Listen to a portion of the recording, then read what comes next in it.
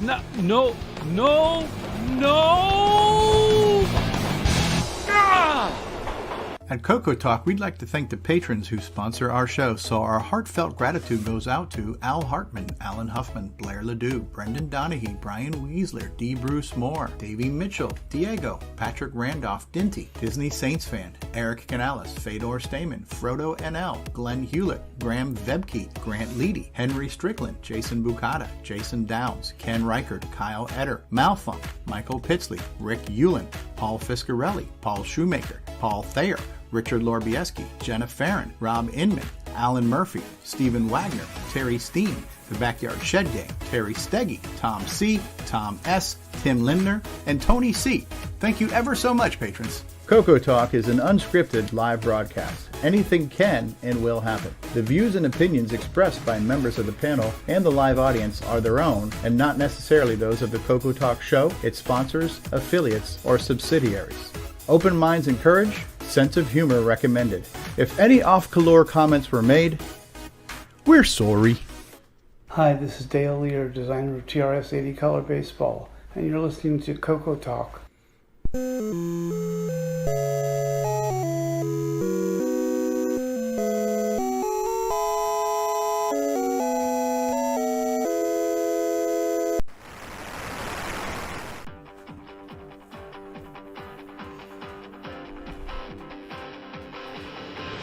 This is CoCoTALK, the world's leading live talk show featuring the Tandy Color computer. It's time to drop your socks, grab your real-time clocks, and let's rock.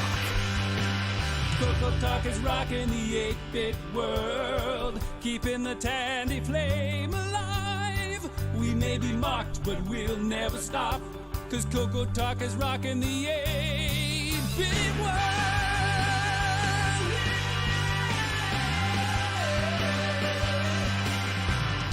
Good afternoon, everybody. We've got a great show in store for you today. We're going to be talking about MAME and other cool stuff. Are you excited to be here? Because I know I am. CoCoTALK is rocking the 8-bit world, keeping the Tandy flame alive.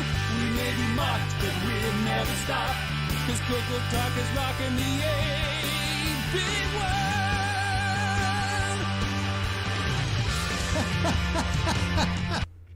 All right, we are live and we are on the air. Hello, everybody. Hello. We've got people out in the live chat already. So we've got Mark Overholzer and 8-Bits in the basement, and Sean Ernst and Frodo and James Jones is out there. Tim Franklin saying no YouTube question mark. Jim Rye is out there. Hello, everybody. Hello, everyone. Welcome to another action-packed live episode of CoCoTALK Live, the only show ever needed to be watched under any circumstances. And we're here. We've got a great panel. We got all kinds of things to talk about and to do and whatnot and what have you. So we're going to go in reverse order today as we introduce the panel. So on the bottom of the panel, on the bottom of the planet, in the counterclockwise direction, how about we say hello and good eye to Nicholas Marentes. Good eye, Nick. I got a bit less time to go to sleep. You started at the bottom. All right. Good day, everyone. Okay, Hello. now I can go to sleep. All right, go back to sleep. And we have we're very, very pleased and we are honored with the gracefulness of Grant Leedy joining us today. Hello, Grant. Thank you for slumming it. Hey. Hey, how's it going, everybody? Glad to be here today. Glad to have you. We got a guy who says, Coco, I can do anything with a Coco. I can add keyboards to it. I can add Raspberry Pis to it. I can do anything with a Coco. His name is Mr. Dave 6309. How you doing there, Mr. Dave? Hey, I'm doing great. Good to be here. It's good to have you. We got a guy who's excited to be here today, and he really likes toggle switches. It's Jason the CoCo Man record. Oh, hello, Stevie. I've got my Diet Dr. Pepper. I've got my water, and I'm ready to go. Oh, I am so excited that you were here today. Is your weasel greased?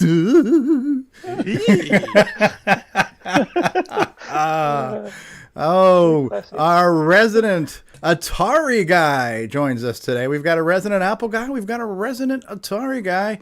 He's Sloopy Malibu. Hello, Sloopy. Greetings, Steve. Hope everyone's doing all right and had a great holiday this week. Absolutely. Glad to have you. And if you don't mind, just hang on there, Sloopy. Next to Sloopy, Alan Murphy. How are you? Doing all right. How y'all doing? That's a great question. How are y'all doing out there? How y'all's is doing? Y'allins. Wonderful. All right. Excellent. The guy who makes us all jealous with all of his acquisitions, Brian Weezer's in the house. Hello, everybody. How are you, Brian? Problem? No. I have a problem, and I admit it, and then The first step to recovering from your problem is admitting that you have a problem. So you're on there. Next to Brian Weasler, a person, in case you don't know, today's a very special day. Not only is it special because we're going to be talking about MAME and CoCo on the MAME today and MC10 on the MAME, which, by the way, I've always said is a fantastic machine, incredible computer, amazing machine. But we're also celebrating the birthday of everyone's favorite Canadian, L. Curtis Boyle. How are you there, L. Curtis? Happy birthday, Nick Marotta. Oh, sorry, wrong. You're a little late. All right, and Thanks, I feel old. he snuck in on us. So let's go back to the bottom of the screen here. David Ladd, are you here, and are you excited about being here today? Why, yes, I am, TV. Is everybody prepared for today's show? I am. We're prepared for the show. I'm not so sure we're prepared for David Ladd. Oh, my goodness.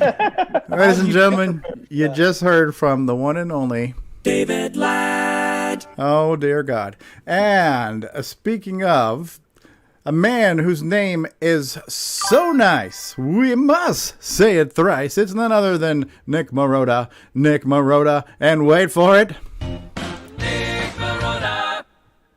How you doing there, Nico? I am great, Stevie. It's wonderful to be here with all my friends and you guys too. Oh, thank you. You're too kind, and You thank need to you. get better friends. Yes.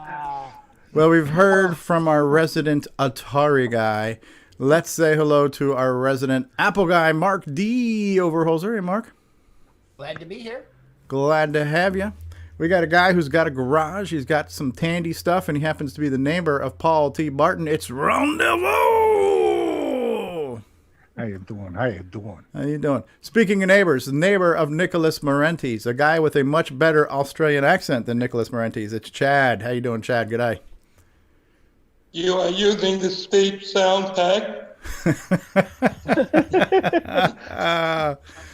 Our guest of honor today, he has been known to be playing Daggerath like that idiot from the book. It's Tim Lindner, everybody. Hello, Tim. Hey, everybody. Good to be here. All right, Tim, can you dial back on the condescension just a little bit? Dripping sarcasm, that was. We have we got people sneaking in on us here too. We got a guy with a fabulous beard, Rick Euland's with us. Hello, Rick. Howdy, folks. Our backup streamer and engineer, Mark Bosley's with us. Good afternoon, Mark. Neighbor to Ron DeVoe, creator of electronics and users of multicolored wires. It's Paul T. Barton. How are you, Paul? I got a pile of wires. Got a pile of wires. They're colored. They're multicolored wires. We've been joined by the creator of Digger 3, Chet Simpson, has joined us. Good afternoon, Chet, or good morning for you, wherever you are. Good morning, everybody. Good morning. Good morning. Diego has joined us. The hey, everybody. 100% stakeholder in all switcheroo products in the entire country of Uruguay. Diego's with us. You're the top consumer for your entire country of all CoCo MAME products. Did you know that, Diego? Never forever. I deserve a discount. Oh, I said Uruguay first, then the rest of the world. That's it. That's it. You take it over one at a time. And then last but certainly not least on our panel, let's just say Dave's not here anymore, man. Let's give a warm welcome to Danny O'Connor. Hello, Danny. Hello, everybody. A bit of a big change coming up here. Pretty exciting stuff, though. Welcome, Danny. Welcome, Danny. Thank you very much, Nick. Really appreciate it. Yeah. Should I do a bit of a brief thing now, or should Sure, or should go I wait ahead. till should I wait till we're doing the introductions, or we No, speed go ahead. introductions? I suppose. I heard a beep in the background. Are your buns done over there or something? No, it wasn't a beep here. I might have been the. That was my phone. Oh. That was my Okay. Sounds like a Game Boy turning on. That's my sound notification sound. It's the Mario coin. I'll turn that All on. right. So, Danny, go ahead. Tell us what's going on, Danny. Yeah, well, basically, it's a bit of a massive change. Obviously, I'm Danielle now. I actually really am Danielle. That's who I am. I was born with ambiguous stuff down below, and the doctors had to make a decision, and they made the wrong decision. Although I don't blame them for that. They had to do something. And I also have abnormal chromosomes on 47XYY instead of either 46XY or 46XX, like most people are. So yeah, I actually made the change in 2001, and then I had proper surgery to fix everything up down below in 2003. And I lived as Danielle until 2013, and then made a mistake, changed back to David, and lived that way until now. And it's now time to return back to who I really am. So, so this is the real me. And yeah, I've got to start, changing over the hormones and everything, which will help the voice and it'll help the face and all the rest of it. So there's a bit of a process involved. Anything that could help my face, because I need something. Don't we all? You didn't make a mistake, David. You didn't make a mistake. Just Danny. Danny. Danny, yes.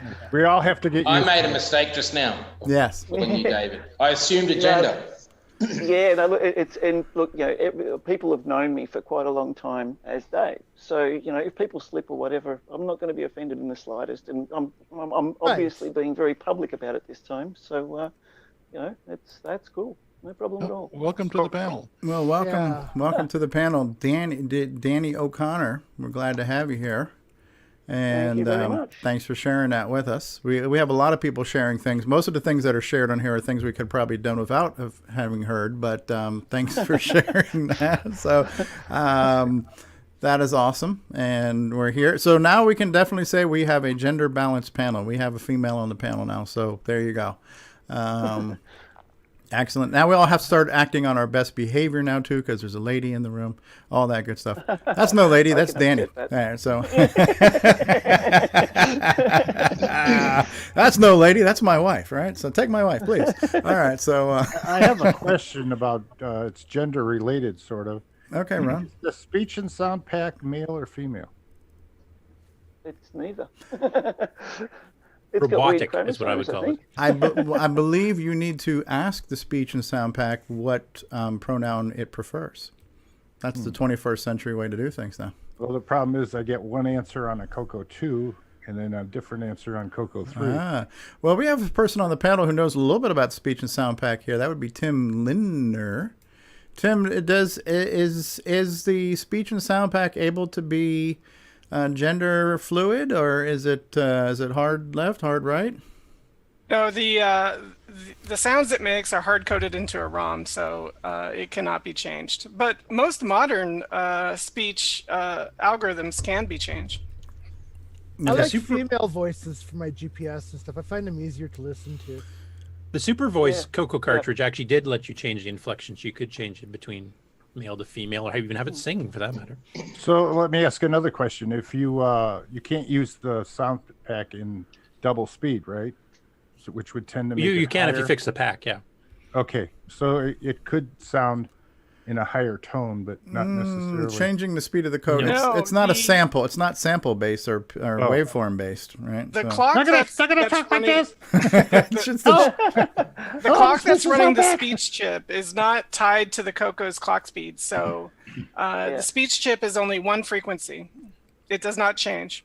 So it doesn't matter how fast things are working inside. It's still going to say, "Hello, how are you? I am fine." Yeah. A few of the chips are tied to the CoCo frequency, but the speech chip is not one of them.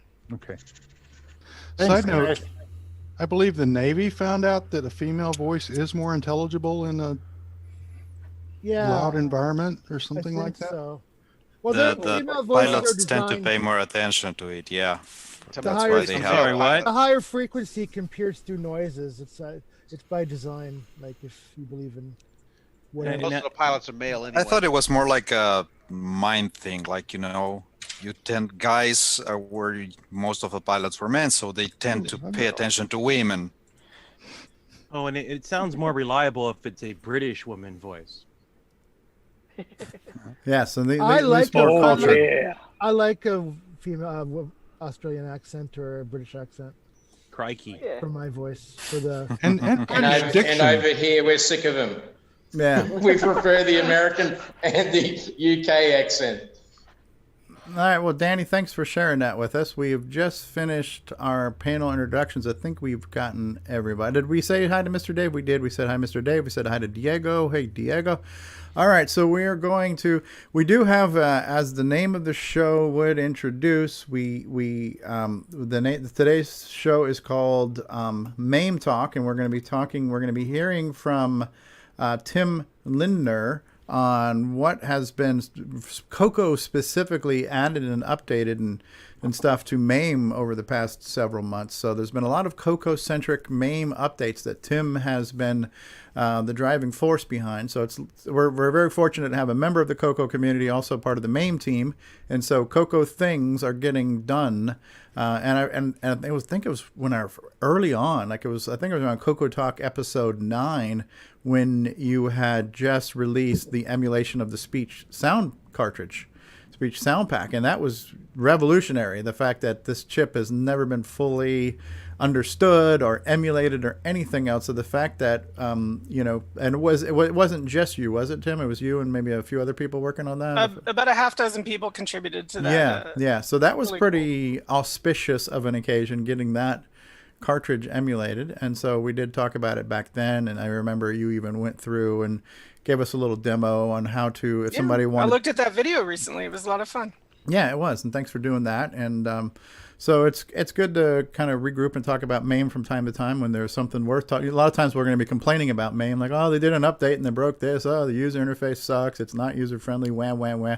But when we have something good to say, we want to make sure we do that. And so, and the only reason why I think I'm even halfway aware is because I'm watching what Ron Klein is doing. So Ron Klein from time to time will say, hey, I'm updating the Cocoa Pi MAME GitHub because there's new updates to MAME, and here's the release notes of what he's done. So I'm kind of like a fly on the wall to what Ron Klein has been posting about those updates. I'm like, you know what? I'm seeing a lot of these updates, and I'm kind of only half paying attention. Maybe we should get some proper, explanation of what's going on. So who better to hear it from, right? So thanks for joining us today.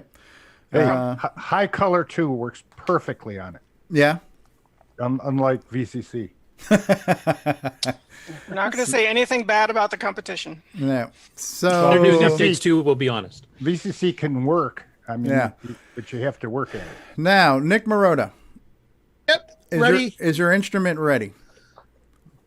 All right. So before we get into updates and acquisitions, this is the part where we all sing along, where we are going to sing happy birthday to... Oh, I have to go get a coffee. Everyone's... nice try. Everyone's favorite Canadian who happens to be on the Nitrous 9 project. Can you hear me? Yes. Yep. Oh, this is going to suck. Are we ready? Yep, it is. You want to start it off, Nick? Happy birthday to you. Happy birthday to you. Happy birthday, L. Curtis Mother Effin Boyle. Happy birthday, you Canadian SOB. Thanks to that, I just aged an extra 10 years and 30 seconds. Perfectly out of sync as intended, right? Oh, that was great. That was great. I'm glad we're recording this, right? So, we're recording this. Yes, for posterity's sake. It's going to be released, but the best of CoCoTalk. It's going to be an album we're going to release. CoCoTalk, it's going to be 30 seconds long.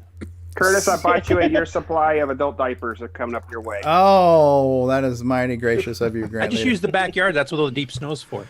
All right, so we are into everyone's favorite part of the show except Nick Marotta. His favorite part is where we mention his name. But wake me up when it's my turn. So most everyone's favorite part of the show, project updates and acquisitions. And how about we do ladies first? And Danny, any updates or acquisitions or things you want to share that you haven't shared already? Well, I suppose there's some updates. I've had a few physical updates and some acquisitions. Yeah. In CoCo land, I've gotten out of the CRT monitor. I managed to escape out of that. It's I had to give up being David to get out of the CRT monitor. That was what the problem was. But somehow I managed to get stuck inside my CoCo D. So. I'm still stuck inside the monitor of sorts. So, but yeah, it's just really, really good to be able to be real, even if I am stuck in the monitor. You're really stuck. Okay, cool. Now I know Sloopy, we missed you last week, but you said you're not quite ready this week. But if there's anything you wanted to just verbally, if you can't show, if there's anything you want to tell us that you've been working on, Sloopy. Basically, what the project actually is I put drive wire internal into my CoCo 3 so that the cartridge port stays open. Basically, it's all working in the proof of concept. I'm going to have a board made so that it's a little bit more polished. Right now, my CoCo is sitting on my workbench waiting for me to finish up the digital joystick adapters, which is going to also be an internal modification for my machine. And either next week or the week after, I'll be able to do a full presentation of it. Okay. Well, we look forward to that. I know you've been talking about that. So basically your computer is going to boot up to, which was it, HDB or RGB DOS? HDB DOS with DriveWire. HDB DOS with DriveWire. So you boot up to DriveWire capable CoCo, which still has a cartridge port open to it, and then you can just plug in a cable and start loading software over the Bitbanger port. That is correct. That's pretty cool. Who'd have thunk it? The full PCB version will be able to choose between 4 different ROMs. So in addition to HDB DOS with DriveWire, you'll be able to do the HDB DOS for the CoCo 2 so that you don't have the high speed issues, and 2 others of whatever your choice are. Oh, okay. Like we could throw YaDOS on there, or maybe even SDC DOS, even though there's no SDC. SDC DOS has DriveWire built in as well. So, a Nitrous 9 bootloader or something. God forbid. Ah, finally something useful. I'm sorry. Yeah. So I didn't know that you could run HBD DOS for CoCo 1 and 2 on a CoCo 3. You can? From what I'm told, you can. Okay. The big difference is that it's a little bit slower, and you don't get, because HDB DOS with DriveWire for the CoCo 3 runs at high speed all the time unless you expressly turn it off. But if you access the DOS, it turns it back up to high speed again. So for games that are like single load, this is a problem because it runs them at high speed. Okay. Sloopy, will you have to make sure that you don't connect any ROMs to the cartridge port? Yeah. The final version should change it so that it actually disables it with the switch. So you won't have to be so careful. Correct. Would it coexist with a physical disk controller when it's all said and done, so you could be on DriveWire and copy files from physical disk to DriveWire? If the ROM supports the physical disk, yes, but if you have like a SDC in there, no, because I'm just using the ROM that comes with DriveWire, so whichever ROM that's in there, I would venture to guess that supports the standard Tandy floppy disk. Okay, cool. Who else has a project update or acquisition they wanted to share with us this week? Anybody been? Brian Weisler, you're raising your hand. You guys hear me okay? Yes. Yeah. Okay. That was coming through, I guess, a little quiet a little bit ago. So, yeah, I have a couple different things here. It's been a little while since I've shared anything, and I've kind of been on a controller kick lately with like floppy drive controllers and other types of third-party cartridges. First, I'll start out with this one here. I had shown this one here. Oh, I'm kind of throwing stuff around here. Sorry. I'd shown this one here a while back. It was the J&M type controller. Nice. And Curtis was asking if it was the one that had the serial port. And it what's that? Was that parallel port? I'm sorry. Excuse me. Yep. Thank you. And it wasn't. And actually, our guest of honor here on the Tim here actually reached out to me, and he had one that he offered to sell to me. Okay. So I'm gonna be playing with this one here and hooking it up. And I actually bought myself one of the cables. It's the type that you would use like with a Model 100. Yeah. Where it has the small connector there.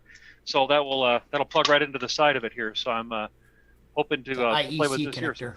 Yeah. So I'm going to be working with that one. So I was very thankful that he reached out to me. That was very nice. And we worked. It worked pretty slick because we used to run that at work until we upgraded to the Eliminator, but it ran full speed parallel. It was nice. Very nice. Yeah, I want to play around with that. I want to get more. And it's bi-directional too, so you can actually read off the port like the old PC Anywhere or whatever it used to be. Oh, okay. That type of thing. Okay. And you could read stuff into either, but that was with OS 9 that you were working with, correct? Or Actress 9? Yeah, we were. Yeah, Yep. but you could write something to read and write to the port. It's not a single direction parallel port. Correct. Yep. It has 16K JDOS in it. This one here actually, yeah, thanks for mentioning that one here. This actually has both the RS-DOS and the JDOS in it. And it has the switch up here so that way you can flip between the two. And so you can either boot straight into JDOS or RS. If it's a 16K JDOS, it'll even have that memory mind or disk alignment software built in that you need that special disk for. Oh, okay. Okay. I'll look and see if that's in there then. Thank you. The next floppy disk controller that I got, this one here was the DMC one. So this is the one that has like no halt type capabilities, so it can read and continue to read and write without pausing. Is that like Disto? It's got a much bigger cache than Disto. That's the one Bill Noble had. We actually did some of the original Nitrostine development on that. The Disto one has a 256 byte cache on it, so it can buffer one sector, and if you try to read a PC sector, you have to slow it back down to halting mode because it's too big. The DMC one has two options, an 8K cache or a 32K cache. You can buffer like entire tracks. So it was just ran lickety split. Like you could have the whole directory buffered and then never have to look it up type thing. It was quite fast. I wish Bill was on today because he could talk about it because he loved that thing. Yeah, I want to try to do some demoing with that with OS 9 and kind of do some tests with reading and write files and just kind of do as a comparison to kind of show how much quicker it can be. So Ryan, if you have any software or documentation on that, I'd love scans and dumps.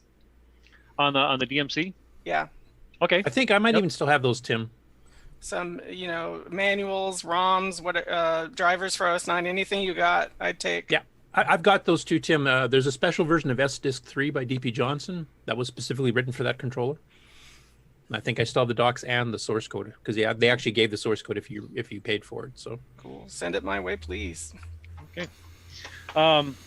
Another option here then. So a guy up in Canada, he had posted out on Facebook, Phil Chapman, and he had a number of different items and that he was selling from a large lot that he had acquired. And I worked out a deal with him here on some other cartridges. So another controller that I've been wanting to get is the Disto. Is that coming through there? Disto, it's the Super Controller 2. So that's I'm looking forward to kind of playing with this one. And you know that's what it is because it's written right there on that bag. Brian, I was guessing. I was guessing. And I was just going to ask, does that have any of the little satellite add-on boards inside of it too? Because they used to have like the 2-in-1s, just the plain. No, this one does not. Because there was also the, I think it had a real-time clock option that you could put in there. Oh, there's like half a dozen different boards. There was like 3-in-1, a 4-in-1, just to parallel. Okay. I think this one here was just the controller, just the vanilla one that it started with. And then another one here, I've been trying to do some research on this one, and I guess I'll do a shout out if anybody has any information on this, pictures of the cables, documentation. There's a very little bit out on the archive, but it's the make sure I get the right name here. It's the Kenton Kenton SCSI. Yep, it's the SCSI interface, and it looks like a repurposed disk controller. Yeah, it is. Cartridge.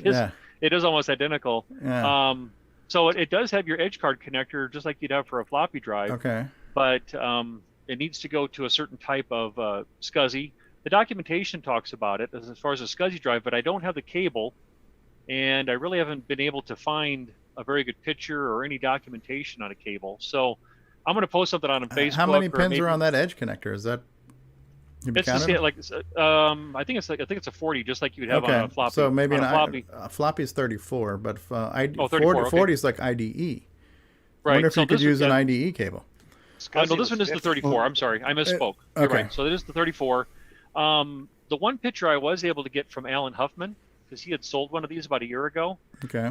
He sent me the picture, but the cable's all coiled up, and it looks like it's going to like a parallel type connector. And you can see where the ribbon cable's been split, and one part of the cable goes here, one part of the cable goes there, and it's been crimped down, but it's kind of hard to see. So I'm going to put a call out on Facebook and also Discord to see if some folks here can help me out with that. My fading memory is that was a hard drive adapter, but I could be way off. That's right. Yeah, it's for SCSI hard drives, yeah. Yeah, this was for SCSI, and the documentation talks about how basically this is almost like a pass-through device. It's basically passing through directly to, so you had to have a SCSI drive that had, I'm drawing a blank on the type of drive it had to have. It had to have its own controller built into the drive. Interesting. But anyway, it's like more like an adapter. Oh, so this is more like kind of like a SCSI interface that just gave you the protocol, but it wasn't a SCSI controller itself that did the driving of the devices. Okay. Yep. Technically, the host adapter. Host adapter. Okay. SCSI drives were used a lot in music production as well, especially with MIDI and sampling as well. Yeah, Max used to use them pretty exclusively too back in the 68K days. For pulling samples quickly, as opposed to trying to read it off a floppy disk. Yeah. Now, I want you one thing that was really cool about the Kenton SCSI is that he actually demonstrated at a fest one year where he actually had, because it fully supports the master slave protocol, he had two CoCo 2s, I think it was, hooked up to the same SCSI controller, sharing the same hard drive at the same time. Wow. Which I never saw done by anybody else as far as that goes. Is that what was documented on your site, Curtis? I think I remember reading something on your site that you had some link on it from a Rainbow Fest from back in the day. I can't remember. Yeah, because it was one of the earlier Rainbow Fests I went to, like 86, 87. He actually had that as part of the show demonstration on the show floor. Yeah, I think I remember reading that. Then the next one that I got here. So should we just rename today's show Brian Weasler Presents? I mean, Brian Weasler goes through his backlog. I need to get on more often so that way I don't get such a big pile here. Let me know when we can pause for a commercial break before we continue here. So yeah. Does Ron need a bathroom break yet? No. Can I interject? Steve, can you move the white panel out of the way? Why? Because I'd like to see what's going on without having Can't to see anything. rebroadcast. Okay, go ahead. Sorry about that. Thank you. You're welcome.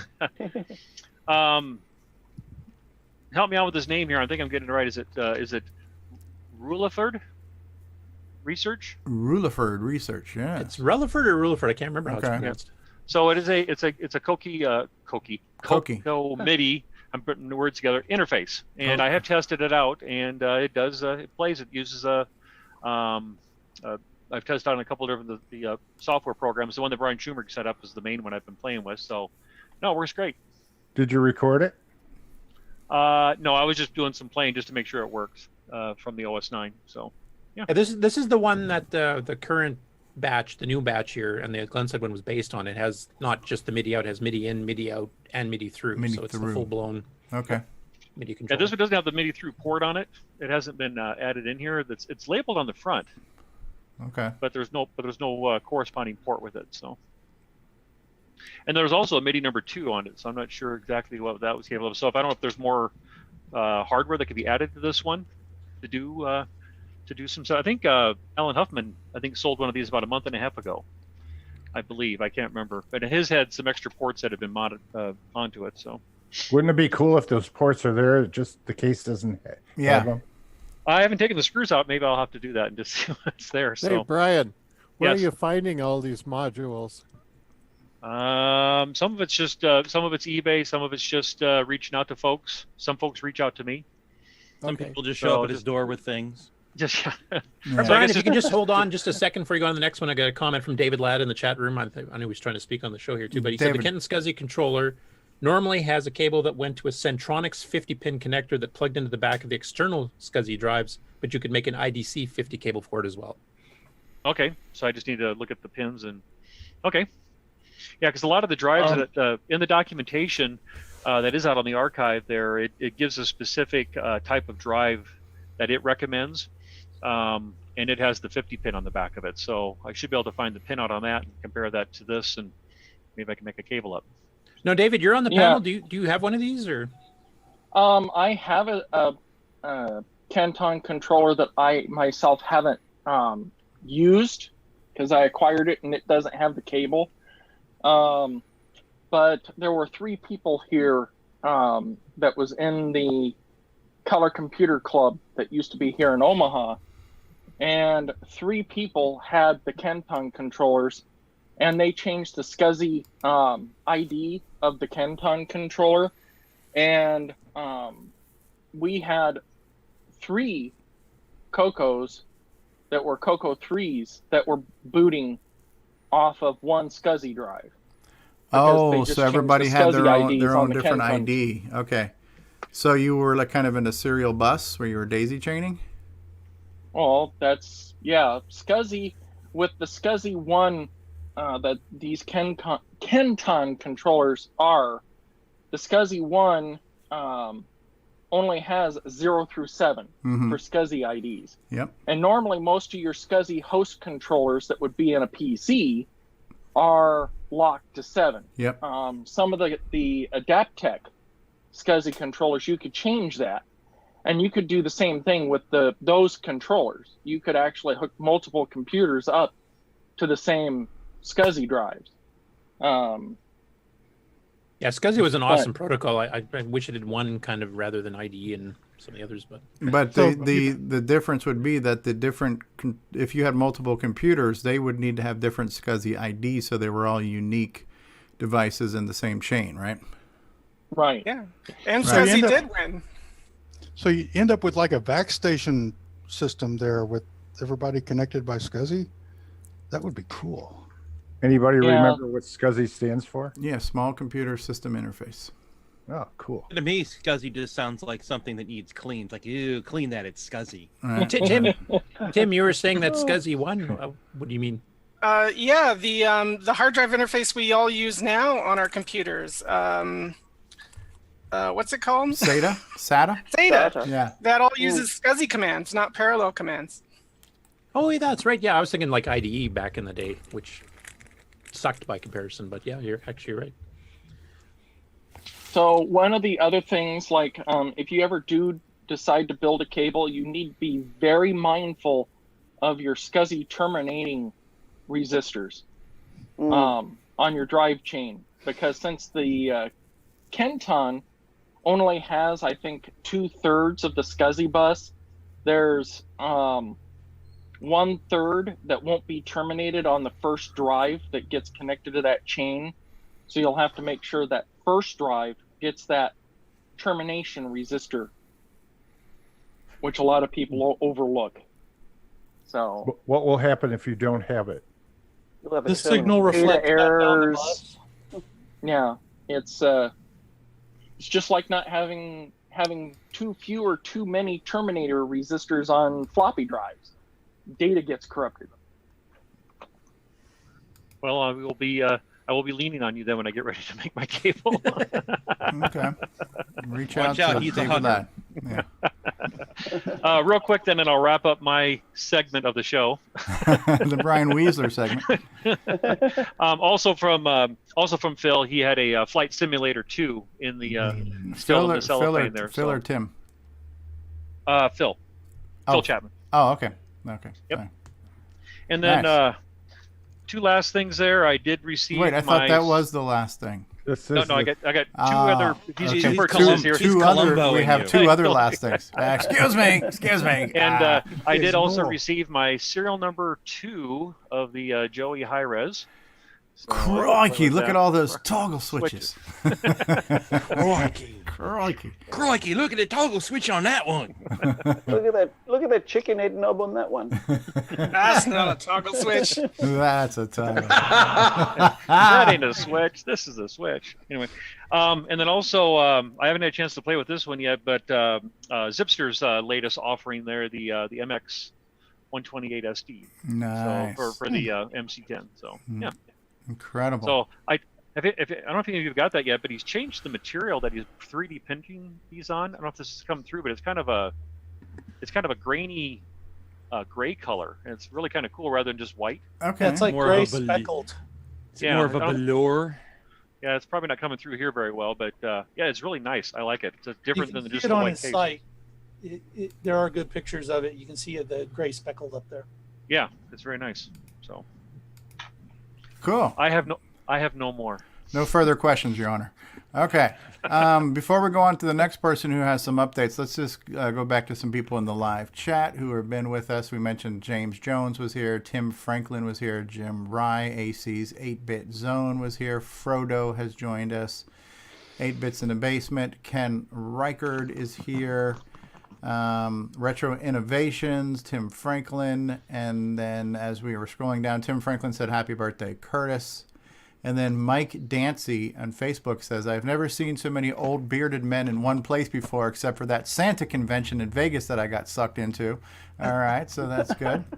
We're not all men here. Yeah. That one old chook. Hey, Stevie, I did send you a picture in the private chat that maybe we could share. Okay, and then we have Mike's Tech Rescue out there. Hey, Mike's Tech Rescue. What am I looking at here? Curtis? Is that the There Curtis picture? Yeah. Download. Download. Desktop. Where is it going? Oh, it just has an open file link right there under the picture. There we go. There's Curtis Boyle. Everybody see that? Nope. Hold on one second. Let me bring up my Discord again. Okay. Do you guys see there? That's at a Rainbow Fest in Chicago. That was my loot after one of the shows. All right. Look at those Temples books. Yep. Look at that. Young Curtis Oh, Boyle. let's look at the bed. Let's look at the products. Okay. Yeah, it's a lot much more interesting than my Curtis, what the hell's face. up? What's up with those eyebrows? Did you put on clown makeup that day? What's going on there, man? They're like 9 feet tall. I think it's just the film grain. That's a little bit post mullet, I think. Yeah, I bought a lot of stuff at that show. Yeah. That would have been 88's Rainbow Fest, I believe. See a bunch of disto stuff. Yeah, including might be the SC2 in there too, if I remember. I see a deluxe joystick. Deluxe joystick, Rainbow magazine. We got stuff in bags. Window writer I can see on the left there. Tech reference manual. I see a lamp. A lamp. Guy in the back holding up a CoCo. Yeah. That is quite the haul, huh? Is that when you got your CoCo 3, Curtis? No, I had the CoCo 3 for a bit, but I brought it down so I could test all this stuff between, the evenings there when the show was shut down. So very nice. Should we sing "Happy Birthday" one more time to Curtis? No, it's not horrible. Mike's Tech Rescue's out there. Hey, Mike's Tech Rescue. Samuel Gimes is out there. Terry Steen. By the way, Terry Steen is selling a bunch of CoCo stuff. He's offloading his collection. I think he posted a link in our Discord server under our buy, sell, trade channel. I think he's selling it via eBay. I think his eBay name was Tandy 2000 or Terry 2000. You have to chime back in on that one, Terry Steen. Maybe just post a link to your. I asked him to come on. We have Canadian Retro Things out there. Mike Tech Rescue. We have Jim Rye out there. Ken Reichert. James Jones. Kevin Holloway saying happy birthday, Mr. Boyle. And so yeah, Mike Stark. So yeah, we have a lot of people out there. Very busy day in live chat today. We got 55 live viewers as we speak. So very cool. Everybody wanted to wish Curtis a happy birthday. Is what it was. Cool, Brian. Bill Noble's here too. Bill Noble. Bill Noble has joined us. Hey, Bill Noble, how's it going? Eh? Oh, pretty good. Hey, take off. Over. By the way, happy birthday, Curtis. Oh, thanks. You missed us I'm singing. still younger than you. Nick Marotta, cue the True. ukulele, Nick.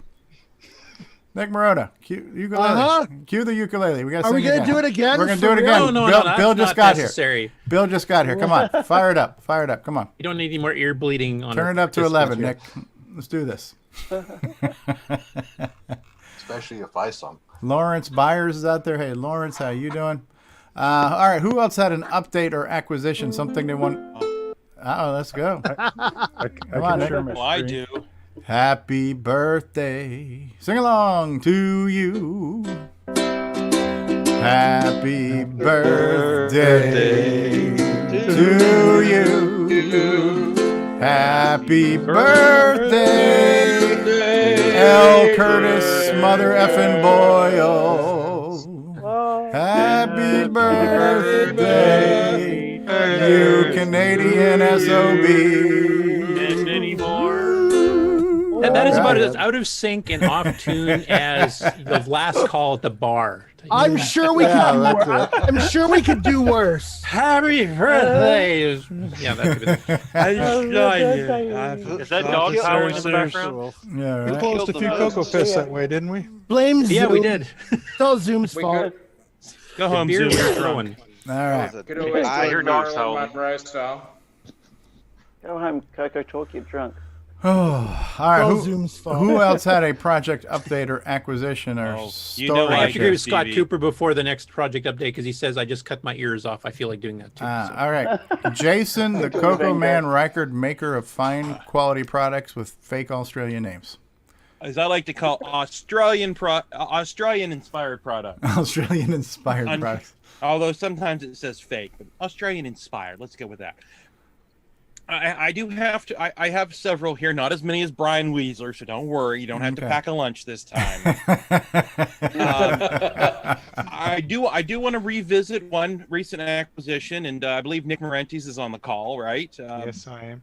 Okay, I got my disc, and I have to tell you, there's definitely a problem with it. I think they sent me the Australian version instead of the US upside version. down. Yeah, so I guess I'll be talking to you offline about that. But I That's a think genuine You'll have to Australian return it product. for the right side up version for the North Right. American. See, the version. problem is That because was- it's from Australia. If you go to throw it, it's just going to come right back to you. So right. That's not the right way. Look on the inside, everything's upside down. I just they sent me the wrong one. That's Okay, all correct. It looks good here. It's just That's you're the upside PAL down. one, I guess. it's kind of like when you be, pull yeah. nails out of the bag. Some of them are pointing towards you, some of them are pointing away from you, and that's for like Exactly. which side of the house you're working on when you hit them in. So. Aye. Must be. But seriously now, I know if we can actually get. Do we get serious here? I don't know. But what I have a couple other. I'm going to call them giftquisitions. And I received one here in the mail here recently, just the other day. It was a surprise. It was kind of a belated birthday gift, but I got this from my brother. Can make it if I can. CoCo Man Biz, look at that. There we It's go. in great. Did Ken make His that? other skill with wood. Yes, he Ken did. made that. Can make that because he did make that. He even I like the spelled RGB coloring. Yeah, I too. like the That's good. RGB coloring, and he spelled yes. the dot correctly too. So good job Yeah, there. the Ken. dot is spelled correctly. Yeah, That's awesome. It's a bit of a belated birthday gift, so that was pretty cool. I appreciated that. That'll And work. That's thank awesome. you, Ken, and that part of the It family. matches the genuine wood grain of your $5 ukulele Yeah. behind you there. Yeah, so. look at that. And I've got a hole where I can either hang it on the wall, or I've got this handy dandy little Look at little that. stand. Look at that. See, that's craftsmanship. That there. is. That's quality. That is Quality Wow, craftsmanship. That is Can quality. make it. I appreciate it. I love it. It's gonna probably hang up on the wall here at some point, and it's Shameful. because it was a Shameful it's product. not a shameful plug. It was a gift. It's not a shameful plug. It was a gift. I'll just hang that right up there. And what's your website? I don't know. Just right over here. When I get my finger working right there. Yeah. Jason, are you going to be bringing those to the show at your booth then? I could. I've got the handy dandy little stand. Yes, we could. you could. Yeah, I think you should. You should. Yeah, if you hang It's not going to be like a mug and a No, display you should be case or like it should be in anything. a crystal case that rotates with lights It and should have everything. been shaped like a boomerang. Yeah. Yeah. So that's awesome. That's great. I love it. I'm going to have to hang it up, but I wanted to show it off first before I hung it up there on Neat. the wall. That's cool. Good job, Ken. Absolutely. And then finally, and this is the big one. This is the one that got held off with. This one got bumped last week. Oh man. Not exactly Coco related, but it is retro related. Okay. So I'm gonna allow that. Like I have any sense. But I got Absolutely. this here. This was an early Christmas gift from the lovely Sarah. And if I can reach it, it's really big. It's Adam. Adam. I This got a Coleco Adam in the box. And this Wow, is something cool. I had been eyeing at my favorite. you're gonna cause your neighborhood grid to flicker when you turn that thing on. You're I know, right? If it's not already broken. Yeah. Yeah, it works. It does work. I've tried it out. In the box. I think it's one of these things that pretty much has to be in the box. And Yeah. I got this from. So this it's- came from my favorite consignment store in her neck of the woods, but I'll just leave that up. That's the whole set, right? So that's the that's the whole ColecoVision, the whole set. set with the printer. There was a kit too where you could. That's the Atom computer system, but there was also a kit where you could upgrade your ColecoVision console to become an Atom computer too. Right. There was There was an expansion port. And keep in mind, there is nothing so useless as an Atom without its printer, because that's yes, power because supply. that is the power supply. The printer was the power supply, and apparently, if you left a cassette in the cassette player when you turned it on, it would degauss the tape for you. So Yes, it would. And there's even a sticker. There's even a sticker right on the computer that says that. And yeah, well, that wasn't on the first generation one. That's No, I'm like sure it warning wasn't. labels. Somebody has to drink the poison before they say, "Hey, by the way, poison bad." So got the console, got Yeah. the keyboard here, even though I'm holding it upside down with even the little No, it's Australian. controller. Yeah, that's Came right. in from Australia. It's the Australian keyboard. Right? I can see that properly. Yeah. Yeah. Of course, I do have the printer. This big honking thing. It's so nice and convenient to have to turn the printer on just to use the thing. And Was when that you're all changing in the the game box? cartridges. And that Was and that that all played in the that box? Yes, it was all in this box. This box is huge. I think that's the whole reason that store still had it. It's like, this is going to be too expensive to ship. Yeah, it was. I mean, but when you think about it, that was technically a fully loaded computer system, right? Because no computers Absolutely. came with a printer. There was zero computers. A printer was a peripheral that cost possibly as much as your computer itself did, and it's something you added on later unless you had money, which I didn't. And So, as I recall, it was a daisy wheel also, so it had. Yeah, nice daisy letters. wheel It printer. is a daisy wheel. I even have somewhere around here. I have some spare ribbons. slow. They're probably dry Had it- too. I haven't tried it, and I have a spare daisy wheel around here Yeah. somewhere, but that's not important right now. But I'm sure I have some pre-dried ribbons here. Oh, yeah. little WD-40. There are There you go. ways to get around the whole power supply thing. I saw an interesting video. I forget the YouTube channel now, but Phil actually designed a board and a circuit that actually would go internal, right where that would. There's all kinds of room in there and go right where the existing port was. Plus, provide pass through for the printer. So.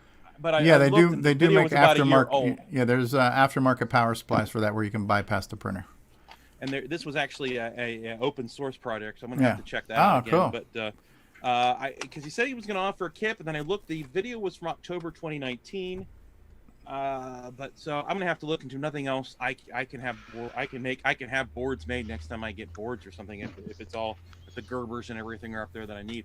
Plus, it did come with 3 games. I got Frenzy, I got Smurfs, Ooh. and War Games. I don't have the definitive title for this console yet, which would be Donkey Kong, but I'm sure they're out there. and I'm Well, sure they yeah, can do there's that to- there's Super Donkey Kong and Super Zaxxon for that are enhanced versions because that had 32K of RAM. Yeah, it has a tape drive. Yes. And this is not a normal tape drive. They kind of look like compact cassettes, but they're not. They only use one side. Okay. And you are missing some of the holes that you would normally have for like some Ah. controllers and stuff down here on the bottom of a compact So they cassette, wanted so to create won't an fit. exclusive market. From what I hear, what little I've looked into it, because I've been busy with those Joey High Reses, but this was the pack-in title. The what is this? The Buck Rogers. Ah. That was a pack. Somehow I got 2 in there. Fun little game. And it's the tape drive is not like the CoCo. It is very fast. You put it in there, it's like bzzz, like you're in fast forward. It's very quick. From what I've read, it only uses one side because it is utilizing all. Oh, it's using the tracks. full width of the tape, so it's a custom format. It is a custom format because if you get one of the blank tapes out here, it actually says blank, pre-formatted. Pre-formatted. Right, wow, interesting. Pre-formatted. And what I was reading was there is an index track on there, similar to like you would have on the like a the directory, older, like tape backups. Oh, like the stringy floppy thing. Yeah. So that's quite interesting. So There's now a reason why. you're our resident Adam guy now. I'm not resident. What was that, Chad? There's a reason why you got 2 copies of the cassette. Probably in case I put one in the drive when I turn it on or off. Correct. And the game was so big, that game was so large, it was a 2 taper. Insert tape 1, load. Insert tape 2. Well, I also got 2 copies of Smart Basic. All right. You want to know? For some reason. You want to know why you have that, Jason?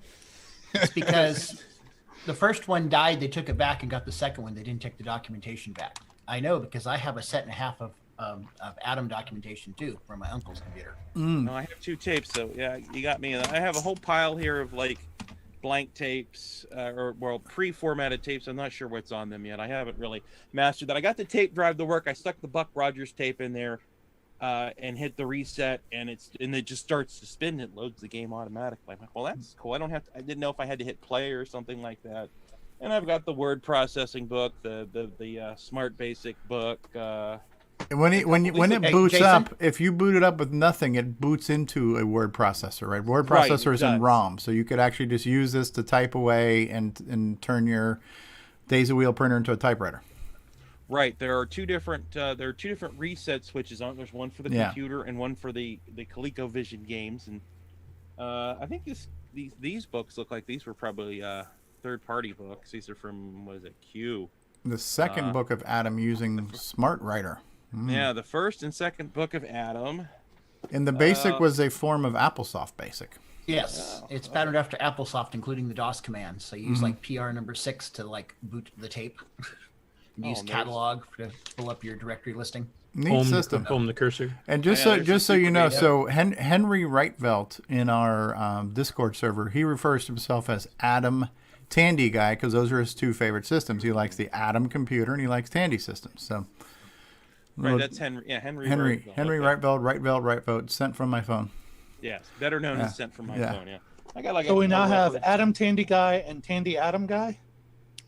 I guess. And you can just be you can be Tandy Adam. You can I got a troubleshooting guy. What else do I have here? Setup manual. I guess I should have read that first. Yes. Setup manual. Read me first. I just well, too late. I guess if I want to file something, I have Smart Filer. Smart Filer. I guess I got to pull the roof off the house and just use giant folders. Oh, and there's another tape in there. Oh, and it is Smart Filer. Okay. But smaller. Oh, there's some kind of invoice in there. That's interesting. Expert type. Expert type. Expert type. Expert type. Yes. Expert type. Okay. Okay. Use only as directed. And ask your doctor if expert type is right for you. Do not take expert type if you're allergic to expert type. That's right. Oh yes. And one more thing, and this was just kind of in there. I don't know if maybe this was I'm guessing maybe this was a vendor or something. MW Ruth Co. Incorporated. Kind of looks like a little newsletter / catalog looking thing there because there's a lot of descriptions of software and no cross perforations there on that paper. So look at that. That was pretty cool. That's a nice find she got you there. New Jersey. Oh, absolutely. And so I'm happy to have it. I just have to spend more time learning because it's a completely different world. I guess there was a disk drive for this or something. But I don't know. I don't know that for certain. Okay. But, I'll find more out. And finally, here's someone just came in to visit. Rocky. So we'll say hi to Rocky. Okay. Hey, how's your storage space going? You have enough room for some of this stuff, or are you starting to double? I think I'm going to have to probably rent another garage, right? Yep. At least the Atom box creates its own desk, so you can just sort of. Right. Yeah. Right. Right. That'll work. Excellent. Okay, Terry Steen might be trying to join us here. Terry, let us know. Very cool. Very cool. Diego, we have not heard from you in a while. Anything you want to update us on as far as what you've been doing? Not much. I've been mostly just relaxing and staying home. I did a couple of videos. I have a YouTube channel with mostly in Spanish videos. So I'm trying to be like you for Spanish market. Oh, there you go. So I have a couple. So you're of, so you're CoCo doing games. really bad gameplay videos, is what you're saying. Oh yeah.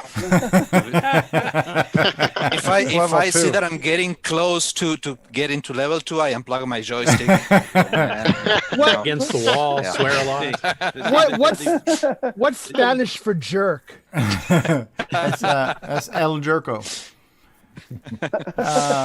It's not Stevie. Yeah. No. We Ringo? Don't get No, that's no. So you don't make it, some people would say. So the one difference is in the gameplay videos, you don't make it past level uno. That's it.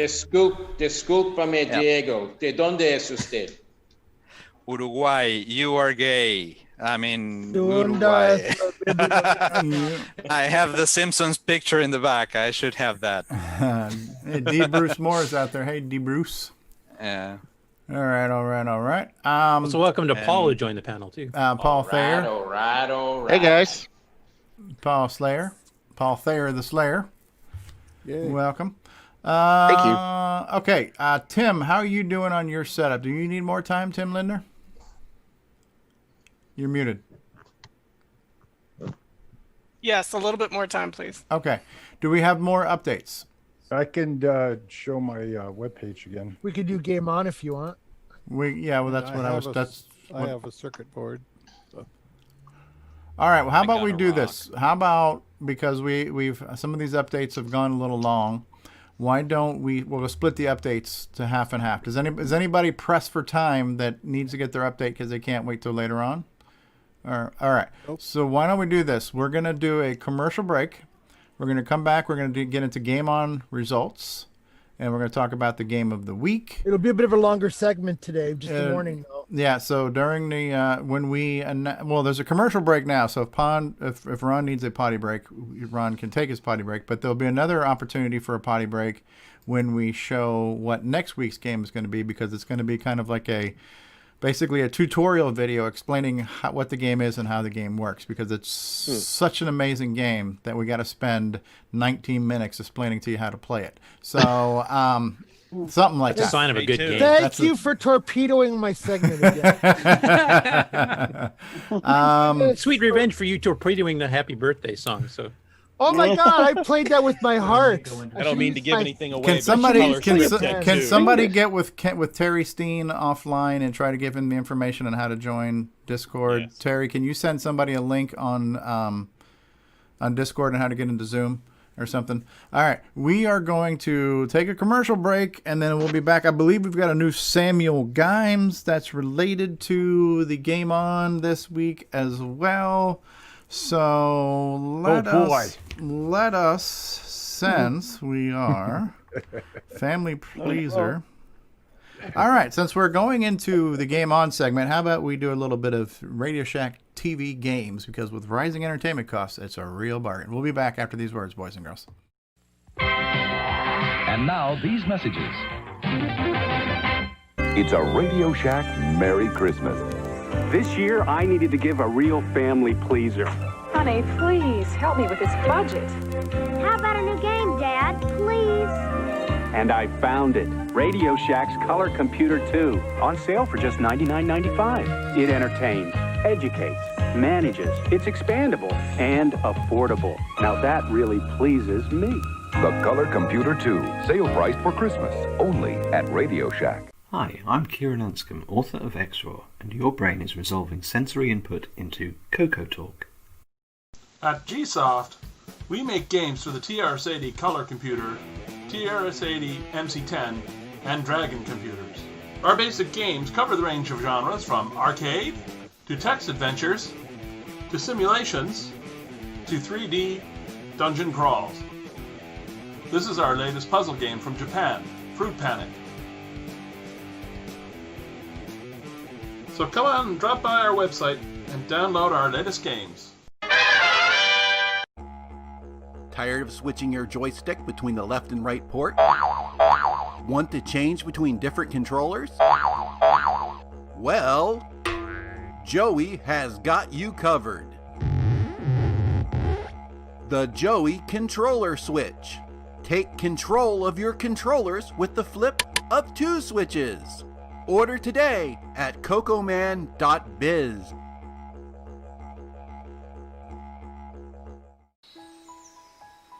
And now, Coco Thoughts by Samuel Gimes. Legend says, when the moon is full, if you go out in the country by the lake and whisper the name of Nick Marotta 3 times, his spirit will appear and he will grant you a product idea. Radio Shack has a great gift idea for the whole family. Fast action TV games, and they're on sale. Get this 6-game model for $29.95 or the 4-game model for $21.95. With rising entertainment costs, that's a real bargain. You play hockey, tennis, squash, and more. Easy to hook up and great family fun that lasts all year long. The sale price TV games. Only at Radio Shack, a Tandy company. Hi, I'm Terry Steen, author of Balloon Fire and other amazing games on the color computer. And you're listening to Stevie Stroh on CoCoTALK. And now, Coco Thoughts by Samuel Gimes.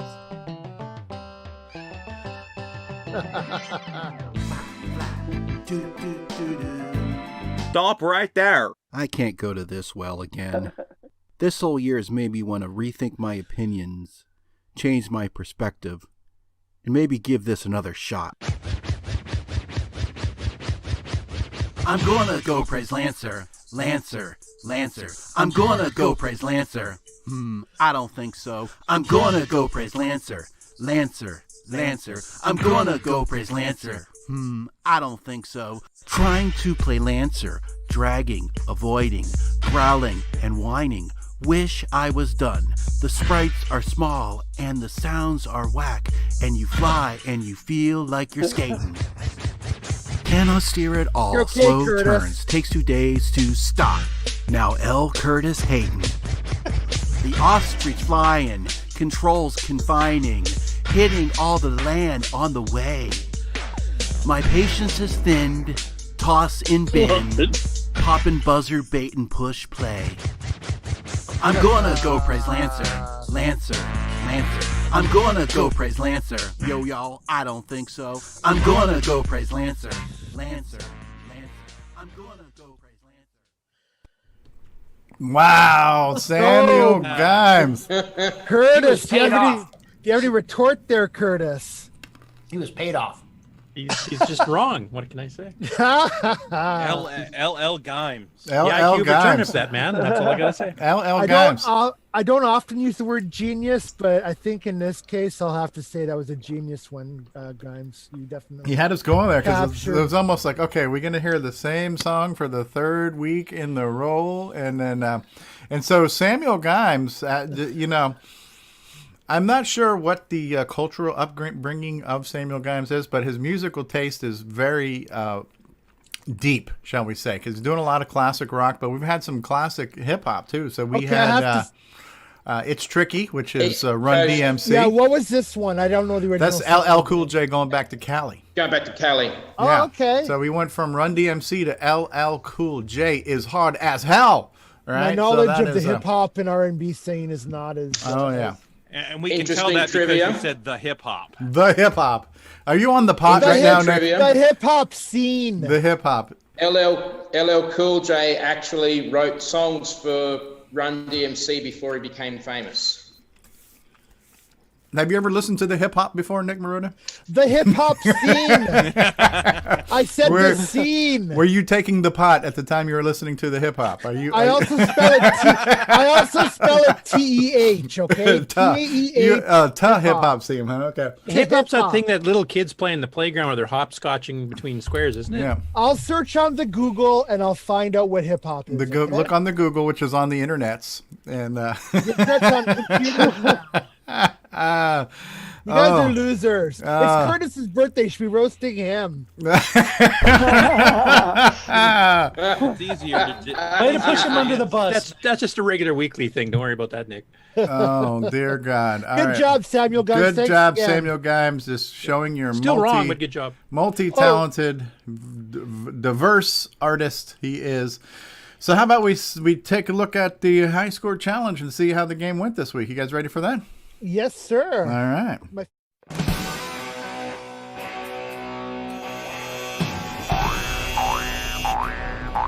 High Score Challenge with Nick Marotta. All right, and welcome to another week of results. This week we played Lancer with 26 scores submitted. Our Ellen Murphy, 2,050. Joshua Craker, 5,250. Ben Vieira Drakes, 5,900. Mark D, 6,600. Marcy, 9,300. Just Mike, 11,000. Rogelio Perea, 14,900. David Ladd, 15,000. Ken Reichard, 15,600. Boat of Carr, 17,100. Frodo NL, 18,600. OG Stevie Stroh, 21,650. Go Stevie. 8-Bit Zone, 22,800. Louis, 23,450. Nathan, 24,100. Mr. Dave 6309, 24,300. Alley Cat, 25,350. 8-Bits in the Basement, 27,450. Canadian Retro Things, 27,950. Me, 36,250. Tom C, 43,600. David Craker, 47,500. Jim Rye, 49,100. Paul Shoemaker, 49,350. L. Curtis Boyle, 96,200. Bit of a gap there. And the number one score this week belongs to, once again, it's Tasman, 116,850. Way to go. Excellent score. Thank you guys for taking part all these 3 weeks. And thank you. Wow, Tasman. Way to go. Good job, Tasman. Can we share my screen, Stevie? You can share your screen, Nick, all you want. Sharing is caring. My apologies. I think I forgot to turn the background music down there, so I'm sorry the mix was not as Hey, you know what? normal. If it's too loud, you're too old, man. That's right. Okay, so you see my screen. It's coming up. Okay. You see it? Yeah, we see it now, yes. It's up now. Okay, so this week is going to be a bit of an expanded session. We're going to talk about the Lancer by itself, and then we'll talk a little bit about the voting, and maybe talk a little bit about what makes a game a favorite, and then we'll talk about next week's game. So there's the score from Rainbow, 663, which I think is reasonable. I think that could be legit. Yeah. And so here, the Rainbow review. Again, I did a search, so Lancer's highlighted before anybody says anything. So Rainbow reviewed it, and Curtis turned me on to a couple other. I didn't read this one fully, so I can't talk a whole lot about it. But it's Atari reviewed it, which is kind of interesting. Atari Age. This was what Curtis? I can't remember. This is from Creative Computing, which is like one of the premier starting home computer magazines, like Byte Magazine was from that era. So it got a lot of coverage. And then Hot Cocoa. I like Hot Cocoa's because they actually break down. They gave it a 9 for graphics, a 5 for sound. Can't argue that. A 9 for playability, which I agree, and a 7 for documentation. Whatever. So... See, for Stevie, it says NA under documentation, not applicable. He never reads it anyway. I'm sorry, you're saying something? And then here's Canadian retro things gameplay. So I'll start off, and I'm going to say right from this onset that I warmed up to Lancer because of this challenge we did. To me, Buzzard Bait it doesn't quite. By the way, I just realized because I was trying to multitask, I had a window open. I was trying to message Terry Steen. Everything you were showing was not going out on the show because my freaking browser was open with me trying to copy and paste crap. So I don't know if you want to go back and show the magazine stuff again because it totally okay. My bad. I'm sorry. I was trying to help Terry. I thought I was trying to multitask and be behind the scenes, and it turned out being that's okay. blocking the entire screen. Bad me. So we'll high score 663 from Rainbow. There's the Hot Rainbow review. And it's a high quality game. They liked it. There are a couple things they didn't like. And then Atari Age, Creative Computing, and then the Hot Cocoa review where it breaks it down by different different categories. I like that. Yeah. So here's Canadian Retro Things gameplay. So yeah, I warmed up to this game. It doesn't quite top Buzzard Bait for me, but it's very, very close second. Always like he's arched a little bit. Like you need we're hearing you. Okay, maybe because you were sharing, Nick, they saw it anyways. I had my stuff covering your screen, but because you were doing the share, they saw the right stuff anyways. So now you guys saw it twice. Anyway, so I liked Lancer. It's a very close second for me. I like the physics. I like one thing it does is I think Buzzard Bait, whenever you hit a bird, you always go. I think somebody needs to mute Brian. Yeah, please mute Brian. Moderators. I think in Buzzard Bait, when you hit a bird, you always bounce backwards, whereas in Lancer, you can kind of skip across and go forward like a stone going across a pond. Yeah, it depends where you hit the opponent. Like if you hit him from the side, then you'll bounce back. And if you hit him like from the top but a little bit past the center point, it'll bounce forward.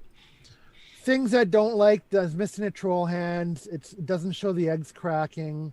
The dragon, which is the counterpart, is a little bit different. But overall, I mean, I would happily play either game. So that's what I think of Lancer. Anybody else have any? I'm open to opinions on Lancer. Well, that night I did a live stream. I went through and I played all three games. Run after the other, and I went back and forth. So I started on Lancer. I worked my way down to Pegasus and to Buzzard Bait, and then from Buzzard Bait to Pegasus back to Lancer. My favorite is still Lancer for the physics of it. It feels right. Lancer is the one that feels the most correct as far as how the inertia and the gliding and the fall ratio and the rise and fall, it all feels right to me. It doesn't just, but everybody's version of what is right for them is, it's all relative. So yeah, we'll talk about that a little more in the I do like the fact, even though the graphics are smaller, I like the fact that the bird you're riding on is a little more defined in this one. Like you can tell you're riding, I don't know, it just looks more like a bird, even though it's smaller. If that makes any sense. And you can tell the difference between the ostrich and the buzzard too. Like the enemy shapes are a little bit different too. I totally side with Stevie. I mean, the sound is not as good. The graphics, they're more proportional to the arcade game, and they did do some pretty decent detail. But they're Buzzard Bait and Lancer for graphics wise, I think they could be equal in different ways. Sound, Buzzard Bait actually absolutely kicks Lancer's butt. I won't argue that in a second. But the play is what really. The physics of the flying and stuff, that's what really still gets me in Lancer. And like you, Nick, I went and played all three again. Pegasus surprised me because I actually ended up enjoying that a lot more and did better than I normally have done in the past because of the challenge. And Buzzard Bait, it kind of reminded me, I really like that game too. I mean, as you've said before, you can't pick a loser out of the three here. I mean, they're all really good, and it just comes down to personal preference. Yeah. This is not like trying to compare Donkey King to Donkey Monkey. Right, there is no clear superior version here. They're all good in their own ways. Can make it doesn't like that eggs are called life forces, -1 out of 10. Okay. Ken is obviously a very clear proponent of Buzzard Bait, which he's what they call closed-minded. He's not open to new ideas. Yeah. He can't adapt to things in the future type thing because he hated both the other games before he even started. Did he also call for a recount on the votes and say there was voter fraud going on here or anything like that? I'm sure he is. He's probably filing the court affidavits right now. Okay. I'm more Buzzard Bait than Lancer, but I do prefer the graphics on Lancer. Okay. I've got some excerpts saved from people I'll read through quickly when we do the next segment where we just talk about the 3 games combined. Okay. I guess we're kind of doing that now. It's kind of hard not to talk about the other games. Right. But we're trying to focus on what Lancer. So Lancer, Spectral. What was it? Spectral Associates. Yeah. And I mean, Lancer's missing a couple of the graphic flares that the arcade had, which you mentioned that Buzzard Bait does, like the troll hands and stuff like that. The dissolving of the islands is done better on Buzzard Bait as well. And as far as game strategy plays, I mean, the person who got the highest score, Tasman Scott, he does a thing where you kind of hover and you keep bouncing and letting the the eggs hatch, and then you kill them after they get mounted again. So you can just keep going over and over on early level before it gets hard if you're trying to rack up your score. I don't have the patience to do that, so I didn't. Right. I found it was easier. I fell through this. You see my mouse cursor around? Yeah. I found I fell through there a couple times without even really trying. That seemed to be a little easier to do on Lancer than Buzzard Bait. I know Buzzard Bait you can do, but it's very rare. Whereas Lancer, I seem to do it like. And you can do it in the arcade too, from what I remember. Yeah. Yes, it was a bug in the original Joust arcade game that they went to try to solve, and they ran out of time, so they just left it. But it was not originally intended to have a ledge gap there. Oh, there's the dragon. The dragon. So see, it starts at a totally different place, and it kind of just. At first, I thought, "What? It's just going to go back and forth. That'll be easy." But he starts moving. Is that Dragon 32 or Dragon 64? 32. This only required 32K. Okay. I never killed the darn dragon. I didn't really try, but. To be honest, on both Buzzard Bait and Lancer, I tried a couple times. I mean, that's not a good way to get a good score, is try to kill the dragon or the pterodactyl, because you have to hit it, dead on one pixel. And I've done it before in the past. I couldn't succeed in either one of them this time around. So I think this game was harder than Buzzard Bait. But of course, I know I got the top score, but I don't know. I think because Buzzard Bait, the scores are worth points, get more points. So you hit those 10,000. Yeah, Buzzard Bait is a very generous scorer. Like I found in Buzzard Bait, I could rack up 9, 10, and have 9 lives in reserve at one point, whereas Lancer. Yeah, I must have went through easily a dozen gameplays on the night I played it, and I never even touched 30K. But the first time I played Buzzard Bait, without even trying, I got like 50K. So Buzzard Bait definitely awards more points for the same amount of effort. So AC felt that the dragons didn't seem as deadly as in Buzzard Bait. See, I found I was able to avoid the pterodactyls more easily. So I don't know. It depends on the level too. Like the early dragon waves, it doesn't do that roar and start moving vertically up after you as often. But when you're doing a dragon wave on level 23 or something like that, it's much more aggressive, and it does get harder. Now, Lancer also, the sons of bitches come and get the eggs a lot faster than in Buzzard Bait. Buzzard Bait has a fair grace period of giving you a chance to catch eggs. Yep. Yes. These guys are just douches here. They're just like, they're on those eggs like no time. I find that sometimes the AI birds are dumb. Like they can't pick up the guy, especially if the guy lands here and this AI bird is there. He just goes back and forth there. Can't get them. They keep banging against the island trying to fly off. Take care, Paul Barton. And sometimes your bird, when you die, it takes forever to get off the screen, so it starts bonking into the ledges. Yeah, it gets stupid. Yeah. So you're not guiding it, so it is stupid. So there's a bit of artificial stupidity in this. I have something to contribute, even though I'm not a game player. Yes, Ron. Okay. So I'm observing you guys, and you're talking back and forth, and you're talking about these 3 games. What would be cool is if there was a programmer listening, he could make a game and include all the things that they don't have and do have that make it good, and have a really good game at the end.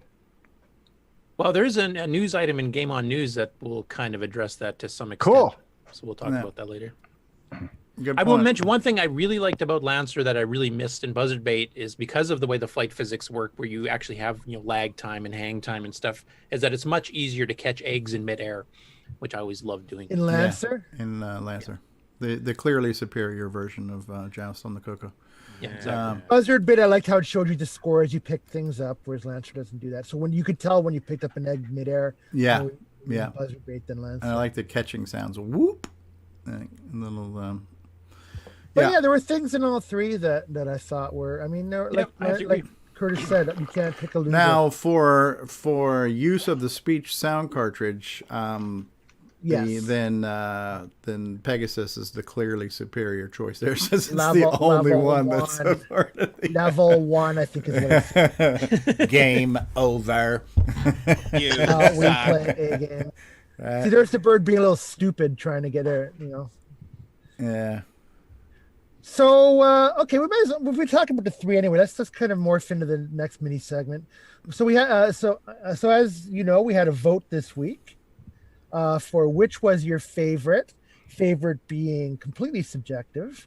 There are the final results. We had Buzzard Bait with 11, Pegasus with 10, and Lancer with 6. Wow. I was surprised. Pegasus was looking like a contention for the winner. Actually, there, Pegasus was in the lead for a bit there. which I took as being that you want us to continue. Now, how many of these votes were legal votes? They were all legal. Okay. Now, the reason you see some split out is I gave allowance for if there were kids voting. Mm-hmm. I wanted to give the primary Discord user the ability to vote multiple times. Yeah, yeah. So here we have, we have a couple of kids votes for Buzzard Bait and another kids vote for Pegasus. By the way, that blue background on the 9 under Buzzard Bait, that's a little flag that means there was hanging chads on that vote. So we had I believe we had Joshua and Kiana voting, and I can't remember who the other kid was. It might have been, it might have been Louis possibly. So you're saying Pegasus was kind of a dark horse candidate? Dark horse, yes, it is. So pun intended. I captured some of the comments from Discord. Jim Rye liked Pegasus because of the open sky feel. Paul Shoemaker liked the flight mechanics of Lancer better, but Pegasus was his favorite. David Quaker, he just said he liked he used to play Lancer. He's going to give Lancer a proper go. Dave Ladd, playability more important than graphics. So he preferred Lancer. Erico says Pegasus, of course, is the best of the 3. You win an argument by saying of course. Well, Erico had a really long explanation of why he stated his case too, which I actually thought was very well thought out. And, he gave a really well presented. Thought out. Yes. I won't read it. I won't read it all because it's very long, but you should check it out in Discord. But he gave his pros and cons for each game. Loopy Malibu.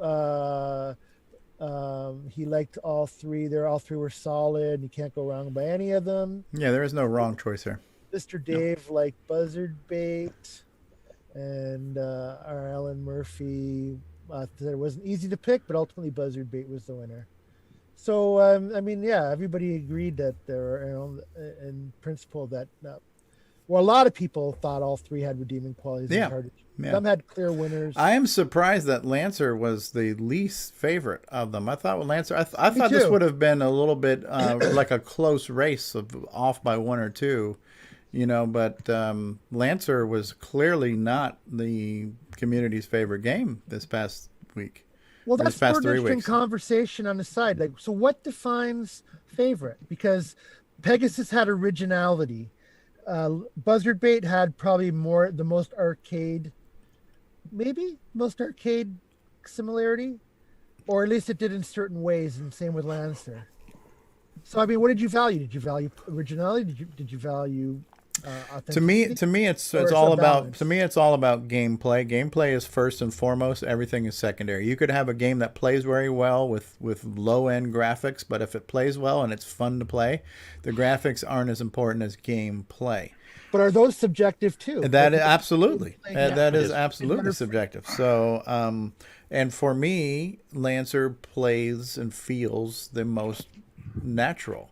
So I don't hate any of them, but we went through because and what are you holding up there, Ron? Ron's holding up the package of Pegasus. Yeah, yes, that's what it looked like in the package. Yeah. So I played all 3 of them back to back, and then I gave each one a fair shot, and I did notice that the gravity in Pegasus was a lot more intense. Like you fall quickly in Pegasus, which is, depending on how you look at it, good and or bad, because if you want to kill somebody, come in for that airdrop and get the real quick kill, that's actually an asset as long as the guy's still there as you're falling. So you kind of use the gravity and mechanics to your advantage once you kind of get in tune with them. And there were people who picked strategies. Like Erico was pointing out a lot of different strategies where you could kind of defy gravity by switching left and right, and it's kind of like, you know, flip-flopping your directions and not having to flap the button, and then being able to basically hover in place. So there are some people who found some of how the software worked and exploited that. So, you know, everybody got something out of it. And, you know, based on the votes, you know, the world has voted, not even America. This is an international thing. The world has voted, and they have chosen the winner.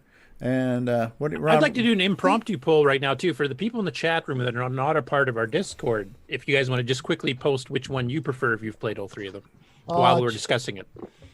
It's funny you mentioned the gravity, Stevie, because that's what killed Pegasus for me. The gravity. If the gravity wasn't so heavy, it would have scored higher. I loved the plot of, you know, horses and the undead and all that kind of thing. That was cool. The gravity needed to be lightened up just a little bit for me. Okay. And one thing we talked about too is Lancer versus Buzzardbait. Lancer actually had more realistic physics in terms of inertia. But to me, that made Buzzardbait feel faster. You could turn on a dime and have better control of it, whereas Lancer felt a little sloppy. But that was more realistic in terms of inertia. So it's also close to the arcade because you would run and you do that skidding sound on the arcade one. Well, you did get that. You do get that in Buzzardbait, but in midair you can turn on a dime. You could just flip around and start going the other way. So if you value physics reality, Lancer. If you like more tight control, Buzzardbait. You know, like it just depends what you're looking for. And Pegasus had good physics too. For any of you, you know, like me, who have ridden horses off cliffs. I mean, the gravity does go pretty fast. Yeah. I have a software registration card, and it says it's from 1085. Is that when it came out? The Pegasus one. It did come out in late '85, so yeah, October '85 is probably right. And it says it's version 1.01, and it also has an addendum. Did you want to hear what the addendum Yes, says? please, Ron. We're all on the edge of our seat. Okay. I want a dramatic reading on this too. I want to needs to be that Ron is taking part in the Game On segment. Hold on, Ron, hold on. Ron, let me spotlight your video. Okay. All right, and I really want you to ham this up. So presentation, right. Read it like Shatner? with feelings. With feelings. Come on, dramatic reading here. This is an addendum. Ooh. This addendum says, addendum for Pegasus, catalog number 263281. If you are using version 1.0 of Disk Basic, then there's a comma.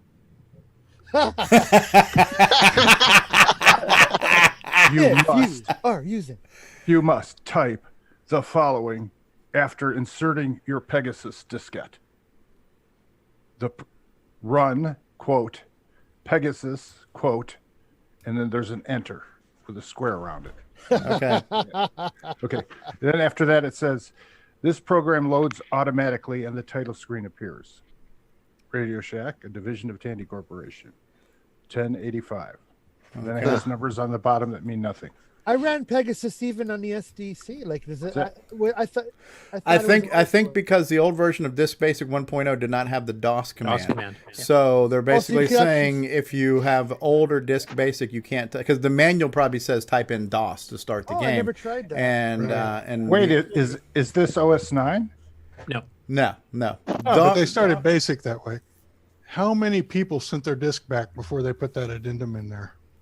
Yeah, that's like warning labels. Somebody had to do the stupid for us to say, "Hey, stupids, don't do the stupid," right? So, type dir and run whatever you see. Yeah, that's what you do with any floppy, right? So, yeah, David Ladd says the standard way to start Pegasus on floppy was DOS. Pegasus had a bootloader and tracked 34 of the disk. Yeah, that's all the DOS command does. A lot of people associate that with OS 9, but it's nothing to do with it. All it does is it loads track 34 and executes it if the first two characters are OS. Okay, Curtis, you might want to look. We're getting some feedback on your question. Okay, so in the live chat, we are getting... Ken Reichert says, I found Buzzardbait to be more fun. Michael Petzley says, like Pipes, not much eye candy, but dang, it's fun to play. Well, Pipes, much like his author, is not much eye candy. So, yeah. And then Scott Cooper says all 3 games are good. I went with Lancer for nostalgia reasons and the fact that I'm better at playing Lancer. Oh, there's no doubt nostalgia has. I mean, I played Buzzard Bait as a team. So 8 Bits in the Basement says Buzzard Bait I found to be the most fun. As simple as that, I found it to be the easiest. Also, I could simply get further faster. Same. Ken's Coco Corner, Buzzard Bait. Samuel Gimes, Buzzard Bait. AC's 8-Bit Zone, Lancer, because it reminded me more of the version I played back in 18.9 on the Atari 8-Bit. And then the standard way to start Pegasus off floppy was DOS, is what David Ladd says. Pegasus is bootloaders, track 34. Mike's Tech Rescue says Megabug or nothing. All right. Megabug versus Pac-Man, you'd pick Megabug? Is that what you're telling me? Yeah, 60 says Lancer wasn't out on the Dragon, so Buzzard Bait it is. Okay. Interesting. And 60 also says Buzzard Bait is better too. So there you go. So I guess you know what I think? The fact it's that amazing there's so many wrong people in the world. Yeah, but the fact that we are having this adults having this rivalry over which 40-year-old game clone is better is both pathetic and awesome at the same time. Yeah, you know my father could beat up your father. Yes. You smell of elderberries. Yes. There's something else And on Mama the wears back of army the boots. on the back of the package. It says custom manufactured in the USA for Radio Shack, a division of Tandy Corp. Okay. So this wasn't made even by Tandy. It was custom manufactured for them. They outsourced the labor on that. So I hope you guys enjoyed this. I wasn't sure how it would go over doing 3 weeks of the summer games, but it looked like it went over pretty well. I think each one had a good, 26 submissions this week? Yeah, that's we had good. over 20 each week. So we were thinking we'd like to do this again in the down the road. Like a theme month or something? Where we have a number of clones, pick like the top 3 and have sort of. Well, we definitely have when it comes to every few months, maybe we'll do something like Defender has a bunch of them. Space Invaders has a bunch. Pac-Man has a bunch. Yeah. You know, it's nice to see the original package it came in. If you guys have it at all. Yeah. Any of these games. Absolutely. Oh, Ken is sick of Jaws clones now. Yeah, that's okay. Sorry about that. Like it won't be we'll do it every few months. Like it won't be like it won't happen. Yeah, it was nice to try it. It seems to be fairly successful. A lot of people had a lot of fun. Trying versions they hadn't tried before or didn't really give a chance. Yeah. Or just remembering why certain things were better on one, but another thing was better on another type thing. It was cool. Now, I'd like to do it again. Mr. Dave is the one who suggested we do something like this. So for better or worse, we have him to thank and or to blame for suggesting this segment on the show, which is now run, 42 weeks now? 42, yeah. So we are going on a year of this being a part of the show, and it's been a great community centerpiece. We're getting together and having a reason to do something on our CoCo and sharing what we're doing on our CoCo. And then talking about it. It's been really cool. It's been unexpected, like this show, just an unexpected, we never planned this show to last more than a few weeks, and it's been going on 3 years, and this segment's going on a year, and it's one of the, biggest parts of the show at this point. So, awesome. Are we ready to talk about next week's game? That's a question for the panel. Are you guys ready to find out what's going to go on with next week's game? Anyone? Sure. Anyone? Yeah. All right. I'm a little bit late to my seat. I'm ready. I'll share temporarily. Okay. It can't be a Can surprise. you see a white screen? I see a white screen. We see a white screen. Next week's game, can anybody? Yes, I guess it's ants. Can anybody identify this game? Oh, Photon. Heck yeah. Love that game. Photon by Sundog Systems. So now, this game is a little bit complicated. So Curtis and I prepared a gameplay video that we're going to show you. Actually, really? Stevie's going to run it. I'm gonna we have a clip. CoCo 3 game. It's a CoCo 3 game. The CoCo 3 game, yes. And 512K. And so we're gonna play a video that has been about a 7-minute video. So if you guys are interested, you have a bit of time for potty break. Time to potty break, smoke them if you got them, whatever. And Stevie will go ahead and run the video. And then we wanted to run it now in case there's any questions from the panel or from the chat. All right, here we go. Cue video. Curtis is going to demo some gameplay of Photon, which is going to be our game this week. So Curtis, you can go ahead and start playing whenever you want. And so you're starting a 1-player game. Obviously, it's going to be 1 player. And so the basic idea of this game is to uncover the exit and avoid dying. So you can see that circle is called a dupe, which if we check the manual, it stands for something. So basically you want to avoid those hitting you because they'll zap your energy, cause damage. So Curtis is currently pushing and pulling things around. So he uncovered the exit, and you just hover over the exit, and that is how you get to the next level. So Curtis, why don't you show the basic mechanics? Show how you push and pull. So to push, you go up against the object you want to push, and then push your fire button. So he's pushing like that. And to pull, you have to be one space away from the object you want to pull, and face it and push your button, and it'll pull the object towards you. So there he is pushing and pulling the object. So that's basically the basic play mechanic of how you manipulate the level. And those curved blocks, they change the direction of the blue ball there, as you saw, the dupe. So that's how you can change their trajectory is with those curved pieces. So Curtis is looking for the exit. Well, the exit's already uncovered. The first couple levels, the exits are in plain sight, and you just have to drive over them and park for a second, and then that's how you exit. Now, the manual does say you're particularly vulnerable to getting hit when you're on the exit.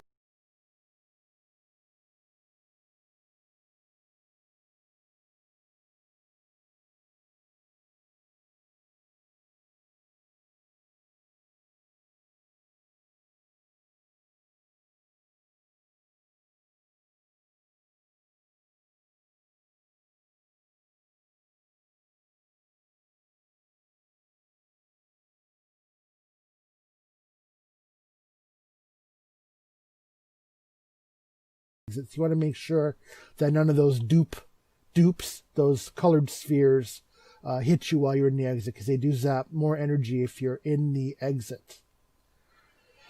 So now he's this level, which is level 3, you don't actually see the exit, you have to go find it. So that's what Curtis is currently doing.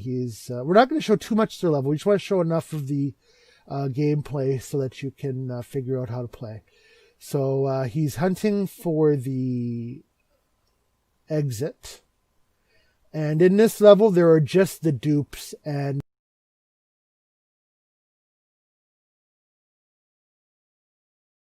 manipulating spheres at this point.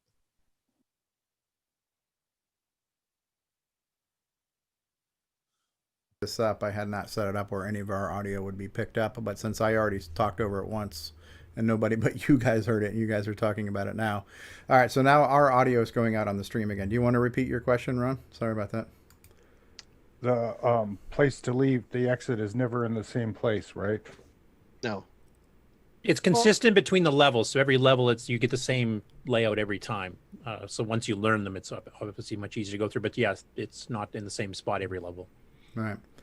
And what I was saying earlier was I realized that Curtis was using a strategy to use some of these pieces to first let one of the bouncing balls escape the area you wanted to be in, and then drag the piece back to now block him from getting back in there. So I'd already seen on that first or second screen some of the strategy developing there, which I think was helpful. All right, so we're going to continue to play the video now, and now you guys will be able to. Yeah. The game didn't freeze, the video didn't freeze. Stevie paused it and talked, but his audio wasn't going out. Yeah. So the game and the video are curved pieces. And later board you'll see another enemy, but we'll get there when we get there.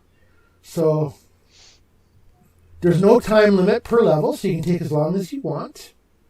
And we are maximizing scores. So there is a way to actually later on, there's ways to kill the dupes, although it may not be worth it to do that. We'll get to where the more worthy points to get to. So Curtis is looking for the. There you see him trapping a ball there just by moving some of those pieces. It's now just going to keep bouncing back and forth and essentially render harmless to you at this point. It does change the travel of the dupes. The pink balls, do they not hurt you if they touch you? No, they do hurt you. You can watch my damage meter. Oh, I see. Yeah. So if the balls collide, do they change trajectory? No. They just go over top of each other. No. Curtis is pushing the blocks away, looking for the exit. Now, are the exits randomly, or are they always in the same place? There it is. Okay, so the exits are fixed. We're not hearing Curtis's audio, so you'll hear me asking and answering the questions. So Curtis, I see. So there's the.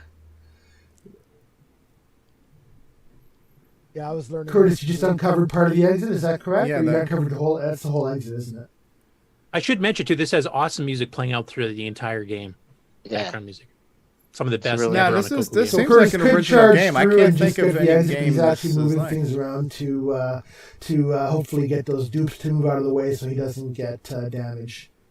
There was a bad PC port at one time too, but it's since disappeared. The dupes.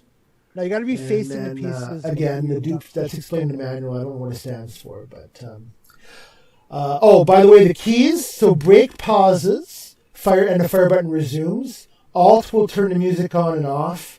And F1 and F2 will set RGB or comps, but you have RGB or comps at the beginning as well. So if you make it, so he went to the exit. So now the plasma droids appear. So these plasma droids are where you'll be able to. So there's the plasma droid in the bottom left hand there corner, and killing those is where you'll get some points. So how do you kill the plasma droids, Curtis?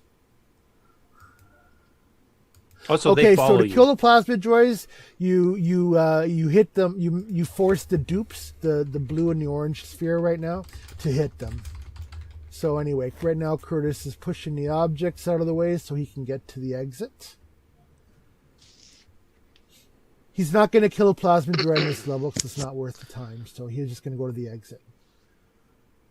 Yeah, so you're seeing some of the strategy there. Are you going to kill a plasma droid on this level, do you think? I want to show you enough so you can see everything that... Okay, on this level, he's going to attempt to kill the plasma droid to show you how it's done.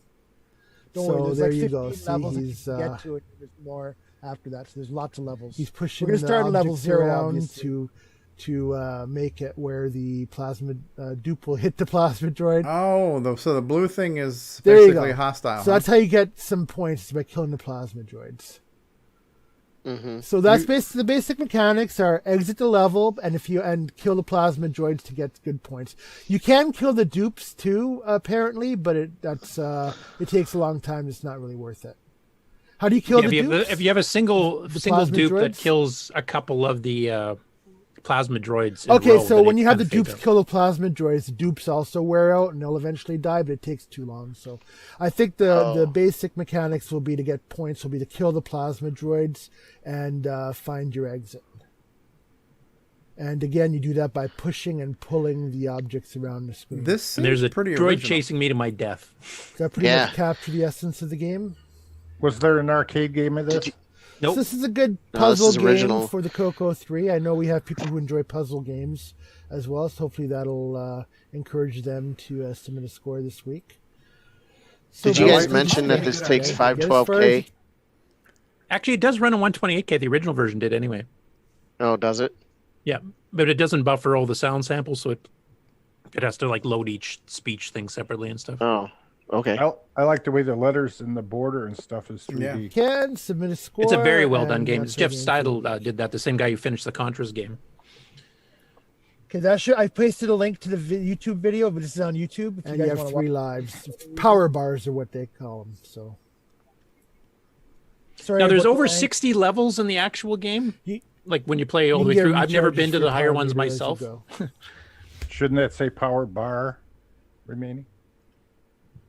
Yeah. That's how it fit in 128K. They skipped that if check. Yeah. No, that's really interesting. I've seen the game before. I think you probably tried to explain it to me once before, Curtis. I don't always listen, and I hardly ever comprehend. But I think that video was very helpful to see not only the mechanics, but give you a little bit of strategy. Because the manual is pretty sparse, and it also shows where we will never go. So we're going to start on the first level all the time. So just because we are keeping track of score, but you should be able to. But once you get under, you should be able to whip through the first few levels and get to higher ones. Fast if you. Right. And you can practice the higher ones too, and then go back to do your game, so you can kind of plan your strategy. Because you can start on any of the first 15 levels. As I mentioned, there's over 60 though. And Ched, I think you were asking a while ago about what are the best original games on the CoCo 1, 2, and 3, and like stuff like Double Back or Downland are really good in the CoCo 1. And I think this was your favorite for an original game in the CoCo 3, wasn't it? Yeah, it was one of them. Yeah, it's a well designed game. And this game is given its blessing, right, Curtis? Yep. Yeah. Okay, so when you find this game on the SDC, it's going to have an SDF extension. The SDC can handle that. VCC cannot. You'll have to find the DSK version, which is also in the usual places. So. Yeah, really neat. Seemed like an original game. It seemed while the game and the concept and everything seemed original, there were some parts of it that reminded me of a lot of the AGD games, because those AGD games typically have an object that's on a trajectory that seems to singularly stay on that horizontal or vertical plane and just kind of bounce back and forth on that plane. And so that component of the game seemed to remind me of some of those AGD games. And Ben Drake's. Oh, sorry. Go ahead. Ben Drake's is saying it looked like the dupe went through the droid, but that the dupe has to hit the plasma droid like multiple times. Like it takes a couple of hits to kill it. Okay. So just a quick run through. If they happen to be crossing in different directions, it won't kill it. It'll just wound it, and then you'll have to hit it again. AC, yes, it is CoCo 3 only. Boat of Cars said it did run on his 128K CoCo 3. Okay. So also, Boat really liked this game too when he tried it on the stream. Like he really loved the music, and it's different tunes for each of the levels. I don't think that goes through the entire game like that, but there's like multi-track music all going simultaneously with super smooth graphics. Like it's a really, really well done game. And it's a combination arcade, strategy, and puzzle, because you manipulate the maze and the puzzle itself. You can actually shortcut it and just like barrel through and try to get to the exit, even while you're getting hit and wounded. If you got enough life left, you can actually do that. So, and there's some definite later levels you have to have the arcade feel, where you have to like dodge things and jump between things to not get killed. So it's a nice mixture of several genres in once. Boat of Cars says he likes it a lot and it doesn't get too hard too fast. Yeah. So Michael Pisley says he's excited to try this one. So yeah, it's a bit of a different genre. We don't have a whole lot of puzzle. We haven't featured. The only puzzle game I could think of was Rick Adams' Bomb Threat. Or Bomb Threat, and yeah, okay. So so hopefully, yeah, I know we have I know we have one of the wives out there who likes puzzle games, so hopefully she'll play it.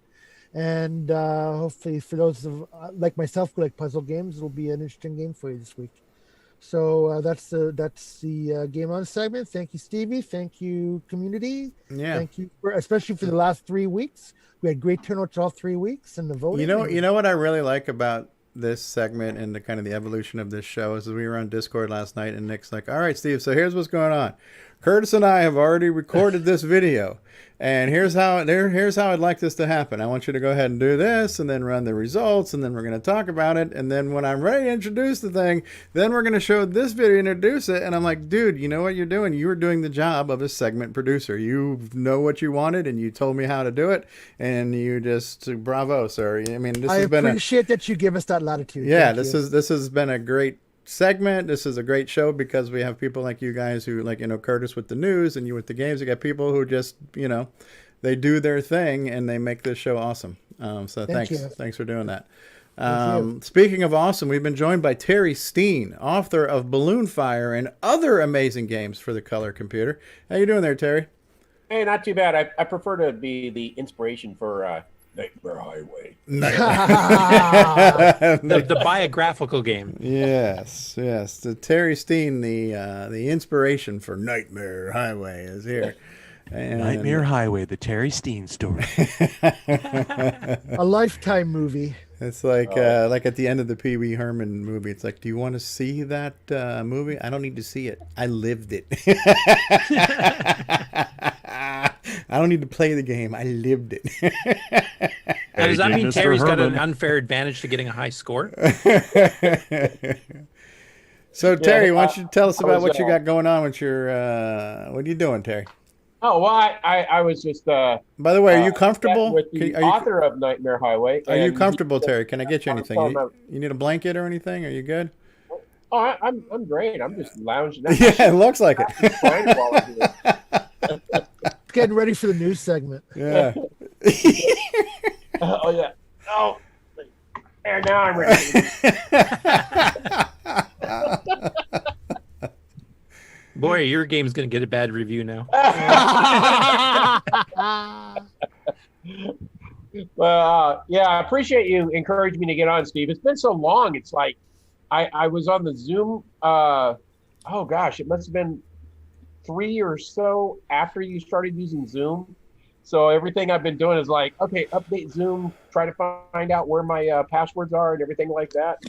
But yeah, I also I wanted to thank you for letting me push to have future acquisitions, because I did. I dumped out oh gosh, what is it? 13 CoCos on eBay this morning. I tried to do them yesterday, but we got 3 CoCo 3s and 3 CoCo 2s, and the rest are CoCo 1s. And I was going to take them out to CoCo Fest, but since we didn't have one, they've been just sitting around, and I want to get them out of here. So, Yeah. So take the opportunity of the glut in the market to get them for a lower price, and help me get rid of my horse shit. Okay.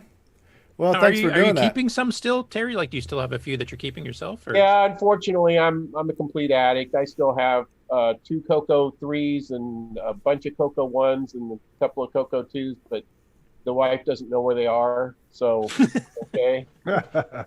That's the first step, is admitting that you have a problem. Yeah, next thing is I'm going to go through all my accessories. I've got cables and joysticks and stuff, and I'm sitting there going like, all right, what man in his right mind needs 6 Black Beauty joysticks?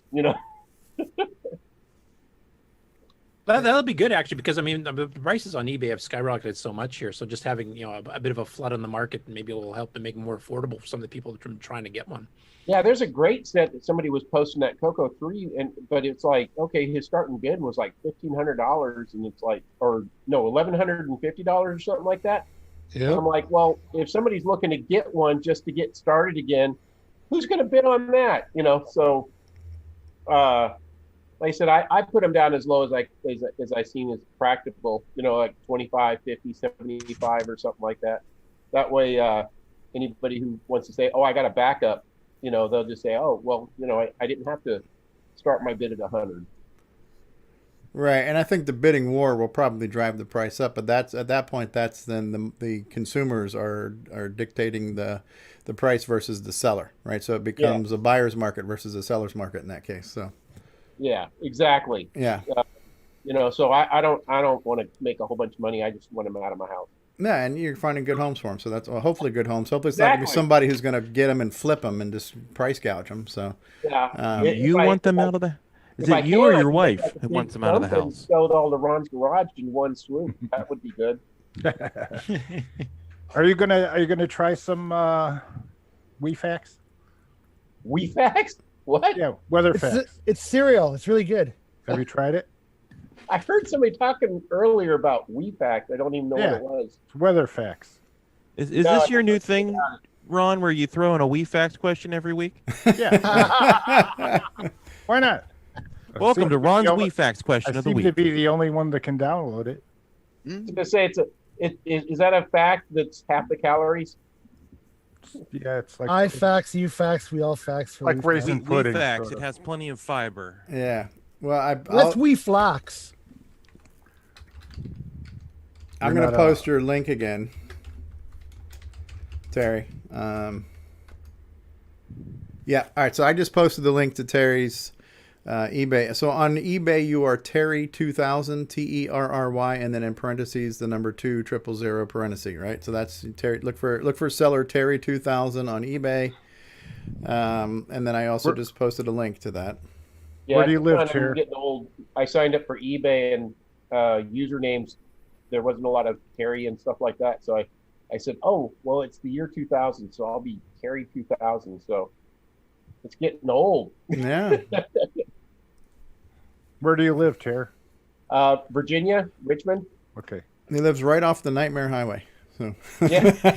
Right by a you've couch. been up and down I-95. You could call that the Nightmare Highway. Yes, right. Yeah. Yeah, I missed the chance to get some personal delivery from Mr. Riker.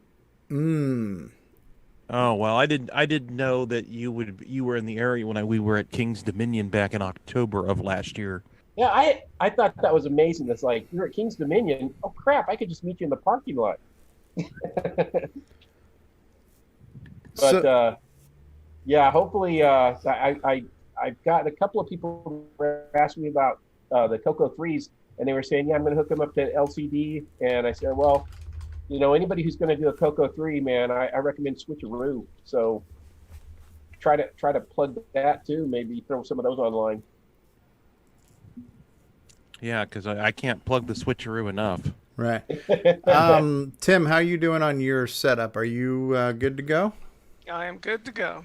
All right. So if thanks for joining us, Terry, and feel free to hang out. Just stay comfortable. Don't exert yourself anyway. Just chillax and well, try to stay awake. But yeah, I'll just mute. I might drop out the video when I start to snore. Yeah, but we're gonna take a brief commercial break, and then we're gonna come back and we're gonna learn all about MAME with Tim Lindner and everything that's new CoCo-wise in MAME that's been going on. So thanks, guys, for being here. We're going to run a commercial break, and let's see, what commercial break are we going to run right now?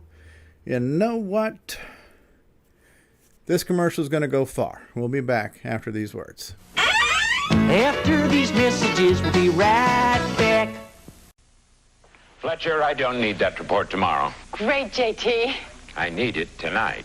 But JT... Fletcher saved $300 on her office away from the office. Radio Shack's revolutionary Model 100 computer. It's a word processor, phone directory, and dialer. It even communicates with the office computer. Fletcher, how's that report? Fletcher. Radio Shack's Model 100. Save $300 and put it to work. You'll go far, Fletcher. You'll go far. And now, CoCo Thoughts by Samuel Gimes. On holidays, Uncle JT would entertain us with stories of his business conquests and his assistant who would meet any deadline that he imposed, no matter how ridiculous. Well, until she shot him in the face, that is.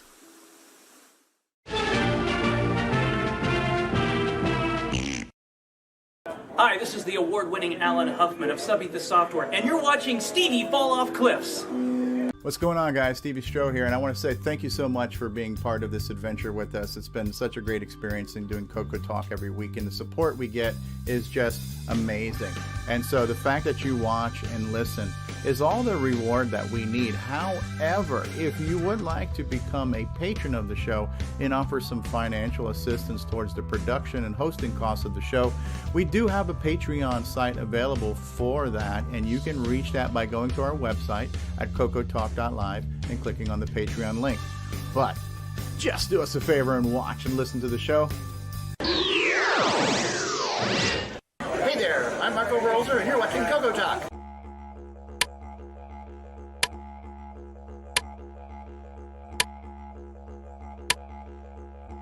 This is not the Joey cereal switch. This is the Joey cereal switch. Control up to 3 cereal devices. Order yours today at CoCoMan.biz. Radio Shack, America's technology store. Right! This Christmas, Tandy has a very special offer. A family color computer pack to take away at a very special price. This family computer comes complete with software and costs an incredible $449, a saving of $241.69. It's powerful, educational, and ideal for the young and young at heart. The easy way to start computing. The Color Computer Family Pack from Tandy. Get it while it's hot. Tandy, the biggest electronics store in Australia. Yeah. Hi, I'm Tim. Playing Daggerith like that idiot from the book. You're watching CoCoTALK. Oh, and speaking of that, he is here. The man himself. He is, Tim Lindner is joining us right now, so we're very pleased to have that. We are here. Our topic this week is MAME talk, and we are joined by Tim Lindner. Thanks for being here, Tim. Hey, you spelled my name right. Love it. Yay! I did this time. Third time was a try. So maybe before we get into MAME, for some of the people who are maybe newer to watching our show and to our community, you want to give us a little backstory on what you did back in the day when CoCo was new, and then maybe tell us some of the project highlights you've been working on in the 21st century, and then we'll fast forward to today's presentation. Well, I never did anything back in the day of note. I was a CoCo user for a long time, since June of 1980, and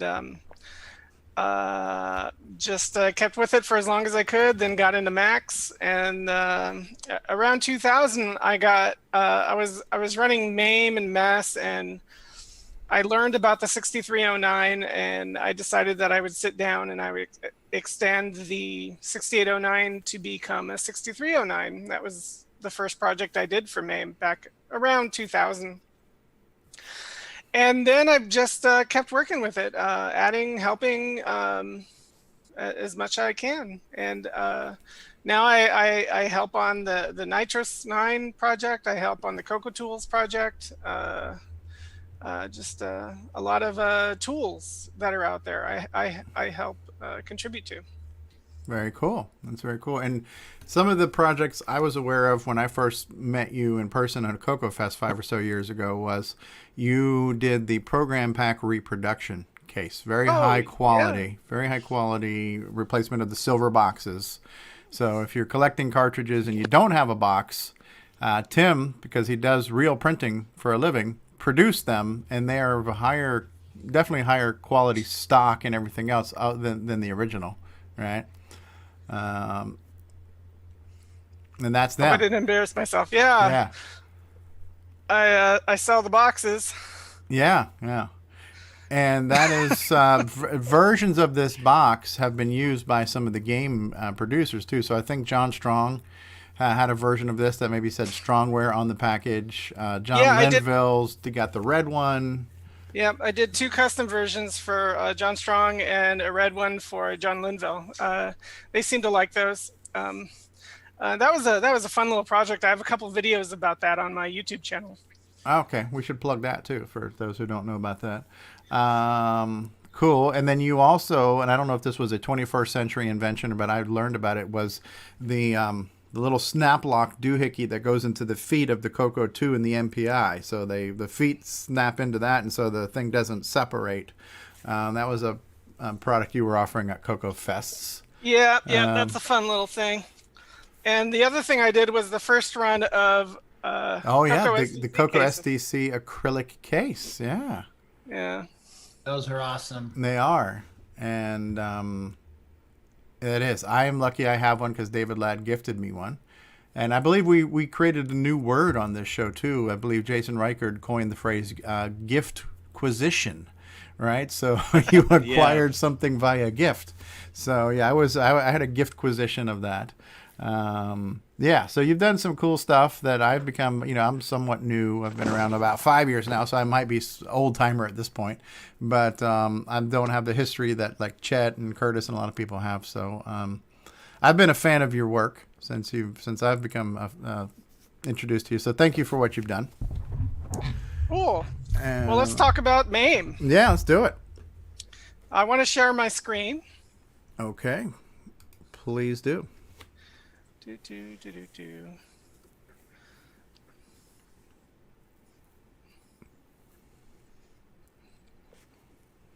Oh, you think I'd be prepared?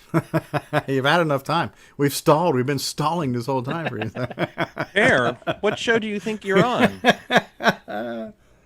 Okay, it looks like Marco posted the link to your YouTube channel, right? youtube.com/user/LinderTim. He's got riveting videos on there, like how to install multi-view off real floppies. When you're all done, Steve's going to say, nobody heard the audio. Yeah, can you do it?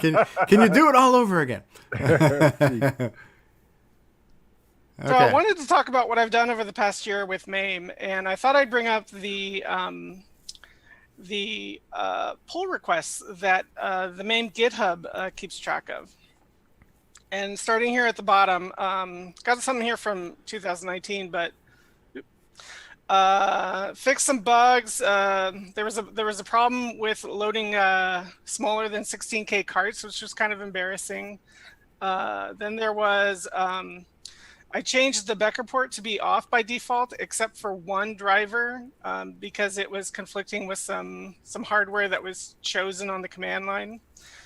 I added a disto no halt disk controller. That was really fun. Whenever the color computer has to halt, that's never a good thing for your clock. So it's always good to have that in there. Button label fix. You have to fix the label of the word joystick too. Yeah, it was a small little bug. As you can see, I do tiny things and I do much bigger things. There's a bug found in the HD 6309. This was kind of fun. The Disto 2 megabyte RAM cartridge I added a few months ago. That's that's used for OS 9 to have a RAM disk, which is kind of handy. Not as handy now that we have 8 meg CoCos, but it is what it is. I took a look at the Dragon 64 driver inside MAME so that its serial port could be connected to the outside world. We're going to be talking about in a little world. Previous to this patch, it just could write to a file. This was I worked a little bit on Image Tool. Image Tool is MAME's floppy disk port, write to and read from utility, sort of like Toolshed, but with a larger audience. I thought it was important that it be able to write to Dragon DOS disks. So I spent a few weeks on that.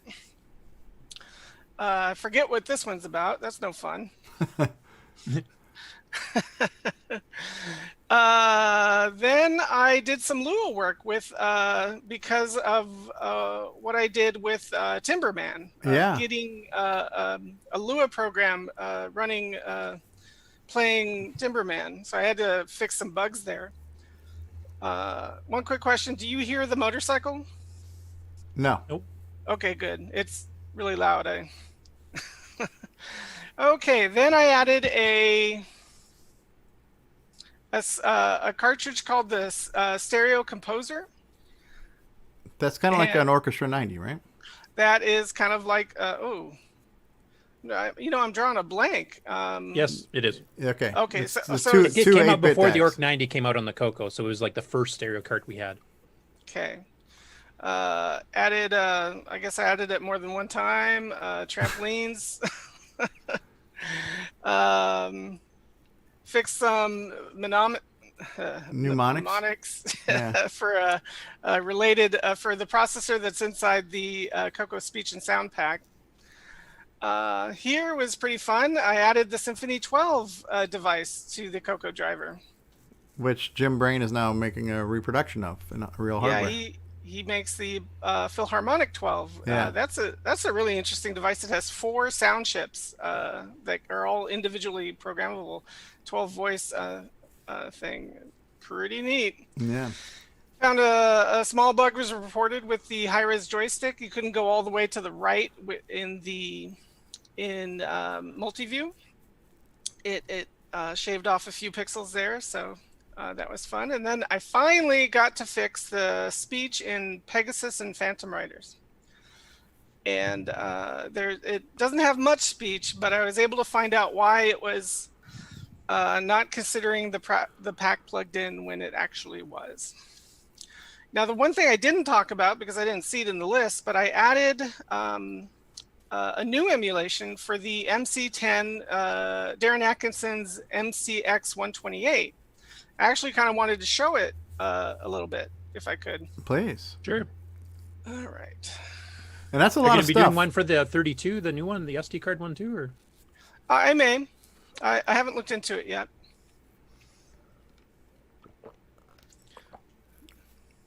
Okay. So. What is this terminal window you're showing us here? It's heresy. Heresy. I wanted to show starting one of the really cool features. The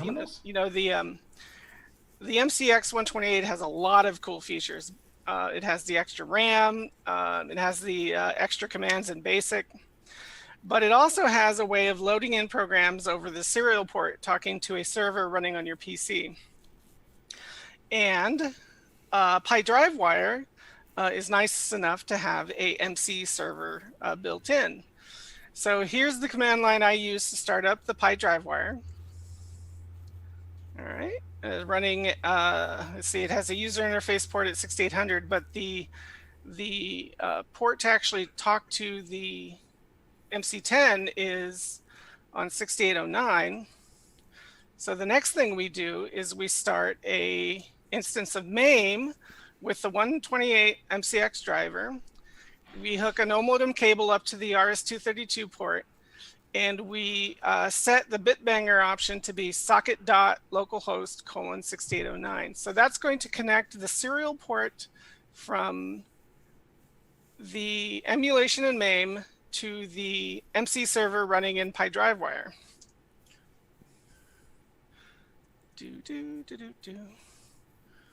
And now we should be seeing. There it is. I have this product. MC10. I have the real product, and it looks just like that. Yeah. Looks just like that. Yeah. So we'll go into MC10, MCX Basic. We'll do a dir. So that's just the default drive that I have it in. Load M, and I hate this keyboard. It's even worse in MAME. FLAG. I got Flagenbird was ported to this. Yeah. By Steve Bamford, aka Bosco. So now it's loading in from And I the believe MC this was server. ported without his knowledge. I think he was somewhat surprised when he saw this running on an MC10 for the first time. Tap, tap, tap. Yeah, that is cool. And all loaded over the serial port on the MC10. Yeah, that's impressive. It's like DriveWire for the MC10. It's like DriveWire for the MC10. That's nice that PyDriveWire by Mikey there actually supports both the CoCo and the MC10, so you don't have to run like multiple different things for it if you have both machines. Terry Steen says, anybody else feeling like an underachiever? Yeah, it's hard to keep up with Tim Lindner. So yeah. That is cool. I just wanted to mention the things that I had worked on and show that little demo. That is cool. That is very I cool. agree with Terry too. I mean, when people ask me, "What did you do in your COVID vacation?" It's nothing up to that level. So. Yeah. Oh gosh, no. The work you're doing with EOU is amazing. Absolutely. It's not out yet though, so it doesn't look like I've done anything. and and so I think the MAME is just one of those things. It is its own animal, and there are people who have come to grips with it and who are using it, whether on purpose or begrudgingly, but there are people who are using it. For what it lacks in some of the user interfaces like we have with VCC and XROAR, which are very, low barrier to entry to get up and run, it makes up for, I think, in the kind of scalability of things. And you've added a ton of stuff. And, I think the job of the MAME team would have been, look, the color computer had this cartridge and had this multi-pack and had these devices, and we'll support those. And we've done our job. Boom, next, right? But you're supporting like all these other third-party things that the MAME team that wouldn't necessarily have to do. And it's like, yeah, Tandy didn't make this. This is not a Tandy color computer product, but so you've emulated all these different no-halt controllers and all these different things, and the Becker port and the MCX, which is a 21st century aftermarket third-party product, and you're supporting that. So that's really cool. And the fact that it now supports Dragon DOS and stuff. So the fact that there's somebody in the community who knows what we are doing in the 21st century with our real machines, and you're trying to incorporate that into emulation is just phenomenal. So thank you for doing that. And then a person who should probably get just as much kudos to what Tim is doing is Ron Klein is then maintaining this on the CoCo Pi image. And so for those who maybe think, I don't know how to get MAME running, well, you kind of don't have to if you have a Raspberry Pi because it's already built into an image. So you can boot up the Raspberry Pi and have the latest version of MAME or update to the latest version of MAME and have all these features, and even there are people who are using the Raspberry Pi as their MC server and DriveWire server and Pi and stuff to real CoCos. So you can have your Raspberry Pi run DriveWire and MC not only to the emulated machines, but you could plug in a USB serial port and run it to real hardware off of your CoCo Pi. So the CoCo Pi becomes a little bit more of a useful little thing. To me, it's always been this little toy. It's literally a little tiny plastic box that's this freaking big. So in my mind, it's always been a toy, and my desire to use it has been that of a toy. But it's actually a very powerful tool in the right hands, which are obviously not mine. But so Ron Klein has been taking all of your work and just folding that into the CoCo Pi distribution. So there's a way to use MAME and not have to do any of the heavy lifting to configure it if you just burn a micro SD card on a $80 Raspberry Pi, and then boom, you can try all this stuff out. And Ron's been piping up in the chat here. He's actually in the chat right now. So he said, okay. By the way, the MCX 128 supported MAME is already in the CoCo Pi as well. Works perfectly. And Tim has always been very gracious with my numerous MAME questions and requests. All right, and just like as Ron has been very gracious on my CoCo Pi questions and requests too. And just a spoiler alert, there's a new Raspberry Pi, what's it called, the Pi 400 or something? And it's built into a keyboard, so it looks like it looks like a Spectrum or a C128 or something. It's a little white Raspberry Pi built into a keyboard like an old retro machine. Ron Klein is already working on getting the CoCo Pi 4 image running on that. He says it looks like it's running out of the box, so it may or may not need some tweaks. So for those who want to buy the tangible Raspberry Pi, that's about $100, I think, for that kit, which has got the I think it's a 4 gig RAM and whatever, but that's a neat little toy too, right? So yeah, MAME is cool. And we talked to Jim Rye the other night, who was on our impromptu Thanksgiving call, and I was kind of picking his brain on what he's been doing VCC. So Jim Rye has been doing some interesting things, making VCC a little bit more, fixing some of the low-hanging fruit there with artifact colors and copying and pasting and things like that. So. And I know Karen is constantly working on XROAR. XROAR is a phenomenal emulator. Yeah, it is. And he's like, Karen has supported multi-pack, and Karen was one of the first people to support the Game Master cartridge to work on that. So we've got some cool tools out there, but I just don't think everybody's fully aware of them. XROAR has an emulation of the Moo cartridge, which gives you RAM banking on the CoCo 2. Neat. Yeah, that is a neat product. So, and Chet's been doing some behind-the-scenes driver work with VCC too. I don't know if you've released them yet, Chet, but you've been doing some external hardware and debugger stuff too, haven't you? Yeah, I've done some. I've got a debug or a log window, which is just really just a console window that I output through a specific memory map port, and then I've got emulation for the Game Master cartridge, which that's actually available up on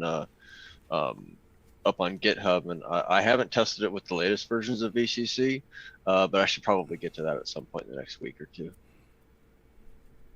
Very cool. Yeah, so the emulation community for CoCo and MC10 right now and Dragon is actually really active. We've got multiple emulators; they're all getting updates.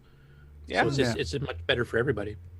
Yeah, and so for those who want to take place in the Game On Challenge, you've got a few choices. You've got the clearly easy choice, which is VCC. Just download it, install it, boot it up, and run your program. So if you want to play Photon should play fine in VCC. Well, does the disc only come in SDF? For Photon? For me? Yeah, for Photon. Is there a DSK image, or is it only SDF? I think there's a DMK, a disk, and a SDF in the zip on. So there's a cracked DSK version? I didn't look to see if it's cracked or if it's kind of a hack job to get it to work. I'm not sure which. I know when I ripped the original, I did the DMK. That was when I borrowed the cat weasel. Good times. Okay, so I just said that out loud to excite David Ladd. So, Evan Mooney is asking, can you do anything about improving the contrast on the black and green screens in MAME? It's like looking through a green fog.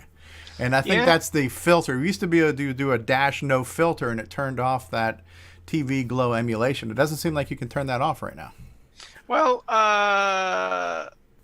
the green fog. Maybe I can bring up the CoCo to. I thought the green fog is what happened after you ate too many baked beans, but I don't know. Maybe I'm mistaken. So is this what he considers the green fog? Yes. Yes, probably. Yeah, it looks a little oversaturated. The black background is not black; it's the dark green. Is that so you'd know the difference between the CoCo 2 and the CoCo 3? Well, I think this is way more accurate to what you get on a CoCo 3 on a television. Is my first thought on why it looks like this. I don't think so, because the border was truly black. The characters themselves, like the text characters, if we did inverse video order, these would be the dark green you're seeing, but I don't remember the border being the dark green. Well, I don't have anything to test with. I don't have a television I can bring up. If people want to hook CoCo 2s up to a television and take some pictures, the more pictures we have, the better we can get it. But older versions of MAME, which I had used, because I based on one of the earlier demos you did for us a couple of years ago, was you told me about the no filter command from the command line, and I had set up a batch file with that -no filter as part of my launch command, and there was a time when it worked, and then at some update or another it stopped working. So now the CoCo 3 is nice. The black is black, but that's the way a CoCo 3 is too in real hardware. So but it does seem brighter, like that green fog thing. I think it's emulating the glow of a CRT, and it would just be nice if that could be turned off. I believe it's the RGB values are hard coded into the driver, and so you're looking at a recompile situation. Okay. To change it, but like I said, pictures, patches, anything that the community says is a better representation of how it was is definitely going to be accepted. Well, also, didn't you create the CM8 bezel for MAME as well? So if you want to look at your CoCo in the CM8, was that one of your contributions? Yeah, I also did that with the help of I'm drawing a blank. I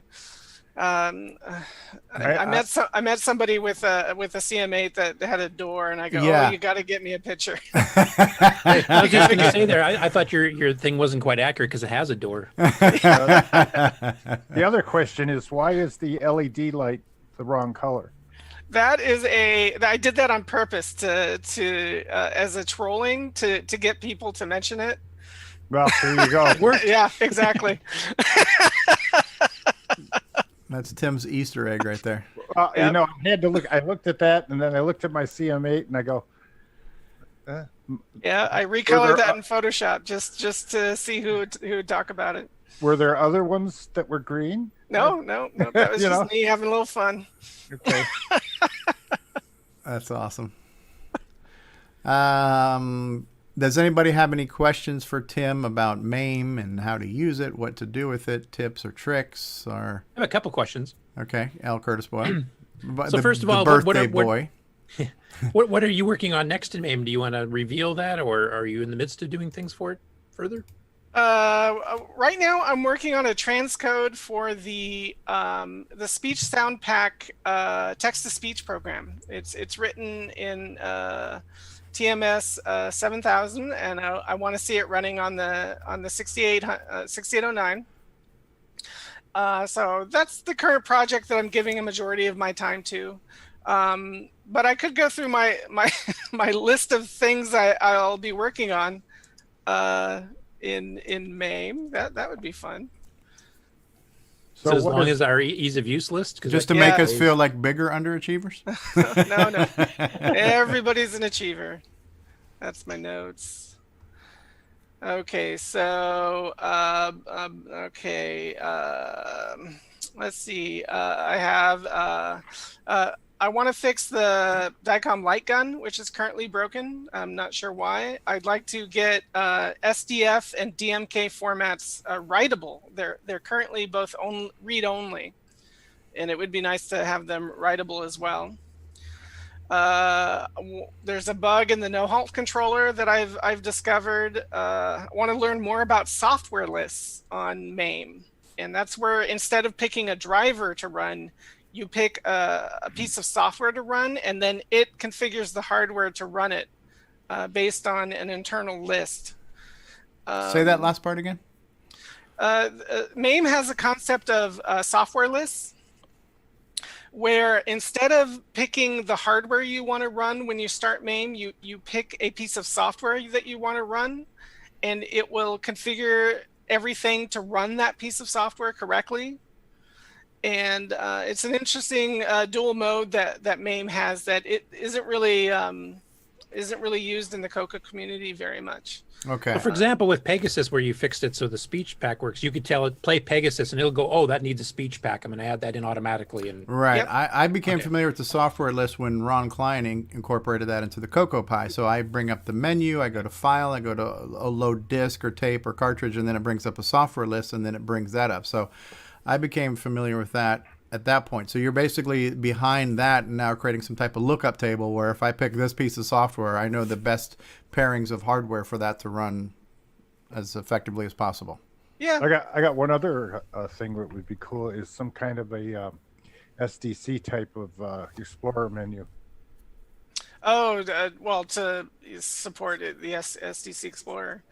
Yeah, that would be cool. It'd be a lot of work, though. Yeah. What Ron really wants to know, can you run the WeFax program under MAME? I already asked that question to Ron Klein, and he gave me a couple of solutions. One is to have a sound card put right on my Pi, and then I'd have input. So my question is, how would you get a light gun working without a CRT? Oh, it puts up a reticule on the monitor that makes the games really easy to play. Is that how you pronounce that word? I've never known how to pronounce that word. Reticule? That's how I pronounce it. Okay. Oh, so it's like ridicule, but red. Okay. I was just thinking that the normal light guns depend on that scanning dot, and I never could get them to work on anything. So it'd be simulated, right? Yeah, it's 100% simulated.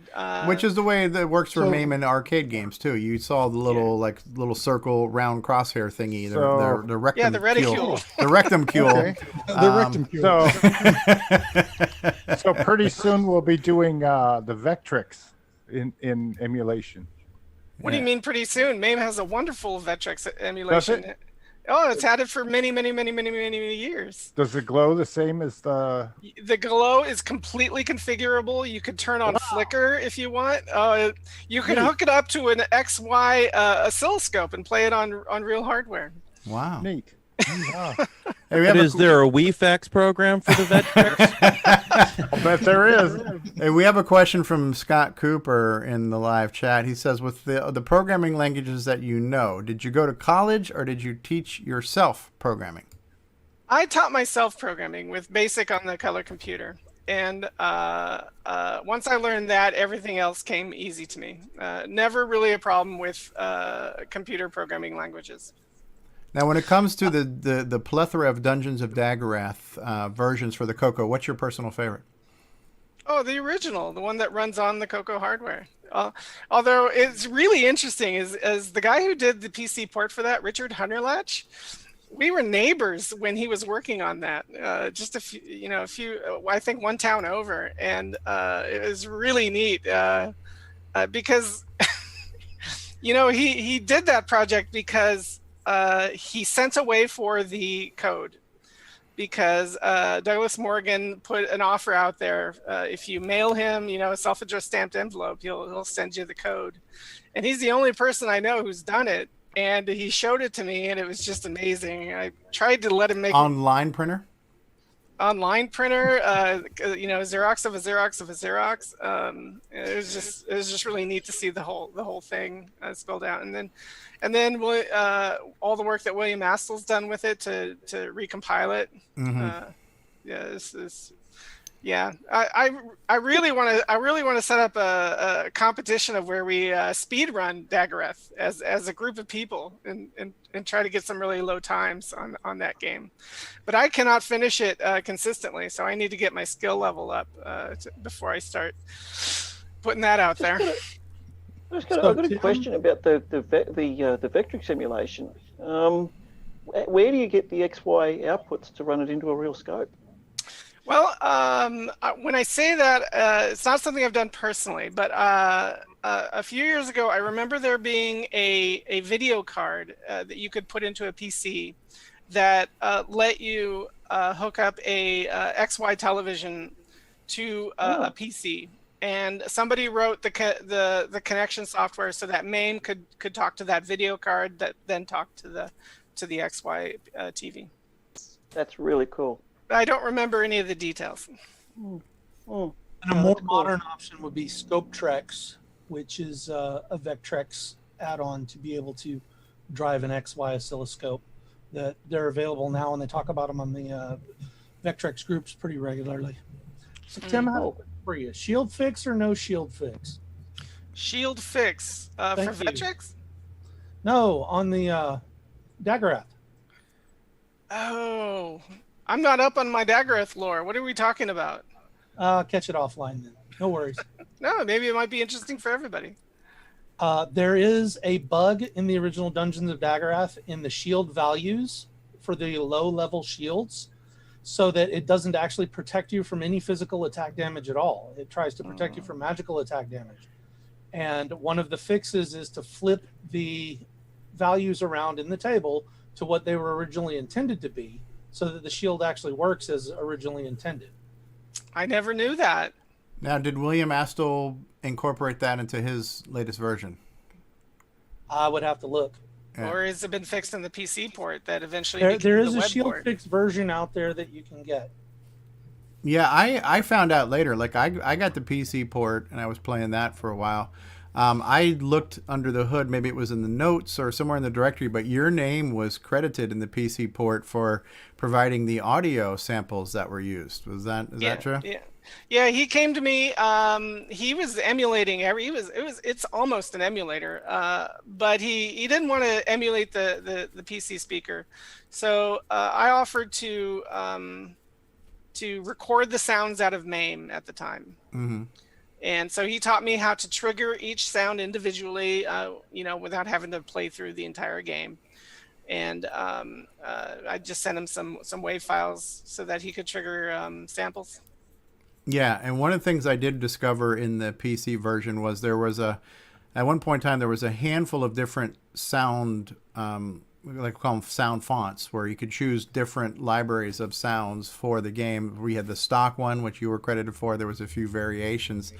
I actually tried playing with taking some actual heartbeat recordings, like real heartbeats that I found, and then tweaking them in Audacity and then dropping that into the game. But what I found is that the actual length of that thing was such a micro slice of time that to get the actual heartbeat in there, it even though the real heartbeat actually sounded creepier than the fake one, getting one short enough that sounded like a human heartbeat was really hard to do.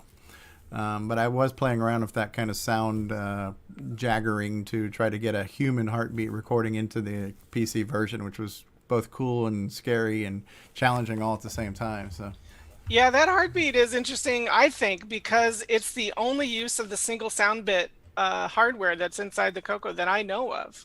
And it's perfect. It's absolutely perfect. It's completely independent of the 6-bit DAC. And you just flip that bit and you get a pop, and in the right mood, when you got that, when you got a Galdrog coming down on you, it sounds like a heartbeat. Yeah, and you are kind of psychologically in tune with the heartbeat of the game. Like your real heart is beating just about as fast as the heart in the game when that crap's going on. Yeah, it's an amazing game. I just wish it were a better book.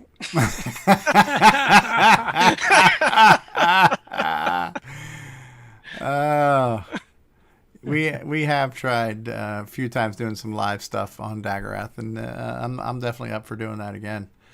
You want to do a little time trial competition with me, Steve? Yeah. I mean, I suck at it, but I'm up for it. And I actually learned, maybe it was Curtis or somebody when I was live streaming at one time, said do attack left, equip your weapon in your left hand, because on the keyboard A and L are closer together, so you can kind of left hand that A space L, enter A space L, enter A space L, enter. So yeah, you just kind of roll your thumb and fingers. And bang, so bang, attack left became my go-to instead of attack right, which I used to do all the time. But logistically, yeah, the manual shows attack right, so that's what most people do. Yeah, so cool. Anybody else have any questions for Tim Lindner about MAME stuff? Tim, Ron Klein did say remote debugger support. Hint, hint. Oh yeah, I just saw that GDB was somebody did a patch for GDB, and that should be remote debugger support. So I'll send that patch to Ron and see if it's what he's looking for. And then Jim Rye is trying to recruit. He said, "Bring your talents to VCC. Leave the dark side. There's good in you." There's good in well, you. VCC is Windows only, right? Yes. Yeah, that's not going to happen. What's OCC? OVCC. OVCC? Yeah. It's cross-platform. What is it? It's That's a cross-platform one. It's the open VCC that's going to run on Windows, Mac, and Linux, because VCC was designed to only use Windows libraries for graphics. Because somebody was saying on Facebook CoCo group that how come there isn't one for Linux? Well, there's going to be. Yeah, that was the intent of OVCC, is to have the open cross-platform version of VCC that was not dependent on Windows graphic libraries. How far along is it? Well, there's a channel for it. It's runnable. Yeah, Walter Zambodi's put a couple updates of it out lately, so it only crashes sometimes. Yeah. Well, does it need a group? I run it on my Chromebook, and it runs pretty well. In Linux? Yeah, my Chromebook is pure Linux. Yeah, because with VCC, and by the way, XROAR is cross-platform. You can make versions of XROAR to run on Mac or Linux. Even runs on the web. Yeah. But there is a pre-compiled binary for Windows for XROAR. You have to make your version on any other non-Windows OS, but it's definitely, is that the right word, makeable? As far as build, make, it's not compile. That's not the word you use when you're doing this, right?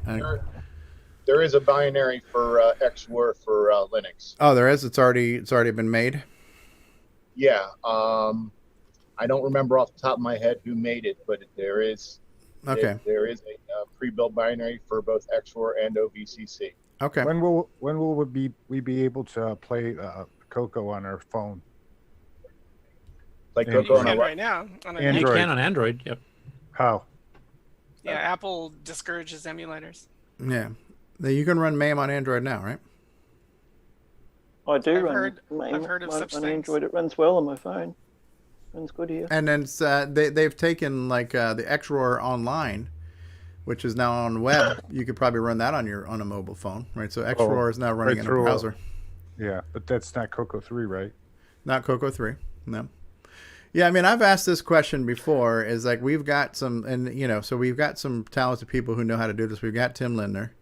We've got Karen, who's working on XROAR. We've got a handful of people that are putting their hands in the VCC cookie jar. What if everybody just focused on making the one Uber CoCo emulator that is just CoCo? We don't, the problem with MAME is that MAME is a universal thing, and every time they update MAME, there's this whole cause and effect where certain updates break things, and then we've got to fix the breaks.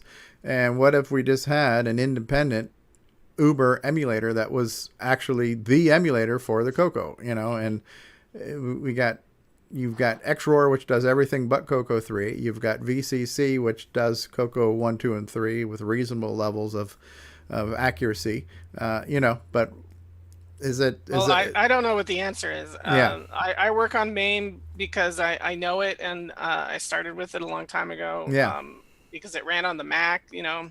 There's been other emulators for the Windows PC that have come and gone. Yeah. Jeff's and David Keel's and a bunch of others. Yeah. There's been other Mac. An emulator that rules them all. Somebody will have to drop the compiler into Mount Doom one day. So Stevie, be careful. Right. Drop the compiler into the volcano. Yes. I get you. So it's maybe that's just pie in the sky, but because I don't understand it enough, and then everybody's got their so like I would imagine Xroar it's Karen. That's his baby. That's his passion project. Yeah. Some people like Karen, they want to write an emulator, so they don't want to work on MAME because the emulator's already done. Yeah, it's already done. So this is my project. And then there's people like me who go, oh, I just want to add things to something that's already there, and so I picked my project, which I did. Yeah. Yeah. Wait a second, Stevie. Back up. You said something about pie. Pie. Pie. Do we have any Cool Whip? Cool Whip. Go on your pie there. Yeah. So Tim, what is the actual mechanics in having to make an emulator? Is it a bunch of, well, in Windows you have to have Windows code that translates, so it's all like translating tables, or how does it work that you make usually an emulator? You start with the CPU and a block of RAM, where you write a software program that does what the 6809 does. It keeps track of the PC counter, and then you load in a piece of RAM and you decode its opcode, and you figure out what math you need to do, what jump you need to make, what value you need to read, or what value you need to store, and you just implement all those tiny little things that a microprocessor can do. And then you just keep adding to it, and you discover that if you write a certain byte to a certain memory location, then the screen will change in a certain way. And so you start implementing that, and then you learn about how the floppy disk works. If you write a byte here, it does this. If you write a different byte there, it does that. And over time, you get yourself a functional emulator. So. All the mnemonics, or whatever you call it, of the 6809 are finite, right? Yep. There's just so many, and same with the controller. Yeah, everything's documented, or hopefully everything. We're very lucky to have a fully documented computer like the CoCo, and you just follow the documentation and try to recreate it in software. So, whoever did VCC to start with, they did all that hard work. Yeah. Yeah. And so how is it they could get the palettes wrong? How is that a problem? Well, I think it all comes to the color theory. Have you? I work in printing, and I had to learn about color theory. Everybody sees color differently. I think that's the root of the problem. Everybody has a different TV that's tuned a little bit differently. Every CM8 is a little bit different. And so what some people think are the correct colors will just look wrong to you. And that's just human nature. Mm-hmm. Well, in VCC, it just happens to be completely wrong, where it isn't like it's off a little. Yeah, it's lines of color. It's only wrong on the composite palette. And that's one of the things that Jim Rye was talking about when he was on the other night. It was that's not true. RGB is RGB, right? So RGB should be fine for VCC. When you use high color in RGB and you run it normal like you would on a CoCo, it's completely skewed. Wrong. Well, that's but high color is banging real hardware that VCC maybe is just not emulating right. That might not be that it doesn't have its. That's the problem. Yeah, so it's not necessarily a question of the colors are being off. It's just a question of emulating what Sockmaster is doing to real hardware is not quite up to spec. Because you can change the program and have it come out looking perfect. Yeah. You mean edit the source code? No, you just. It's using different colors to how do you say? It's kind of page flipping two different palette sets to give the illusion of stuff. No, I'm talking about when it actually decodes the colors. Oh, okay. So add your RGB palette to that program file that they've got. So you kind of right, but high color works good on MAME because I've actually looked at high color works perfect on MAME. Yeah, so that's just one of the things in VCC that's off, right? So I just want to say the person to thank for that is Nathan Woods. He did the video subsystem in MAME that CoCo uses, and it plays all the Sockmaster demos perfectly. It's amazing and hasn't broken in years. That's awesome. True. Now, can we get him to see the VCC guy? Right. Well, that's the thing too. Like, because I think Simon Jonason has mentioned where some of his demos, have broken XROAR, and so I think Karen has had to compensate XROAR a few times for things that Simon has figured out that he could do on real hardware that the emulator can't. And I know David Ladd. That's why we have one of those sound bites of David Ladd breaking things, is because he's just trying to do things on an emulator to emulate things in real hardware that most people wouldn't do with real hardware in the first place, because he's David fricking Ladd, right? So he's just coming up with these insane scenarios. Well, I could do this on a real CoCo. Well, nobody knows why you would want to do that, but you can. But the fact that I can do this on a real CoCo with real hardware, then why can't the emulators do it too? And so I know David's exploitations of things have probably forced MAME to get patched a few times, and I think Simon's probably done that to XROAR. I know a while ago XROAR, I know Karen did some updates to XROAR for the artifacting that are actually probably one of the most scientifically accurate ones, where MAME artifacting is pretty darn good. But I think one of the options you have with the lookup tables in XROAR are really, really, really like exquisite, So, and I'll mention that John Kowalski Sockmaster actually worked with the MAME team back when they were trying to get his demos working to make sure everything was accurate. Of course, he's the one who really understands what's going on. That's probably why then. Right. It's interesting that you have certain things that become the benchmark. Like, because I know when they were working on like the Matchbox CoCo and stuff, they, listen, is it can it run the Sockmaster demo? Because if it can't run the Sockmaster demo, then the hardware emulation isn't quite there. So.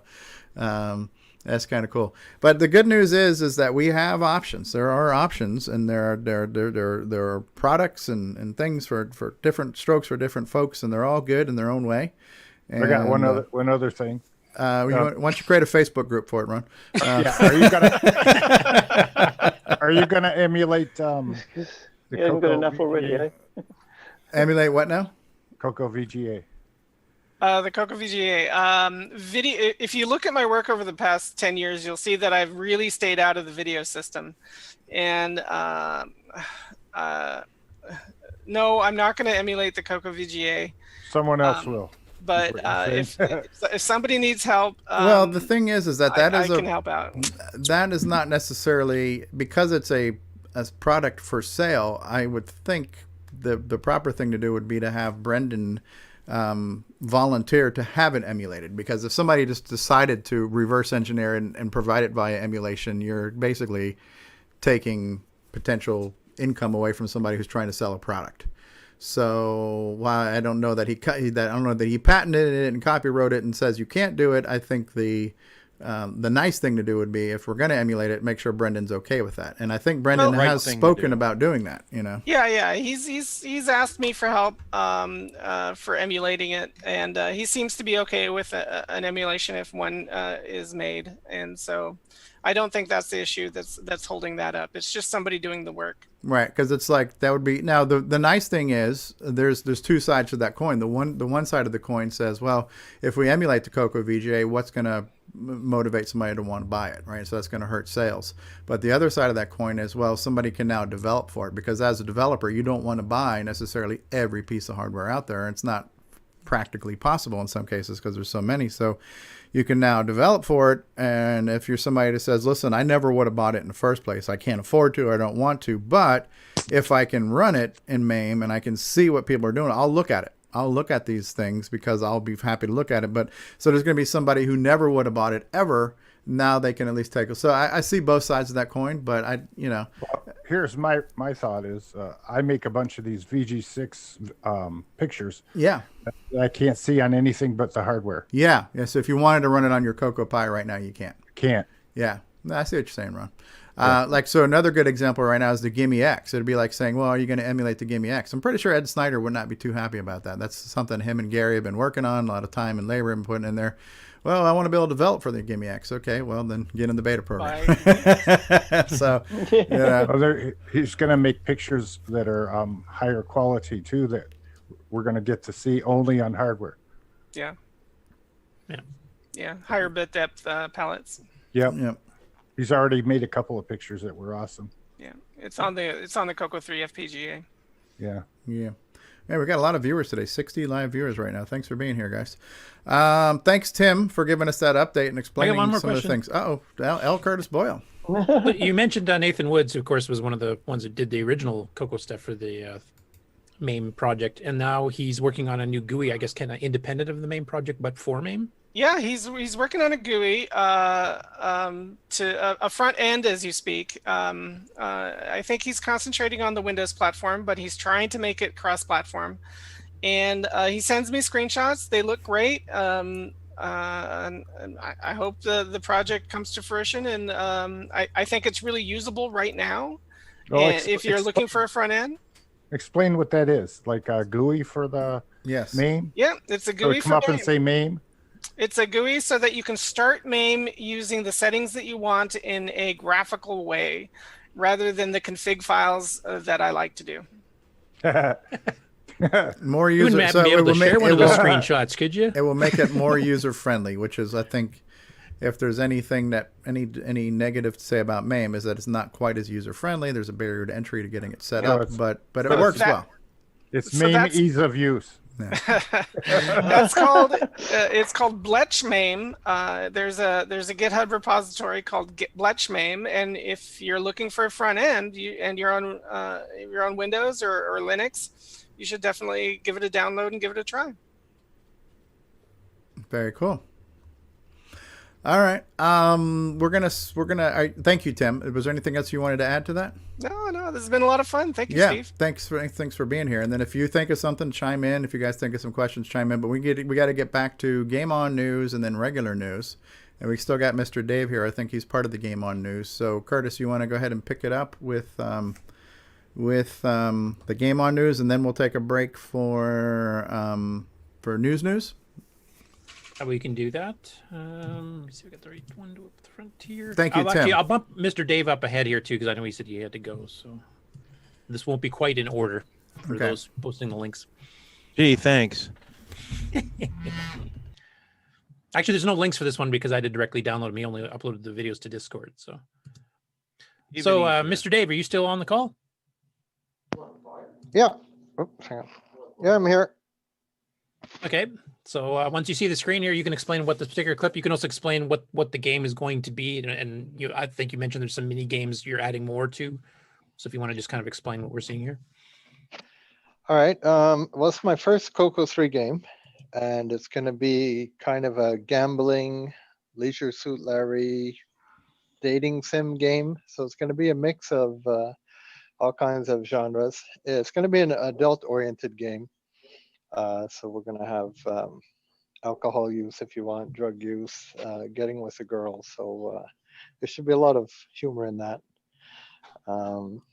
Lots of mini games. So you're going to have horse racing, slots, roulette, Keno, different puzzle games, and use your money to buy gifts or try and get the girls to like you. Are you going to have submarine races? Yeah, not submarine races, but well, if it's to get girls to like you, I can use it as a tutorial then, right? Oh yeah, no, this will work. It's proven stuff. So you've got two sample videos you uploaded to Discord that I've seen anyway. You've got the little horse race bit, which I think you said you're going to update to the horses are animated when they run instead of just sliding like I think you have now. Yeah, they're a little bit slow in that video, and there's a lack of animations. This is my first time really heavily programming in assembly, and to make a game, it's a bit of a challenge. learning curve. Yeah. And then this other one here is your slot machine one, I believe. Yeah. So the theme of the game is you're going to be a young guy, living in an apartment in Montreal, and he goes to this underground casino where pretty much anything goes. So you'll have a bar, you'll have a back room, you'll have all the gaming tables. I think I left a picture on Discord of the roulette game. Can you get drunk and go back to your room? Yep. If you can think it, you should be able to do it. And there'll be consequences. But can you receive a WeFax picture in the game? Yeah. I guess I don't have to say it anymore because he's going to do it for me. Thank you.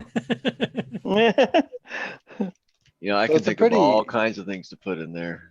Yeah, I know. My mind is racing. It's going to be pretty ambitious. It's going to be a huge cart, maybe 1-2 meg. One of the things I loved about Leisure Suit Larry was the catching of the communicable disease, and you started getting like that color flashing in the crotch. Pulsing where it just green, looked the yeah. pulsing. A bit moldy downstairs, yeah. So it has 12 dwarves in a bucket, right? So yeah, the game is going to have 16 color, which means your choice of 64 colors, and it's going to be in a 320 by 192 mode. Will it work if you don't have a door on your CM8? Yeah, look at that. He's actually got one. What the heck? Yeah. Yeah. And the light's red, sort of. Are you sporting any of the sound hardware too, or are you just going to be using the internal DAC, or do you know yet? It's going to have its own MP3 sound built into the cart. Okay. So there's going to be hours of music. Cool. Like hours. Yeah, And it's will it gonna run be on a 128K if you're putting everything on the cartridge, or do you still need 512 or higher? It's probably going to require a 6309. So how much memory? I'm not sure yet. I probably could make it run on 6809. It's just that, being new to programming that, it's a lot easier on the 6309. I'm just wondering, is this a period correct MP3 player? Is this the same MP3 player we had access to back in the 80s? Well, it's going to be a little more modern, right? But it's going to be built into the cart. Obviously, you guys know I can make carts, and I'm more of a hardware guy, but I'm also a software guy, so watch out. I'll be making up for my lack of software programming with hardware effects. Neat. Now, did you catch the irony since MP3 wasn't around in the 80s? Yes, I did. Okay, there you go. All right, just wondering. So, All right. so are you actually just pushing the sound down the sound pin, or tricking that? Okay, cool. And for the chat, yes, Ben. Yes, it is. I was asking if this was autobiographical on Mr. Dave's life. So yeah. So are you going to sell this thing? Yep. Is it going to come with like pills or medication?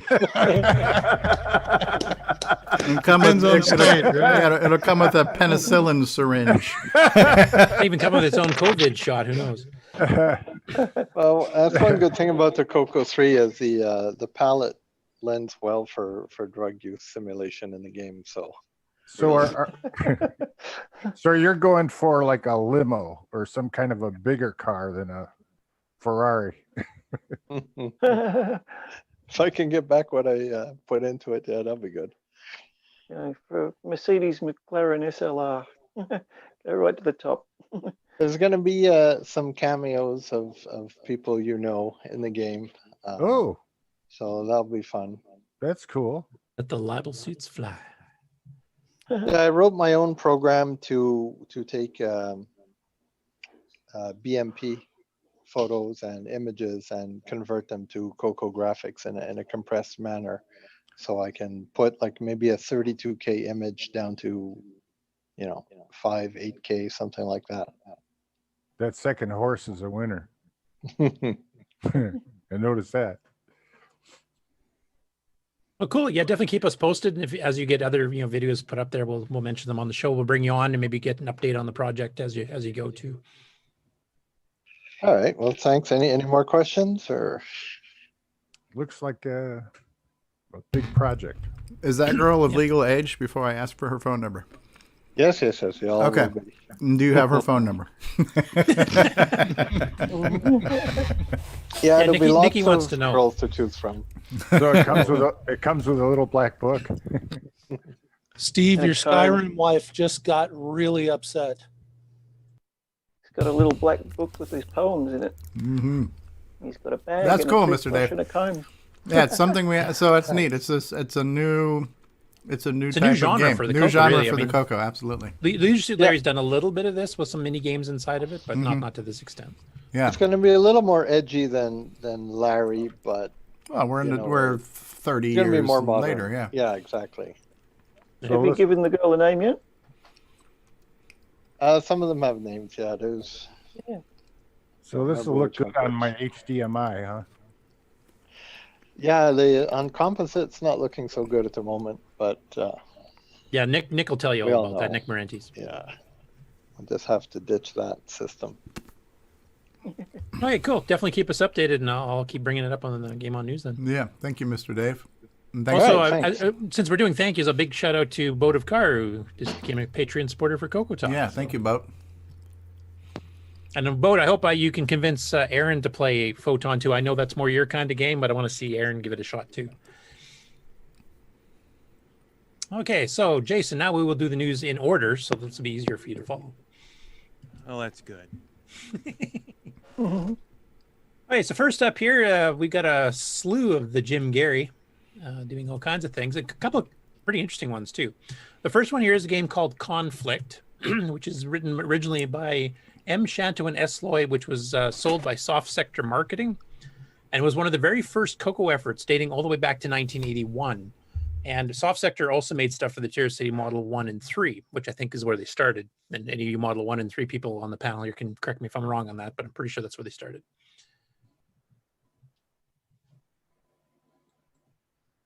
Fast forward a little bit here. That's basically one of those, text simulation type things. Where you can attack and move and quit if you think you're getting too far behind, etc. But similar like to Viking and some of the other ones we've had in the CoCo before. I was getting ready to ask, what is going on here with the colon? What does this game have to do with the colon? I don't know, but apparently he has 8 of them. So that is an abbreviation for colonies. Oh, look at this. Tom and Jim. You have lost 1 army. Really? The battle comes down to a dice roll? Isn't that how politics is done too? Yeah, right. That's like Risk. Yeah, kind of. I thought it was all coin flips. Next up. Now, this is an interesting one. Jim had ported a game quite a while ago called DEF CON 1, which is another Risk-style game. But what he's doing here is that, what's the guy's name here? Greg Dion is doing an MC10 basic compiler, which will convert it to assembly language.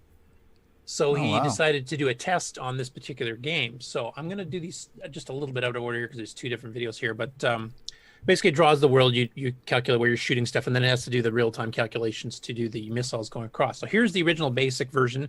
This does have James Diffendorfer's patches to MC10's basic to speed it up slightly on some of the routines. So I'll just do this here. So you launch the missiles, and then it draws these little black, and it does the calculations, for arcing curves. This is like watching war games right now. Yeah, extremely low res. But you can see the speed here that it's drawing this as it's doing the calculations, because it's actually using like sine and cosine and stuff I don't understand to do the animation. Sine, everywhere a sine. But when you move it over to the compiled version, using this new compiler that Greg's working on, and apparently this game is working pretty well fully with the compiler now. Missiles launch. Holy crap, look at that. Pew, pew, pew, pew, pew, pew. Wow, what a difference, huh? Yeah, so I'm really looking forward. Like, I know we'll have another thing coming up in the news here too. There was actually a new machine language game released for the MC10, an arcade game. But I'd like to see, like, we've had Jim doing hundreds and hundreds of these basic ports, but some of them, he had to, adjust to get it running fast enough, et cetera, especially some of the MC10X stuff where you're starting to run into actual, graphics modes. But if they get a fully working compiler that works not just with the MC10 basic, but also the MCX basic, you could do some pretty amazing stuff in here without having to learn 6803 assembly language. So I'm really curious how well this compiler is going. I wouldn't mind seeing a decent basic compiler for the CoCo. I mean, we've got a couple, but the results have been kind of mixed, from people that have tried it, like this command doesn't work the same. You have to adjust all your code and certain things don't work at all and stuff. Like I know Bruce Moore was trying a couple of the different ones with softwares, and who did the other one? I can't remember off the top of my head. Whatever it was, but there's a couple of them. Circomp and software, I think, are the 2 main ones. But there's been some issues with there, and Bruce ended up going off the compiler and going to write assembly instead. So if they get a fully working basic compiler, I would like to see that effort also duplicated on the CoCo at some point. But I was pretty impressed with that speed increase. Absolutely. That's pretty decent. Yeah, good job. And Jim, I mean, he quite liked it too. He said, yeah, and I mean, Jim's doing a lot with just basic and SG4 modes. So you put some speed behind that, and I'd love to see what he can do. Yeah. Yeah, and he says, seems like a substantial speed increase and no bugs so far using the compiler, so that's good. I'm assuming he's talking about the straight MC10 basic, not the gussied up ones, but, that's a good first step. Next one from Jim Gary is called Cattle Baron. And this was actually, you Australian members of the panel, you can chip on this one, but it's actually based on a game from the Australian CoCo May 1985 issue. Which that itself was based on a board game by John Day, and it apparently is an Australian-style game. Like, I'm sure the names of the places and stuff must be from Australian references I don't understand. And I think this was actually a request. Someone had mentioned their favorite game, and then here he went ahead and grabbed it and ported it over. Yeah, because he wasn't doing too much this week. He only had 3 other projects, so... That Nullarbor they were talking about in that last screenshot that you showed there, Curtis, that's basically a huge long stretch along the bottom of Australia that goes between Perth and Adelaide. And it's notorious for UFO sightings and all kinds of weird things that happen at night time and people reporting all this weird stuff. So it's a very interesting place. Oh, okay. So it's like Area 51 of Australia. Yeah, pretty much, yeah.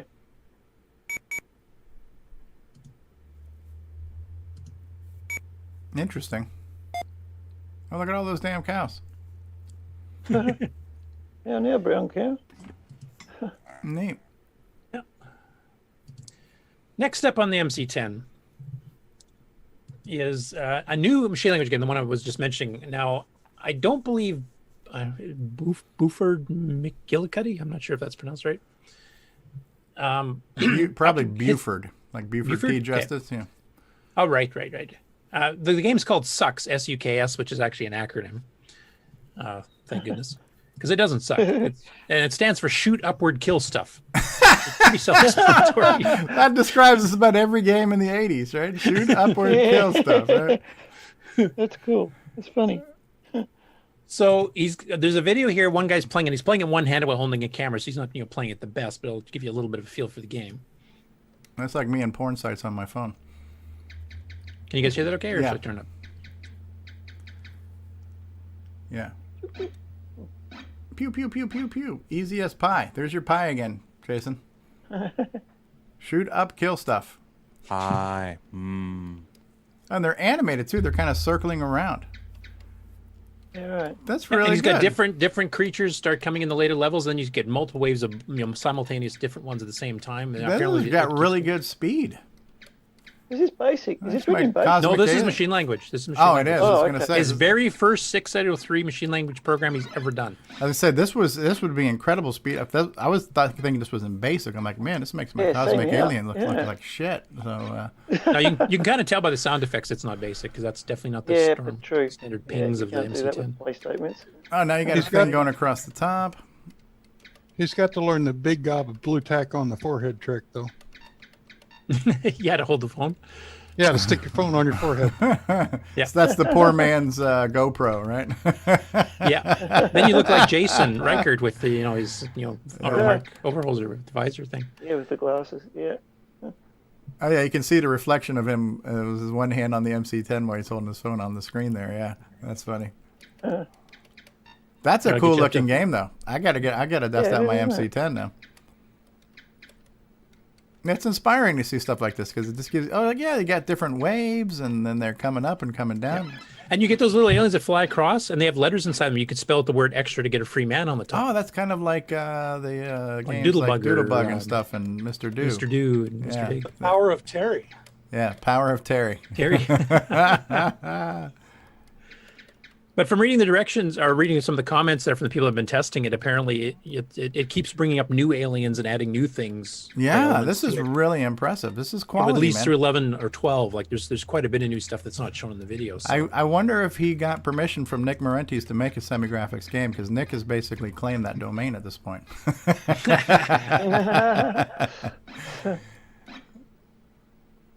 I really like this. I'm seriously, I'm gonna be firing up my MC. Is this free? Is this a free download? Free download. Actually, I'll be bringing it up right now. Oh man, I'm gonna be breaking out the. It's on the Facebook group, so go to the MC10 Facebook group. You can download it. I'm and there. Just this morning, he uploaded the source code. So if you actually want to see how he wrote it, oh wow, how the whole thing works, 6803 source code is right here. Thank you. So Buford's the author. He had worded it at one time. I think somebody else wrote it. Okay. Yeah, written by Ron Davis, he said. Okay. We need to reach out, see if we can get him on the show sometime, too. It'd be good to hear about it. That's cool. I can't wait to play it. Yeah, he mentions here, it's the first assembly language program he's written in 10 years, the first on an 8-bit computer in 35 years, and the first on a 68XX, like any type of 68-based series, ever. Oh, wow. Wow. There's probably a dozen ways it could have been optimized or improved, but that's still cool. It is really cool. I like it. Yeah. And it runs on a standard 4K MC10, so you don't need any memory expansions or anything else. You can just out of run the it box. right off. So Good that job. was a really cool project and Good quite job. unexpected. I didn't even hear that was going on. So Thank you. now, since we haven't had enough joust yet, No, never have enough weeks of doing joust. it straight. Just by I don't know if this is probably coincidence because he's been working on it for a while here, but right near the middle of the week here, when we're into our third and final joust clone or derivative on the CoCo, Glenn Hewlett suddenly put up this blog post that he's working on a transcode of joust from the arcade game. So for those of you who don't think Buzzard Bait or Joust or Lancer or Pegasus are close enough to the arcade, well, he's working on the actual arcade transcode like he did for Pac-Man. So he had his first weblog here, kind of explains what he's doing, and then he's actually got a video which I got queued up. He actually gives some sample subroutines and stuff, which he's done with when he did his Defender port. Now, the Defender, he stopped working on it for a couple of reasons. One, he was having this spontaneous reboot, and he never could figure out. Then he went through personal problems in his life that he had to deal with, so he just kind of went off the CoCo for a while.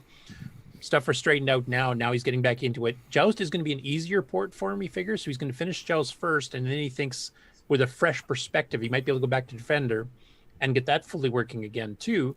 In which case, we might have two arcade transcodes from Glenn within like months of each other. And for those who don't know, he's the one who did the arcade Pac-Man transcode. And the first one was Sockmaster taking Donkey Kong arcade to the CoCo 3. And the next one was Pac-Man from a couple of years ago, which is from Z80 code. And we also have a Space Invaders by Mark McDougall from Australia. Yeah, Space Invaders. And Mark McDougall also did the original Lode Runner from the Apple. Yep. We have a comment from Ken Riker. The power of Terry compels you.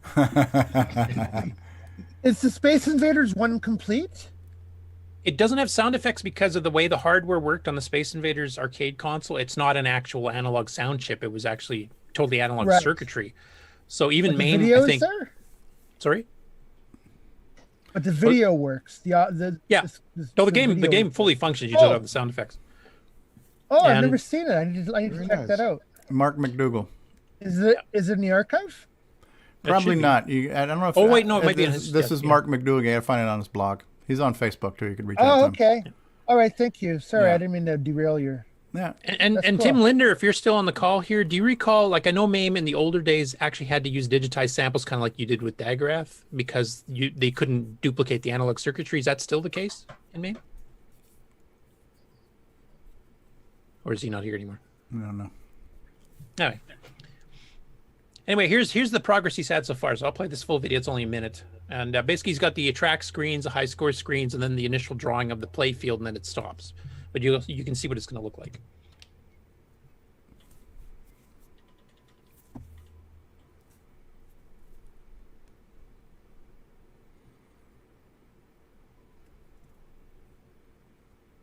That's just to prove it's not real arcade hardware or a PC hooked up. Wow, look at that. Look at that. Joust champions.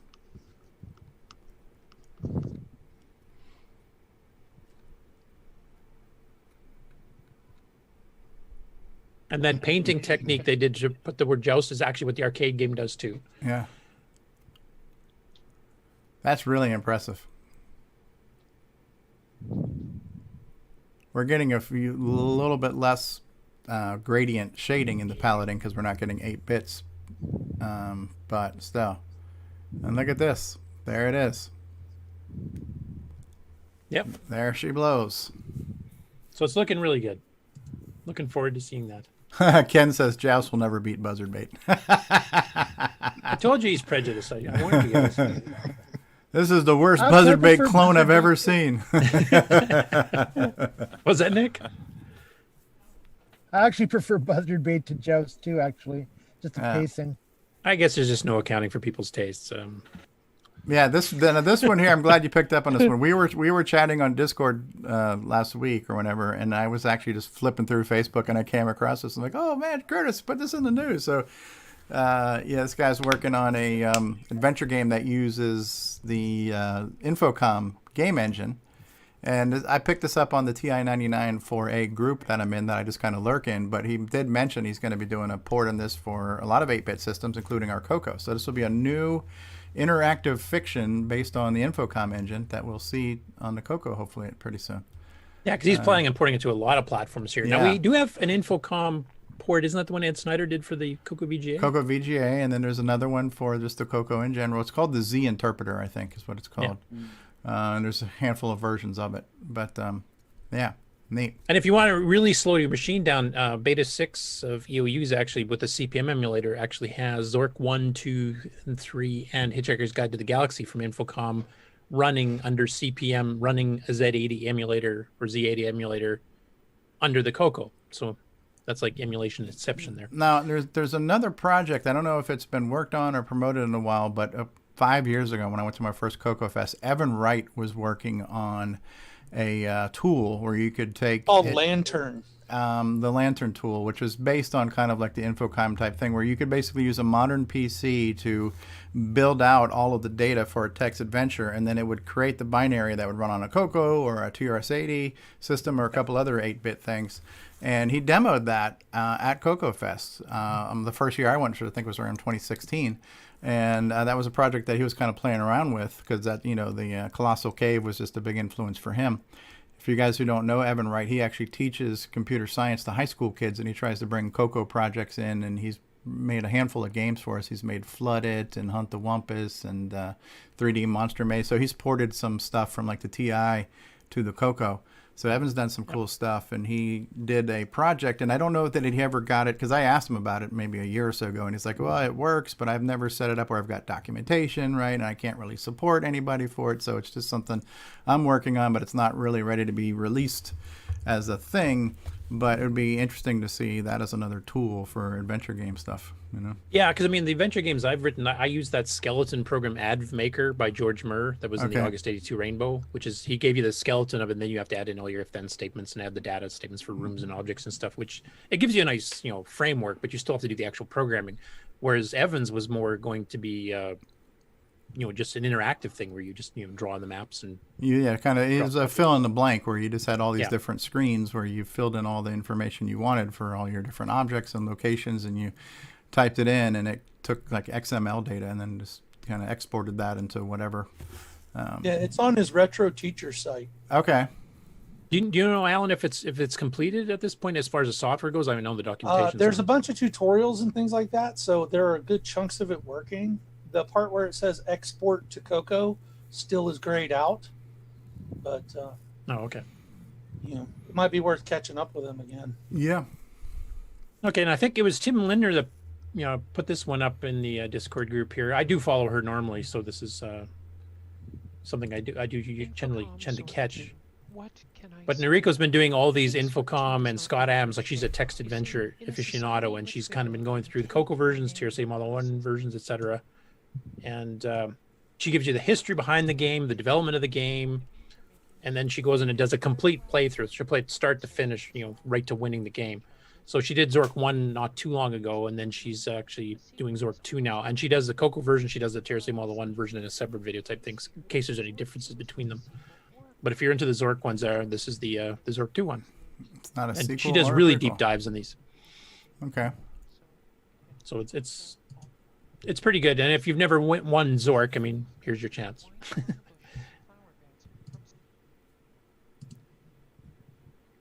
Next up, Cuthbert Dragon's been a rather busy boy again. Now he's starting to run out of original cassette artwork, unfortunately. Now he's just, starting to play some of the clone games. Or some of the games without, that have been copied. So I can't remember exactly where we left off last time, but he's got a bunch here. Most of these we've seen before, on various other times we've been doing dragon stuff. The two that I thought I might show today, which I can't remember if we've shown both. I know we've shown one of them a long time ago briefly, and that's Pogo Joe, which is a Semi-Graphics 24 Qbert. Okay, that looks cool. So we'll do that one first. Pogo Joe. So let's rid of it here. Yeah, look at that. That is really cool. Oh, and he's even simulating paletting there by changing the colors of it and stuff. Yeah. Yep, and the maze changes each time too. It's not like Blockhead or something, or Qbert, which is just a straight triangle over and over. And you might have. That's to jump on a really twice. good. That is really good, and it's pretty fast too. Yep, they did a really good job on it. I mean, the shapes he picked are specifically designed to fit with the way Semi-Graphics 24 works, like really wide but single eyes. So he made them into springs, and it looks actually the animations look good. And they're animated, yeah. It's really cool. That's really impressive because it's got color. That's the big thing. Color computer really ought to have some colors, you know? Yeah. There's a whole bunch of colors right there. Yeah. Well, like, oh, and the different mazes where you kind of get yourself trapped. Like the they implodes your character back on. That's pretty cool. Yeah, really, really good version of it. I quite liked it. And then the other one I want to show you, another Semi-Graphics 24 one. That looks is cool. Copter Patrol. Now, I first saw the very little small image of the thumbnail. I thought this was Copter Snatch, which was a scramble clone in Semi-Graphics. It's not. So this one I have not seen before. This one is actually a clone of Choplifter. Okay. Which we never had a CoCo version of Choplifter as far as I know. So I found this one quite interesting. Now that other one. Let's start to move it. Copter Patrol. We didn't have the CoCo one called Get to the Chopper. Wow, wow. There was a couple, Michael. There was Qbert spelled with a C-U. There was Q-Man. There was Q-Man, Blockhead. There was Cubics. Cubic. Pyramix was a CoCo 3 one. Yeah, So this is like pretty standard good. Choplifter originally in the Apple II, came out in the arcade later on too, where you have to go rescue the people and you have tanks coming shooting at you from the bottom, planes fly at you. The cool thing about Semi-Graphics is you can really pull off like an Atari 2600 looking game experience, you know? And the other nice thing about this is that the Gimme X, when it gets fully released, actually supports these missing modes on the CoCo 3, which means all these Semi-Graphics 24 games you have to pull out your old CoCo 1 and 2 or an emulator to play, you will be able to play on the CoCo 3 again, which then allows you to play some of these at double speed too. Yeah, one machine to rule them all. Ooh, look out for that thing. That's that really line he's good. got, that little line you can see cross screen, that's just a reflection of his reflection CRT. of like the window behind him or something. And it's even got like the sortie numbers and stuff like that, and you pass through over the building, so it's quite a bit like the, very smooth Uplifter. scrolling there too. Pretty good. There's the tank there. Make sure these guys don't chop their frickin' heads off with that propeller there, huh? They just clear it. Yeah, I like his propeller animation too. It's Yeah. actually a little bit different than most of the ones, which just flick a couple of lines, but it's.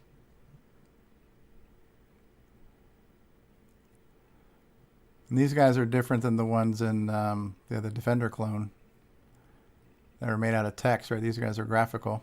They're people. No, I was quite impressed. I've never seen this one before. This is one I had not seen. So Yeah, cool. I have to say the Dragon people use the Semi-Graphics 24 a lot more than North America did, and a lot better on average. Yeah. I mean, there's a ton of these. Yeah, because they didn't Scramble get, game is awesome. They too. didn't get artifacting, so Yeah, this was their way to get the color. Yeah. So they pushed it. I mean, we've got a good Qbert clone. We've got a good Whirlybird Run / Scramble clone. We've got a good Pac-Man clone. We've got the Choplifter clone and numerous others. So remember way back when we did that Semi-Graphics special? Yeah. We were picking Irish. We should actually revisit that with some of the Dragon stuff. Yeah, and at the time, yeah, absolutely. Because there's so many more that we've discovered since then that we didn't know about. We were focusing on just the CoCo ones that we all personally knew.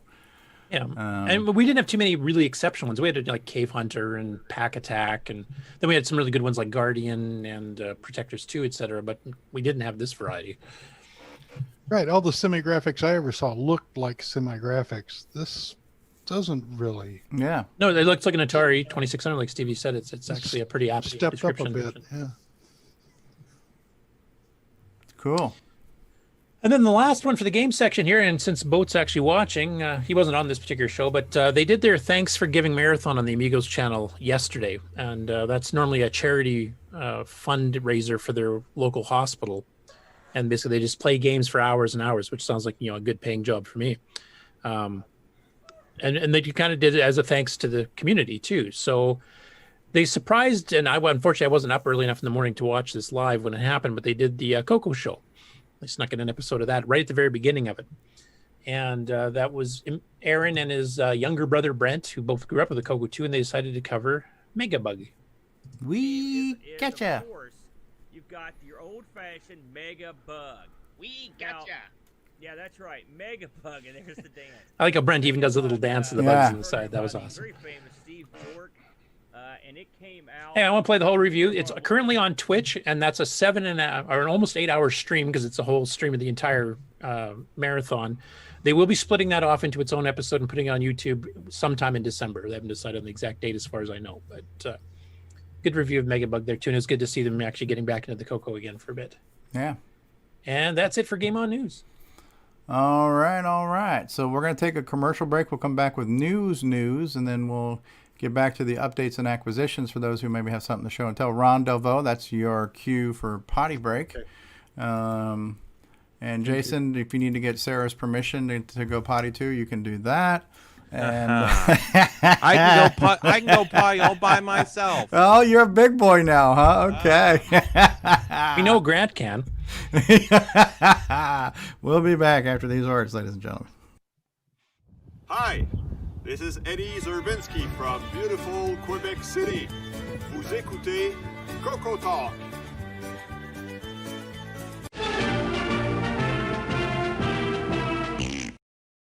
As you're enjoying CoCoTALK, we also want to remind you about the CoCo Discord server. This is a place where people come to connect, to ask questions, to provide answers, to share information, and to socialize. So when you're done, why don't you head on over to the CoCo Discord server and we'll continue the conversation there. The easy to remember link is discord.cocotalk.live. See you on Discord. CoCo123 is the Glenside Color Computer Club community newsletter that's been in publication since 1985. While the Rainbow magazine may be gone, it doesn't mean you still can't have a cool CoCo periodical. Head on over to the Glenside Color Computer website at glensideccc.com and then click on the Documents link to view all the past issues of the CoCo123 newsletter. Not only can you read all of the past and present issues, we'd also love to hear some submissions from you. So if you'd like to send an article, a column, something to talk about, maybe even a program listing, send an email to glensideccc@gmail.com. We'd love to hear from you.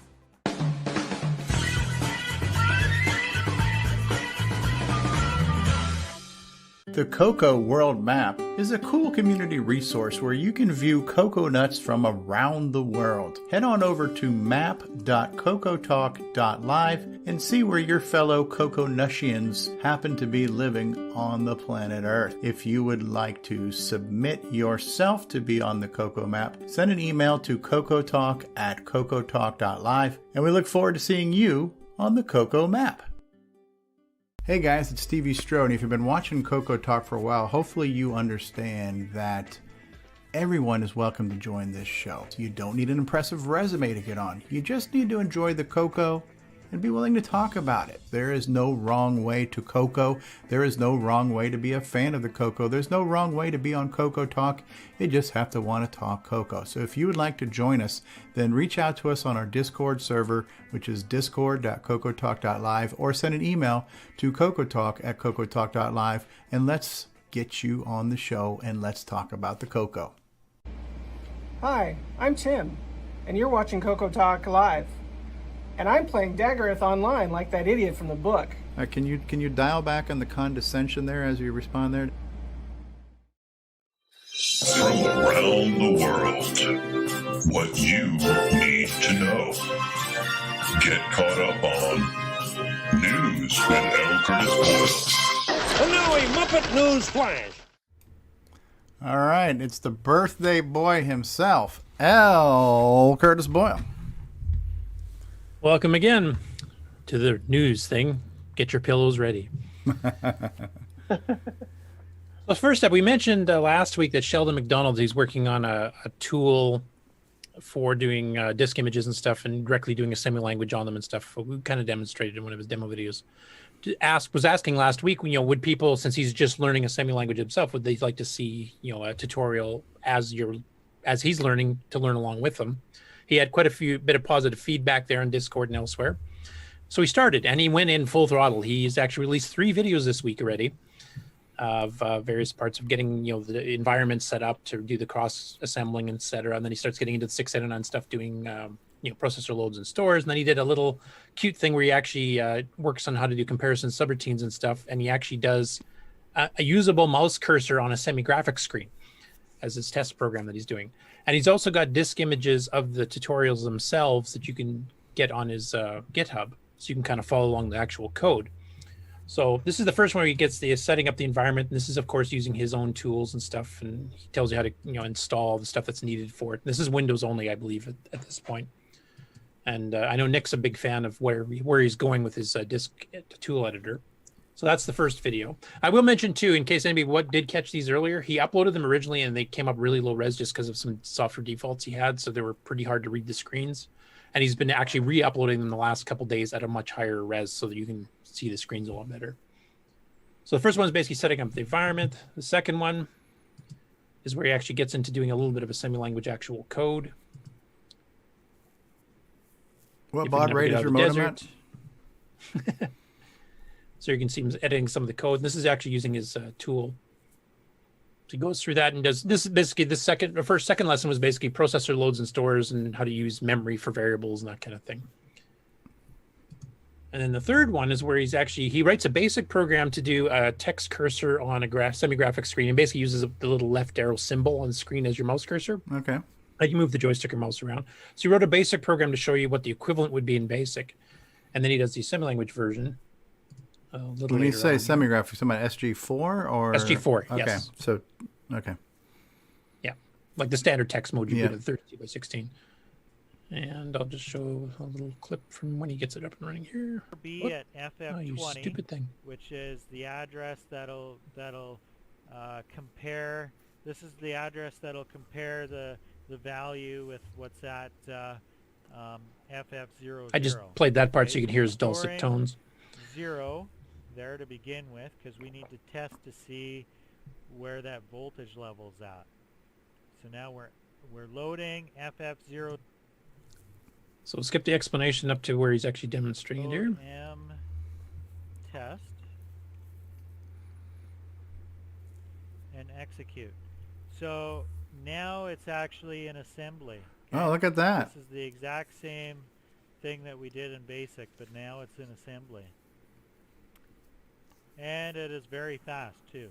You can't beat this speed. Like I said, assembly, you're going to want to do everything in assembly. It is absolutely worth doing the jump and taking the leap.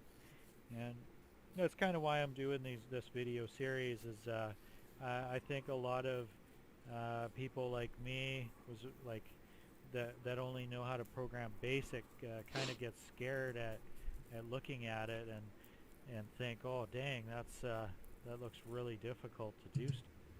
Anyway, it's an excellent series, and you're kind of learning with him. He's learning this as he goes, so you're not going to see the most optimized code here, obviously, because he's learning it as well. But you get as he mentioned there, you get such a speed boost that even if you write unoptimized code, is so much faster than BASIC that you'll get hooked pretty quick. Oh, and in the live chat, David Ladd said, "This is cool. Developments are cool. I liked my Raspberry Pi set up in 720p, so it was easy to record." So I have to say, your David Ladd impersonations are getting better and better. All the time. Well, I'm no Jason. I was going to say that's just too much. That's just too much, Stevie. What can I say, David? I'm just really excited. That's all. Been rehearsing, haven't you? It's too much, Stevie. It's too much. I'm gonna have to go re-grease my grease weasel. So this last here is basically, this is more for Jason, just to put the link in the chat, but it's a link to where he's putting the tutorial source codes and stuff that you can actually look along and follow with at home type thing. So he's got the first 2 lessons worth up when I happen to snap this picture here. So Next after that, Chris Burke. Chris Burke's been busy. Yes, he has. He got his USB keyboard adapter working on a Pi last week, and now he said he was going to start working on the mouse, and basically it's already working. So I'll let him explain that himself. All right, here is a basic wireless mouse test on the color computer using the Pi Zero base USB. Wonder if he got some of those wires from Paul T. Barton. I know, is there enough colors? Yeah. Wireless mouse dongle that also interfaces with the keyboard. You can see a little basic program here, and if I run that, it's just going to print the joystick values. And if I zoom down here to this wireless mouse, you can see that when I pull it look at that. this way, I go down to 0, pull it this way, go up. Similarly, that's a wireless mouse on top of it too, which is cool. That's cool. 0, back. It's only going to 38, or is he just running out of desk space? Okay, there are a few issues with this. One is that the op amp I'm using is not rail to rail, so I don't get the full 64 range. Now he does have the part on order that he needs to fix that, so I'm assuming once he gets a part, he'll do an update. That's pretty impressive, though. I mean, once we have like a wireless keyboard and mouse on your CoCo, it's like you could CoCo from your couch, you know, which is what I like to do with the Raspberry Pi, you know. So this is bridging those two worlds. Yeah, that is quite cool. I mean, Chris always has been a great developer. Of course, he did the Birkenberg hard drive interface, and he did the Logitech ScanMan driver that you could actually use on the CoCo, and tons of stuff. So. Now, since it's Burke, is he the first Burke or the second Burke in Birkenberg? He was the first Burke. His wife was the second Burke. Okay. I'm Burke, and this is my wife, Burke. Or the other way around. Yeah. And then Chris Burke also added this other bit here too, which is as part of the project. He's having a batch of very thin, small PCBs made to allow plugging different things into the keyboard flex connector. And he's sent in the order for these, and he's expecting to get these by early December. And I'm not sure if he's planning on using them all internally for his own projects for hooking up various different things, or if he's actually going to start selling these for other experimental hardware people that want to fiddle with this kind of stuff. So contact him on Facebook if you're interested. Yeah, we'll do. It'll be an interesting little circuit board, that. Very handy. Yep. Clay Whistle linked up a YouTube video here that was released at the beginning of November, and I didn't see it. About using the parallax propeller chip. I am not familiar with this whatsoever, so hopefully you hardware guys might be able to pipe in on that. To create a quote-unquote 1980s microcomputer. And it shows simulating a VDG, which you can see here, and even a familiar ROM image with some modifications, which I'll jump ahead.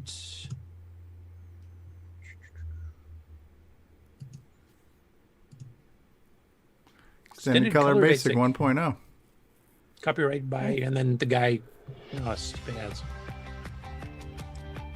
Wow, that's really good graphics for an 8-bit system. Yeah, pretty amazing for VDG. You thought semi-graphics games were good. Look at that. Yeah. So anyway, yeah, he's custom programmed the PROM here. But are you any of you guys familiar with this propeller thing? I've never heard of this before. It's kind of a multi-CPU basic or multi-core basic stamp thing that Parallax came out with. It's got 32 cores or something like that, which they call kind of like Arduinos. But it was an early, before the Arduino, there was this. Okay, so this is actually an older technology then. It's old, yeah. Okay. It was pretty cool that he got this running. He's actually got basic itself working on it as well as the VDG. Next out of that, Robert Seegey's been doing all these experiments using composite color sets to do extra colors you don't normally get. So this is kind of like the 256 color mode as close as we'll ever get in real life. But he's actually created this Excel spreadsheet here about how to create colors using a formula. And you can punch in the various colors, and it'll tell you what the mixed colors will come out as, and then what the equivalent RGB would be if you want to try to match it up to a modern PC. So you can kind of design your colors beyond 16 if you want to try to get 200 colors on the screen at once type thing. This probably involves math, which is why it's over my head. But if anybody's interested in doing some fiddling around with the composite colors and getting those extra colors beyond the 16 that you normally get, kind of like GraphExpress 2 did, or some other programs. I think John Linville did some demos of that on his blog even a couple of years ago. This actually has the math behind it, so you can kind of design things to work the way you want instead of just haphazardly guessing everything you're doing. Yeah, he's a and mad we've seen the genius. pictures. He's a Sorry? mad genius. Yeah. It's kind of the graphical version of Simon with sound, I guess. Yeah. So he's got the actual source code here up for creating the new colors and textures and the CoCo 3 composite mode. So you can download that disk image from Facebook as well in the CoCo group.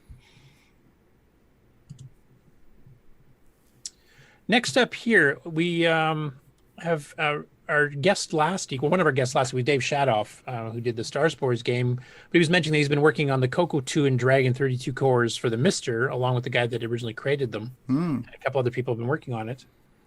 And they've announced that the CoCo 2 and Dragon 32 cores, they said the 64K Dragon's not working yet, and there's no disk support yet. But it does support the joysticks, the cassette, the sound, and the cartridge. And it's a free download. So this is following the proper Mister licensing where it's completely free download, throw it on your Mister and have fun with it type thing. Roger Taylor, who does the CoCo 3 core, actually does charge for it. But if you want to get some CoCo stuff running on a Mister, this will do all the CoCo 2 and Dragon stuff. So much shout outs for Dave too. A big thank you for coming on the show last week. Yeah, absolutely. I still want to play Space Spores or Star Spores. It's a Yeah, cool looking game. that game is going to be coming up very shortly, Steve. Good. Yeah. Nick Morenni's praised that game. He said it was excellent game design, which Wow. I mean Nick's a bit fussy. Did he say it was the best game not written by him? Oh, let's not get crazy. Yeah, exactly. You beat me to it, Jason. This was an interesting one, and I believe the author of this is actually still in the chat here, 60 alias Kieran. He's actually working on making a full, is it KiCad? Is that how it's pronounced? Or is it KiCad or? I hear KiCad everywhere. So KiCad? Okay, I'll say KiCad too then. KiCad file to make the entire Dragon 64 motherboard. And he's got it up in the World of Dragon forums here, the current status. This is still a work in progress, but this is the layout of the board with all the wiring and everything else into it. So you can actually could theoretically send this into, once it's completed, and actually get yourself a Dragon motherboard made. So this is going to be chip layouts, through holes for screws and mounting and everything. Yep, so it's the whole a shebang. clone, a complete clone reproduction of the motherboard. Yep. That's cool. Yeah. I don't know if maybe Ed's planning on doing that for CoCo 3, if he's going to try to shift it to newer technology and a new layout like he did with the CoCo 2 project, but it's interesting Yeah. to see that. Next up here, we're talking about emulators earlier. So Bill Pierce announced this week the first upgrade to VCC in a bit. It's 2.1.0b. It adds copy and paste. We can copy from the VCC text to That's courtesy the PC of side Jim or Rye. vice versa. Yeah. Is he on the call or in the chat room? He was in the chat earlier. I'm not sure if Jim's still out there. So, Jim, if you have any comments, feel free to type them in there. Persistent file paths, because that's been a problem, especially with the newer versions of Windows. Custom configured loads, you can have a default to the settings you like without having to reset it up all the time. You can do the custom configs from the command line if you're launching it from command line prompt. You can flip the artifact colors. The current versions of ECC before this, you had to actually basically reset the machine in the emulator completely, like lose the program and start over. Now you can just toggle it, which is much better and matches MAME. Slightly better composite palettes. He said they're not perfect yet, but they are definitely better, and I've seen that myself, and I think we commented on it when he was showing some screenshots from the work in progress. And an improved manual, for the people that actually read manuals, for the one or two of us. What's that? Yeah, Jim's here. He said he did them all except for the command line one. So it's all Jim Rye. Well, thank you very much, Jim. I'm looking forward to giving this a shot here. And I'm going to be contacting Barry Nelson. Actually, I did contact already to see if he can do a wine wrapper version for Mac OS 10. Now, he said he's going to do it, but it won't work with the newest version of OS 10.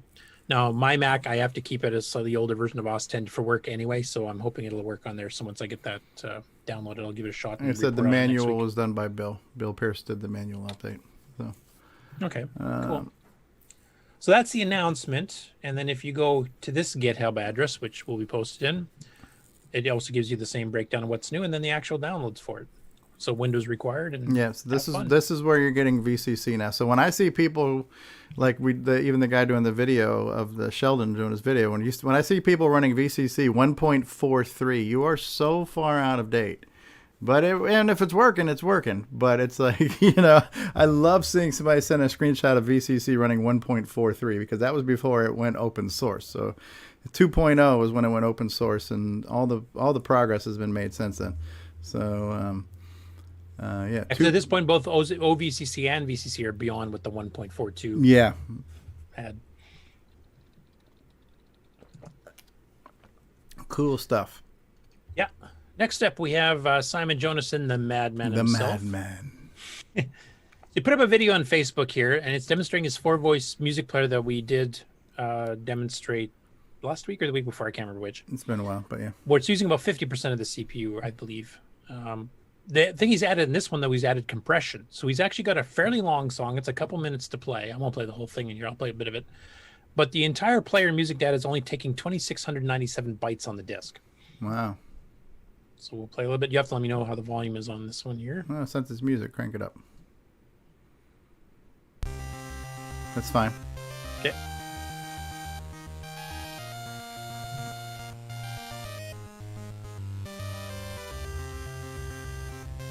Now, if I remember, this is actually DAC sound, not 1-bit. Multi-voice, yeah.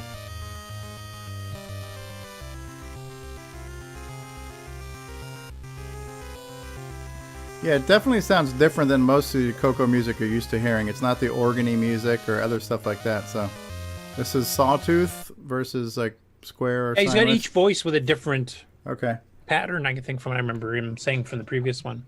But the fact he got it compressed down to fit in like, barely over 2.5K player and the music itself, it's pretty decent.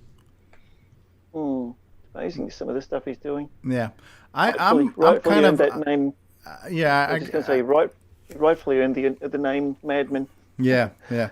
I know there are some people who are kind of CoCo sound purists, and they like to hear only, sine waves and no square waves or sawtooth and stuff like that. But I kind of like this lo-fi, crunchy, degraded sound. To me, there's something very distinct about it, and it's different than a lot of the typical 4-voice music we're used to hearing on the CoCo. So. Yeah, and there's no reason you can't mix them. You could have certain parts of a game use the crunchy because that's the type of gameplay you're doing. And other parts, like maybe like what what Nick Marentes did with pipes was great. It's just that 2-voice music player using just those. It doesn't sound like it's not the organ sound that we heard so much in CoCo. Yeah, the stereotypical CoCo sound. Yeah, yeah. Monotypical, actually. Monotypical. Good one. This next one came as a complete surprise to me. This was just released yesterday. Boise Pete, of course, does the CoCo Collector. Now, normally what he does in these videos is that he pulls one of his machines out of his massive stock of them and then kind of goes over the specifics of it. So he's going to have a bunch of prototypes and rare items like, CoCo 3 with the original Gimme X prototype chips, and he's got that CoCo 4 case and stuff coming up. This one, he's doing something different, though. He's actually talking about a project he's been working on. And I hope we have enough time for this. It's a 5-minute video, and me trying to explain what he's doing here, I don't think I would do it justice. I'd pretty well let him do it. But it involves hooking CoCos together. Okay.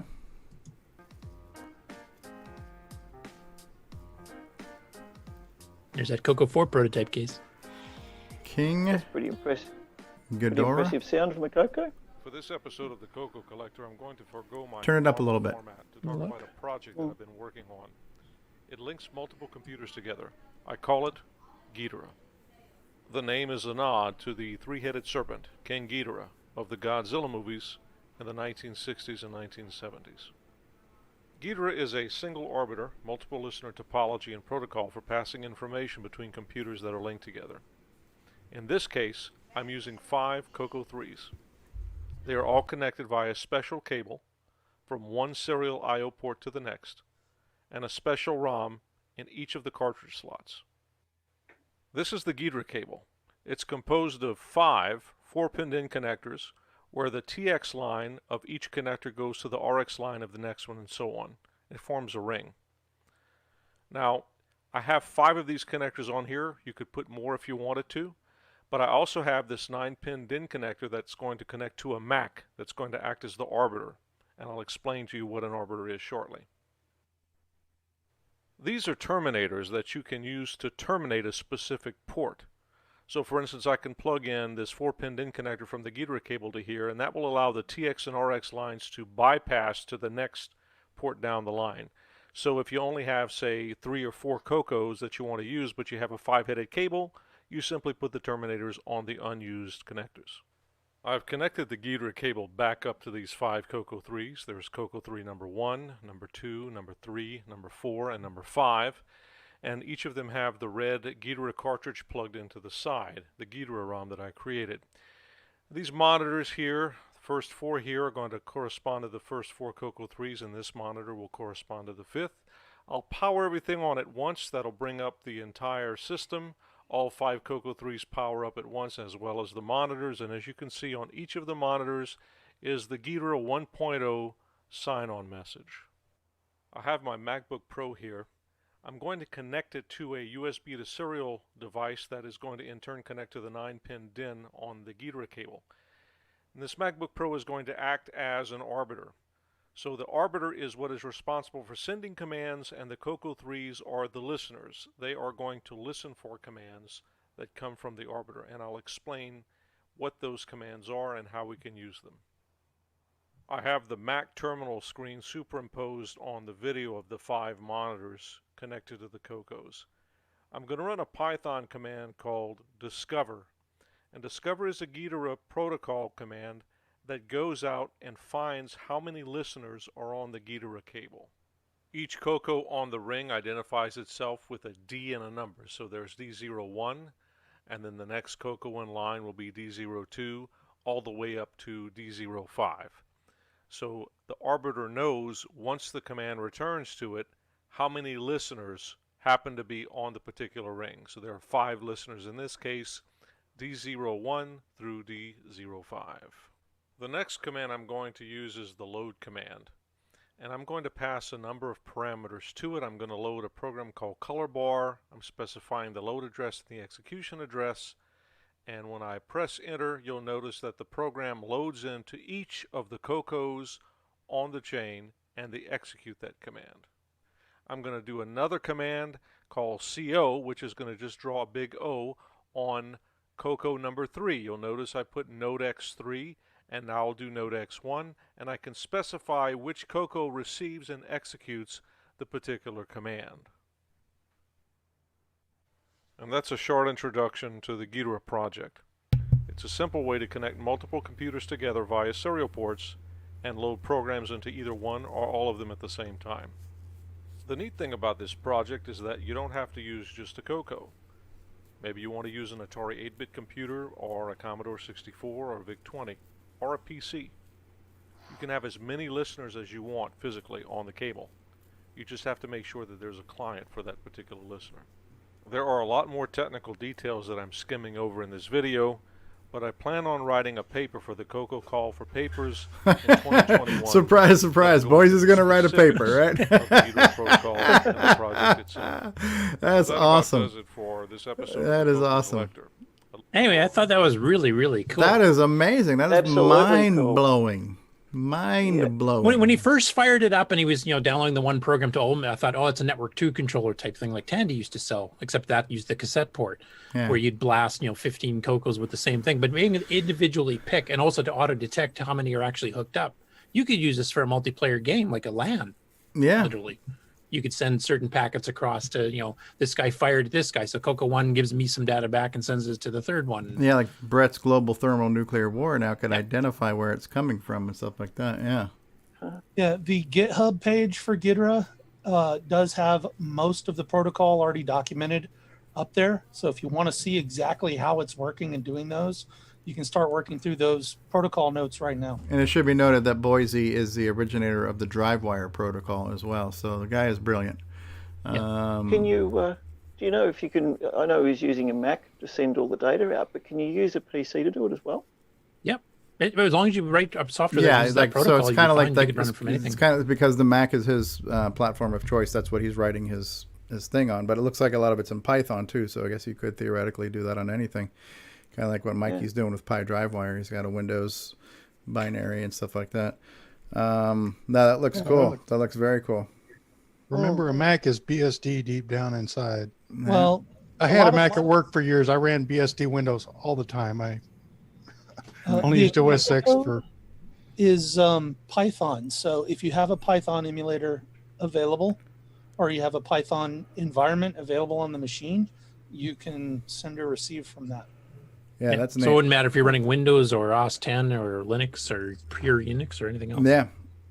Yeah, okay. That is neat. That is really neat. Yeah, I was pretty impressed with that. And I wasn't when I saw a new episode, I was going, "Oh, maybe he's going to show the CoCo 4 finally." But actually, this was more interesting. Yeah, I really I like his rack set up here with the shelves, and then he's got that multi-monitor Are display. you saying Boise has a nice rack? Is that what Absolutely, he's got an amazing rack. Amazing rack. That is really cool.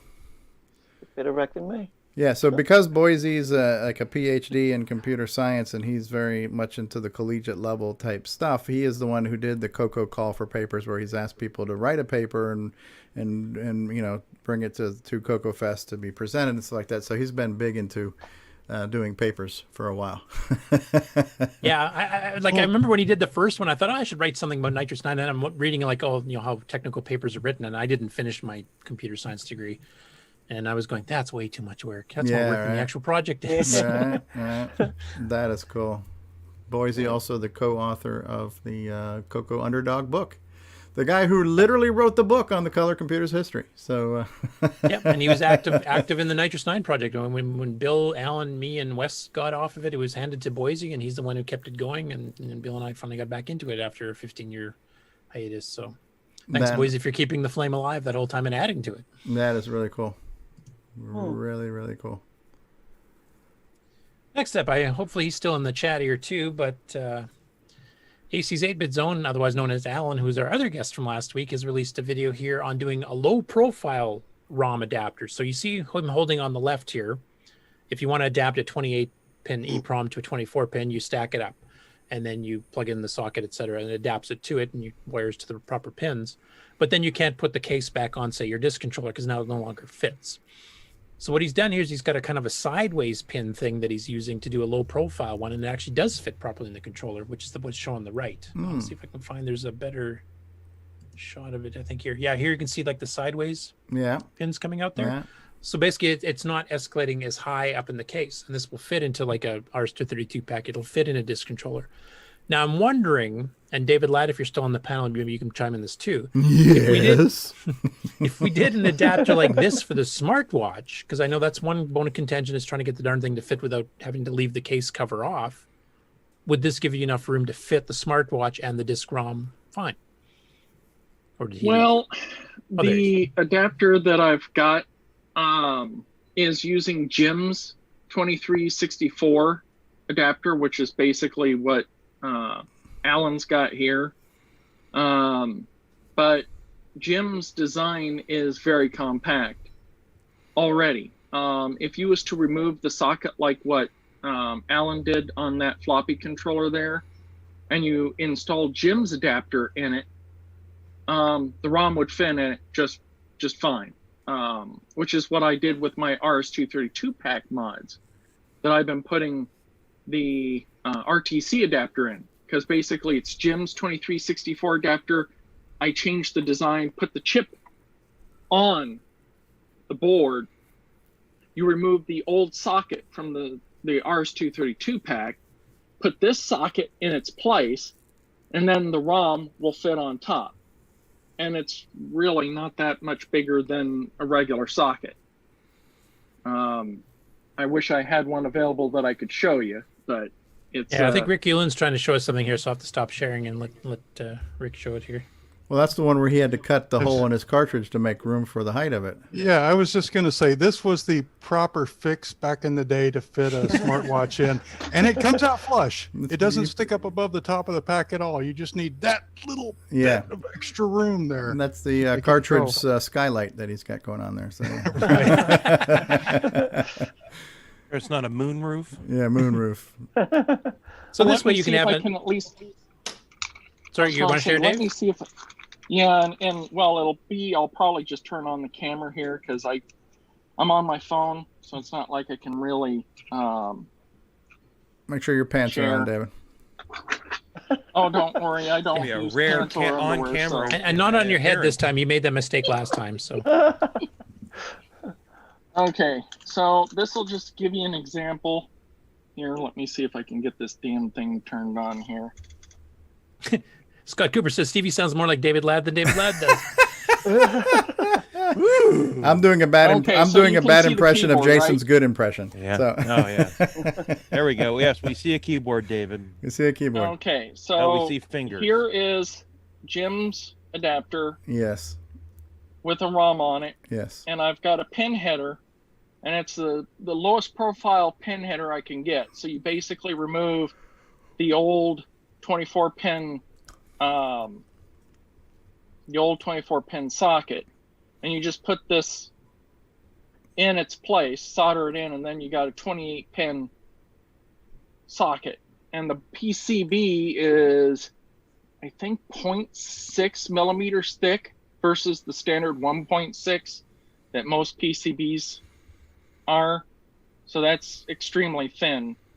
So, and I cut the pin headers as short as I can. So that way they'll, fit the ROM in it. Low. How low can you go?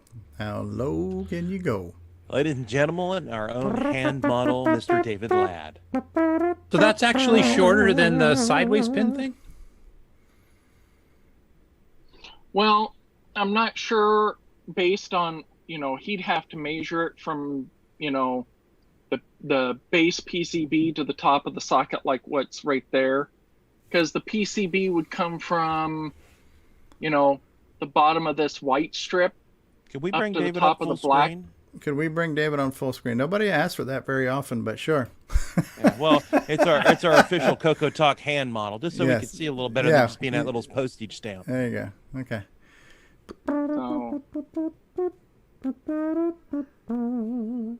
So, It's definitely yeah, this is Jim's adapter. it's lower than it would ordinarily be, but I'm not sure if it's as low as the one that AC is doing. But you're saying this fits inside the ROM pack or the RS-232 pack case. Yes, as it is right now, this does fit. If you remove the old socket and then you solder this in place of it. So it kind of goes through like a through hole, and so that bottom piece becomes the socket. Yes, so that's this whole not going thing just into replaces- a socket. That's replacing the socket. Well, if you want to plug this into the existing socket, you can, which is why I've got these smaller pin headers on there. Right. It just won't. You won't be able to close the cartridge then. Not very easily. That's Yeah. the reason why it's easier to remove the old socket and install the whole socket adapter. Yep. Like what Alan did with his adapter, where he put the pin headers, the right angle pin headers, and then soldered to those with the other socket. It's just with this one that Jim did is that it's just a PCB that has all of the traces, the wires going in the correct spots. And all you do is just solder the socket on there and solder the finished product into the cartridge. A simple 96-step process. Yeah. Well, hold on. I've got an RS-232 pack sitting right. Well, imagine that. As soon as, aha, there it is. All right, I'll give you an example. This does fit in a case. I'll take that out. And I'll have to move the phone very carefully. Okay. We can see it. So right there is my smartwatch clone.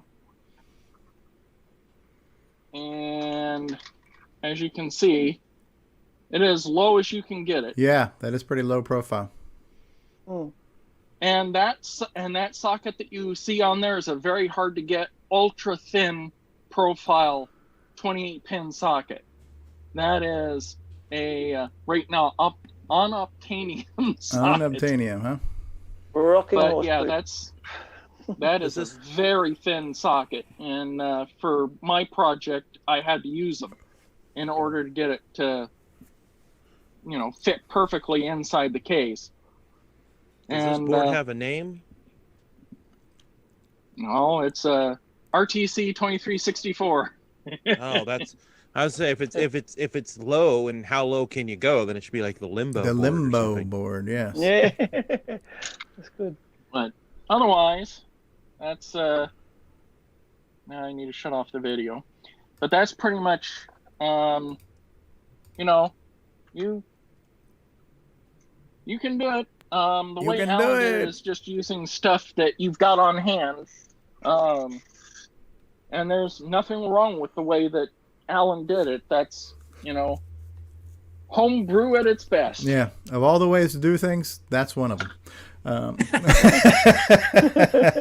Smart ass. Yes, and no, I am not hardware qualified to cast any judgment, but that's cool. I understand the idea of what he's trying to do there. So Yeah, that's actually one of the things I liked about his adapter was the dip switches, having them on there.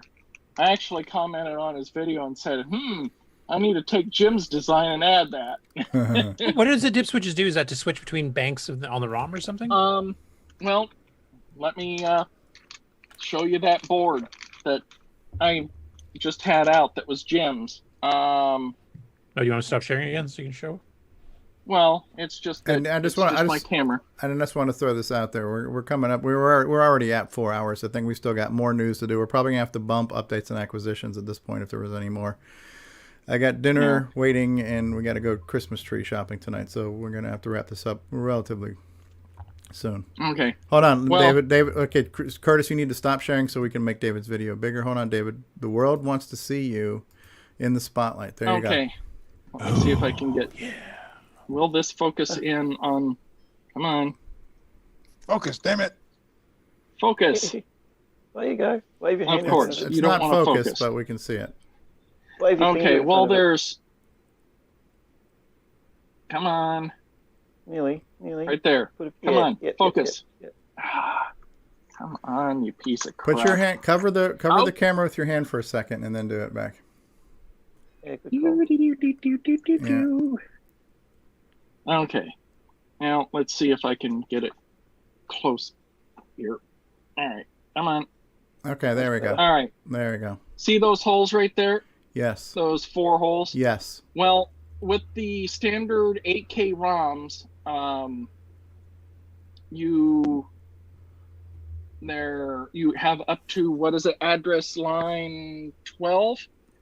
And on the 16K, the 32 and 64K ROMs, you add 3 extra address lines. And so what you can do is using like that dip switch bank that Alan's using, you can actually, and of course my shaky hands is not helping here. David needs to switch to decaf. We've secretly switched David's Dr. Pepper to decaffeinated. Yeah, but basically you can switch between different banks of the ROM. Kind of like... So the answer to my question 5 minutes ago was yes. Well, you first you asked, could you do the low profile thing? And that I think is yes. But now you ask, what's the deal with the dip switches? Now he's trying to show you. Yeah. Well, it switches between the banks. Exactly what I asked. Yeah. Okay. Yes. Yeah, but you got Okay. you got the visual answer, Curtis, and a picture is worth 1,000 words. Okay? Stevie, I'm not you. I don't need to visual everything to figure out things work. I don't need the cartoons to explain, how to open a book. A picture is worth 1,000 words, and seeing David's And lad sometimes shaky I wonder cam. why I stay around. Today's shaky cam's brought to you by Actually, David it was awesome Ladd. you brought that up though, because I forgot about the low profile, not 90-degree version of the chip that Jim did. So yeah, I mean, basically, he goes as he does in all of his videos. He does a tech explanation of how to set it up and what each pin does, and the bank switching and how all that works too. So it's a very thorough video as usual. Yeah, I think Sloopy was talking about something similar to this too with the project he was working on, where he's basically taking HDB DOS and put it inside the CoCo, where he's kind of hijacking the cartridge port internally. So yeah, I used one of Jim Brain's adapters myself. There you go. Yeah, Sloopy's here. There you go. See, I paid attention, Sloopy, when you were talking, which is rare for anybody. I was just about to say that's rare. Yeah, usually by saying paying attention, Steve usually means snoring. There we go. HDB 1.1 CC2. And disk basic, you can switch between which ROM he wants to boot. That is cool. Yeah, there's the dip switches. That's cool.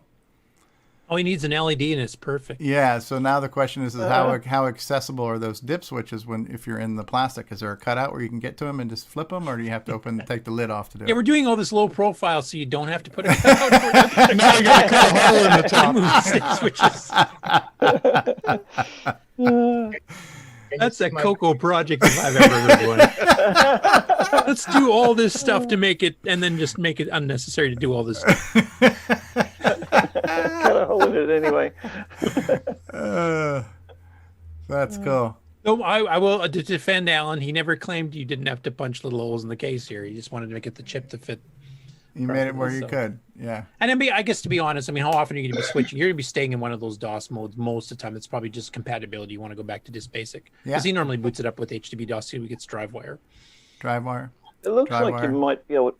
It looks like you might be able to reach those dip switches through the without taking the lid off anyway, because they're right at the edge. Yeah, of the actually, a little toothpick or a small screwdriver might be able to fit. Pull the right on drive the card cable edge off. connector. Yeah. Next up, this is further on the Mr. project for the CoCo 1, 2, and the Dragon 32 that Dave Shutoff was working on. So they've actually got a quick video here demonstrating it, firing it up. I'll just play little snippets of the two parts. Extended basic. You look, start swapping your joysticks and cartridge zip. Okay, and then I don't know too much about the Mister, but this is cool. And then boom, there's that artifact. That's the crappy artifact at this point. Yeah, this is still a work in progress. Okay, so they're stretching the screen. That's cool. Overscan. Artifact enable disable. That's interesting. Artifact phase normal, reverse. How about one that doesn't suck?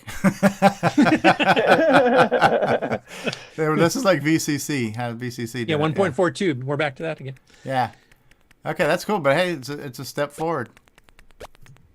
Yeah, that's cool. That is very cool. And now we're on the Dragon 32. All right. Hello, everybody. They picked some loser's game to test here. What I'm not sure they did that. What a shite product there.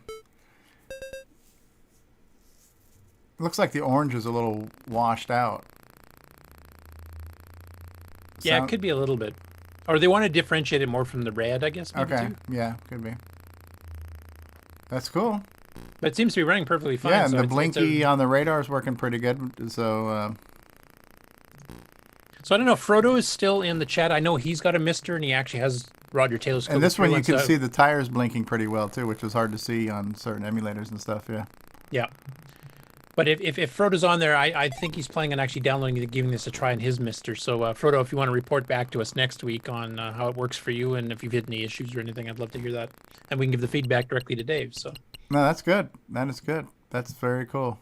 Thank you, Dave. This is from a YouTube channel I've never seen before, I don't believe. June Cochran? I'm Oh, yeah, sure June Cochran. Big fan of his work. For a second, I thought you were serious. I have no idea. Yeah, that's okay. Yeah.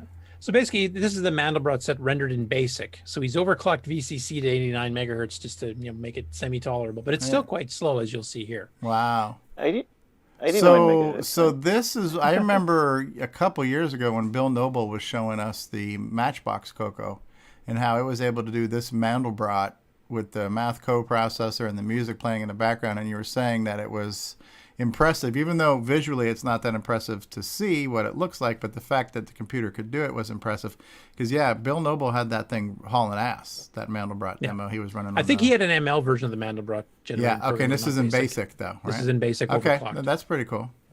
So, and I know there was articles in Rainbow and doing Mandelbrot. In fact, I think Jeremy Spiller might have wrote one of those, if I remember correctly. Next up, we got a little bit of Christmas stuff here, and this is from David Moak. So he's getting into the spirit of Christmas way too early for my taste, but still. That is awesome. Orchestra 90. Yep, and playing Christmas music. Turn it up all the way. All the way.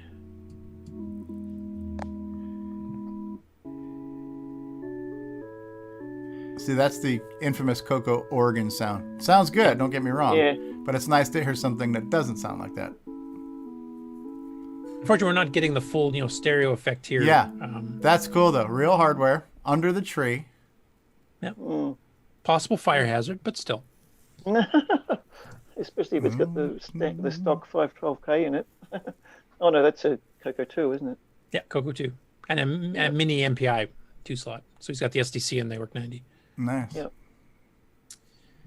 Okay, next up here, Jason Downs. And I think Terry Steen mentioned this too when he was on in the private chat. Oh, here, Ready Player 2, huh? Ready Player 2, the Dragon 64 gets a big shout out like the CoCo and Dungeons of Daggerath did on the first book. So I haven't read the second book. I'm gonna have to so. get the I'm gonna have to get the audiobook now with Will Wheaton. Eat some cool Hopefully he's not covered in whip. whipped cream. Yeah, cool whip. Well, I listened to my book read by Will Wheaton. Why are you saying it weird? I don't know what you're talking about. What? What? So anyway, it's kind of cool. The author, obviously, he's even mentioned in interviews that he did have a bit of a history with the CoCo back in the day. So the fact he's bringing the dragon into as well now in the second book, I think that's pretty cool. We have a running theme. Unfortunately, the movies, of course, won't cover any of these machines whatsoever. But And then the last news story I've got here, speaking of VCC color palettes, Brian Joyce, friend of the show, Production, has updated the standard CoCo color palette page he's got to include both the original version of VCC and then the newer ones. Ah, look at that. This is life imitating art and art imitating life. So there's the original one up to 2.1.0A, and then there's the slightly fixed. He said there's more improvements yet to do as the author. Jim Rye has mentioned that too. But this should be, because Ron is saying this should be closer. Look at that next to last line. You can see all those yellows were so washed out they almost look the same. Now you can see that some of them are kind of green and yellow and orange and peach. So that, the higher up you got, the more washed out the colors were. And I remember this burned me and Nick when we were doing stuff because I was trying to do it based on watching the VCC screen, but when I tried running it in MAME or on the real CoCo, it was way off. It's not quite as the same as MAME though. Yeah. So it's still not quite there yet, but that's definitely improving. As you said, there were some colors washing out completely. You couldn't even tell the difference of them side by side. I know when I was trying to do the original patch for Digger 3 to patch the composite colors, I tried to do it off the VCC colors, and it didn't turn out at all looking like that on the real thing. So it's good to see that progress being made. Yeah. And that's it for the news. All right. Thank you, Curtis.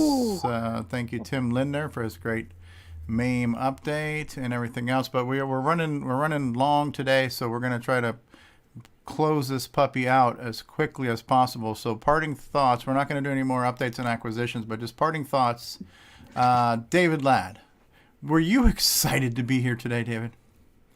Oh, why? Yes, Stevie. I was extremely excited to be here. And the key was. All right. Jason Reichert. Push the button, Frank. All right. Mark Bosley, final thoughts. All right. Bye. Gotta go. Rick Hewlin, final thoughts. Great show. All right. Chet, you didn't get a chance to talk too much today. Anything you wanted to tell us, or you're just here to hang out? No, I'm sure to hang out. Bye. Get out. Okay. Danny, thank you. Danny, appreciate having you here. DANNIELLE.com if you want to find out the full story. I'll be updating that very soon. Okay. All right. All right, guys. Rondell Vo, thank you for all of your questions. I see looks like you're running some ANSI ASCII art there in the background on your CoCo. Yep, we're online currently. Yeah, that's cool. L. Curtis Boyle, happy birthday to you. So what are you, 28 now? I've caught up to you again. You caught up to me again. Oh, wow. So you're 29 now. Yep. Okay. Excellent. 29. I'm still working on getting all that gray you've got. I'm not quite there yet. Oh, trust me. I got plenty to spare. All right, guys. Thank you all. Thank you, everybody who's been here. We've had a record turnout today. We peaked at over 60 live viewers, which is good for this show. And that's awesome. We still got like 46 people here now watching us. Thanks for hanging out. It's a long show. It's been a marathon, but we're here. We're pressing the button. Say goodbye, everybody. Goodbye. Bye, everybody. Hey, everybody.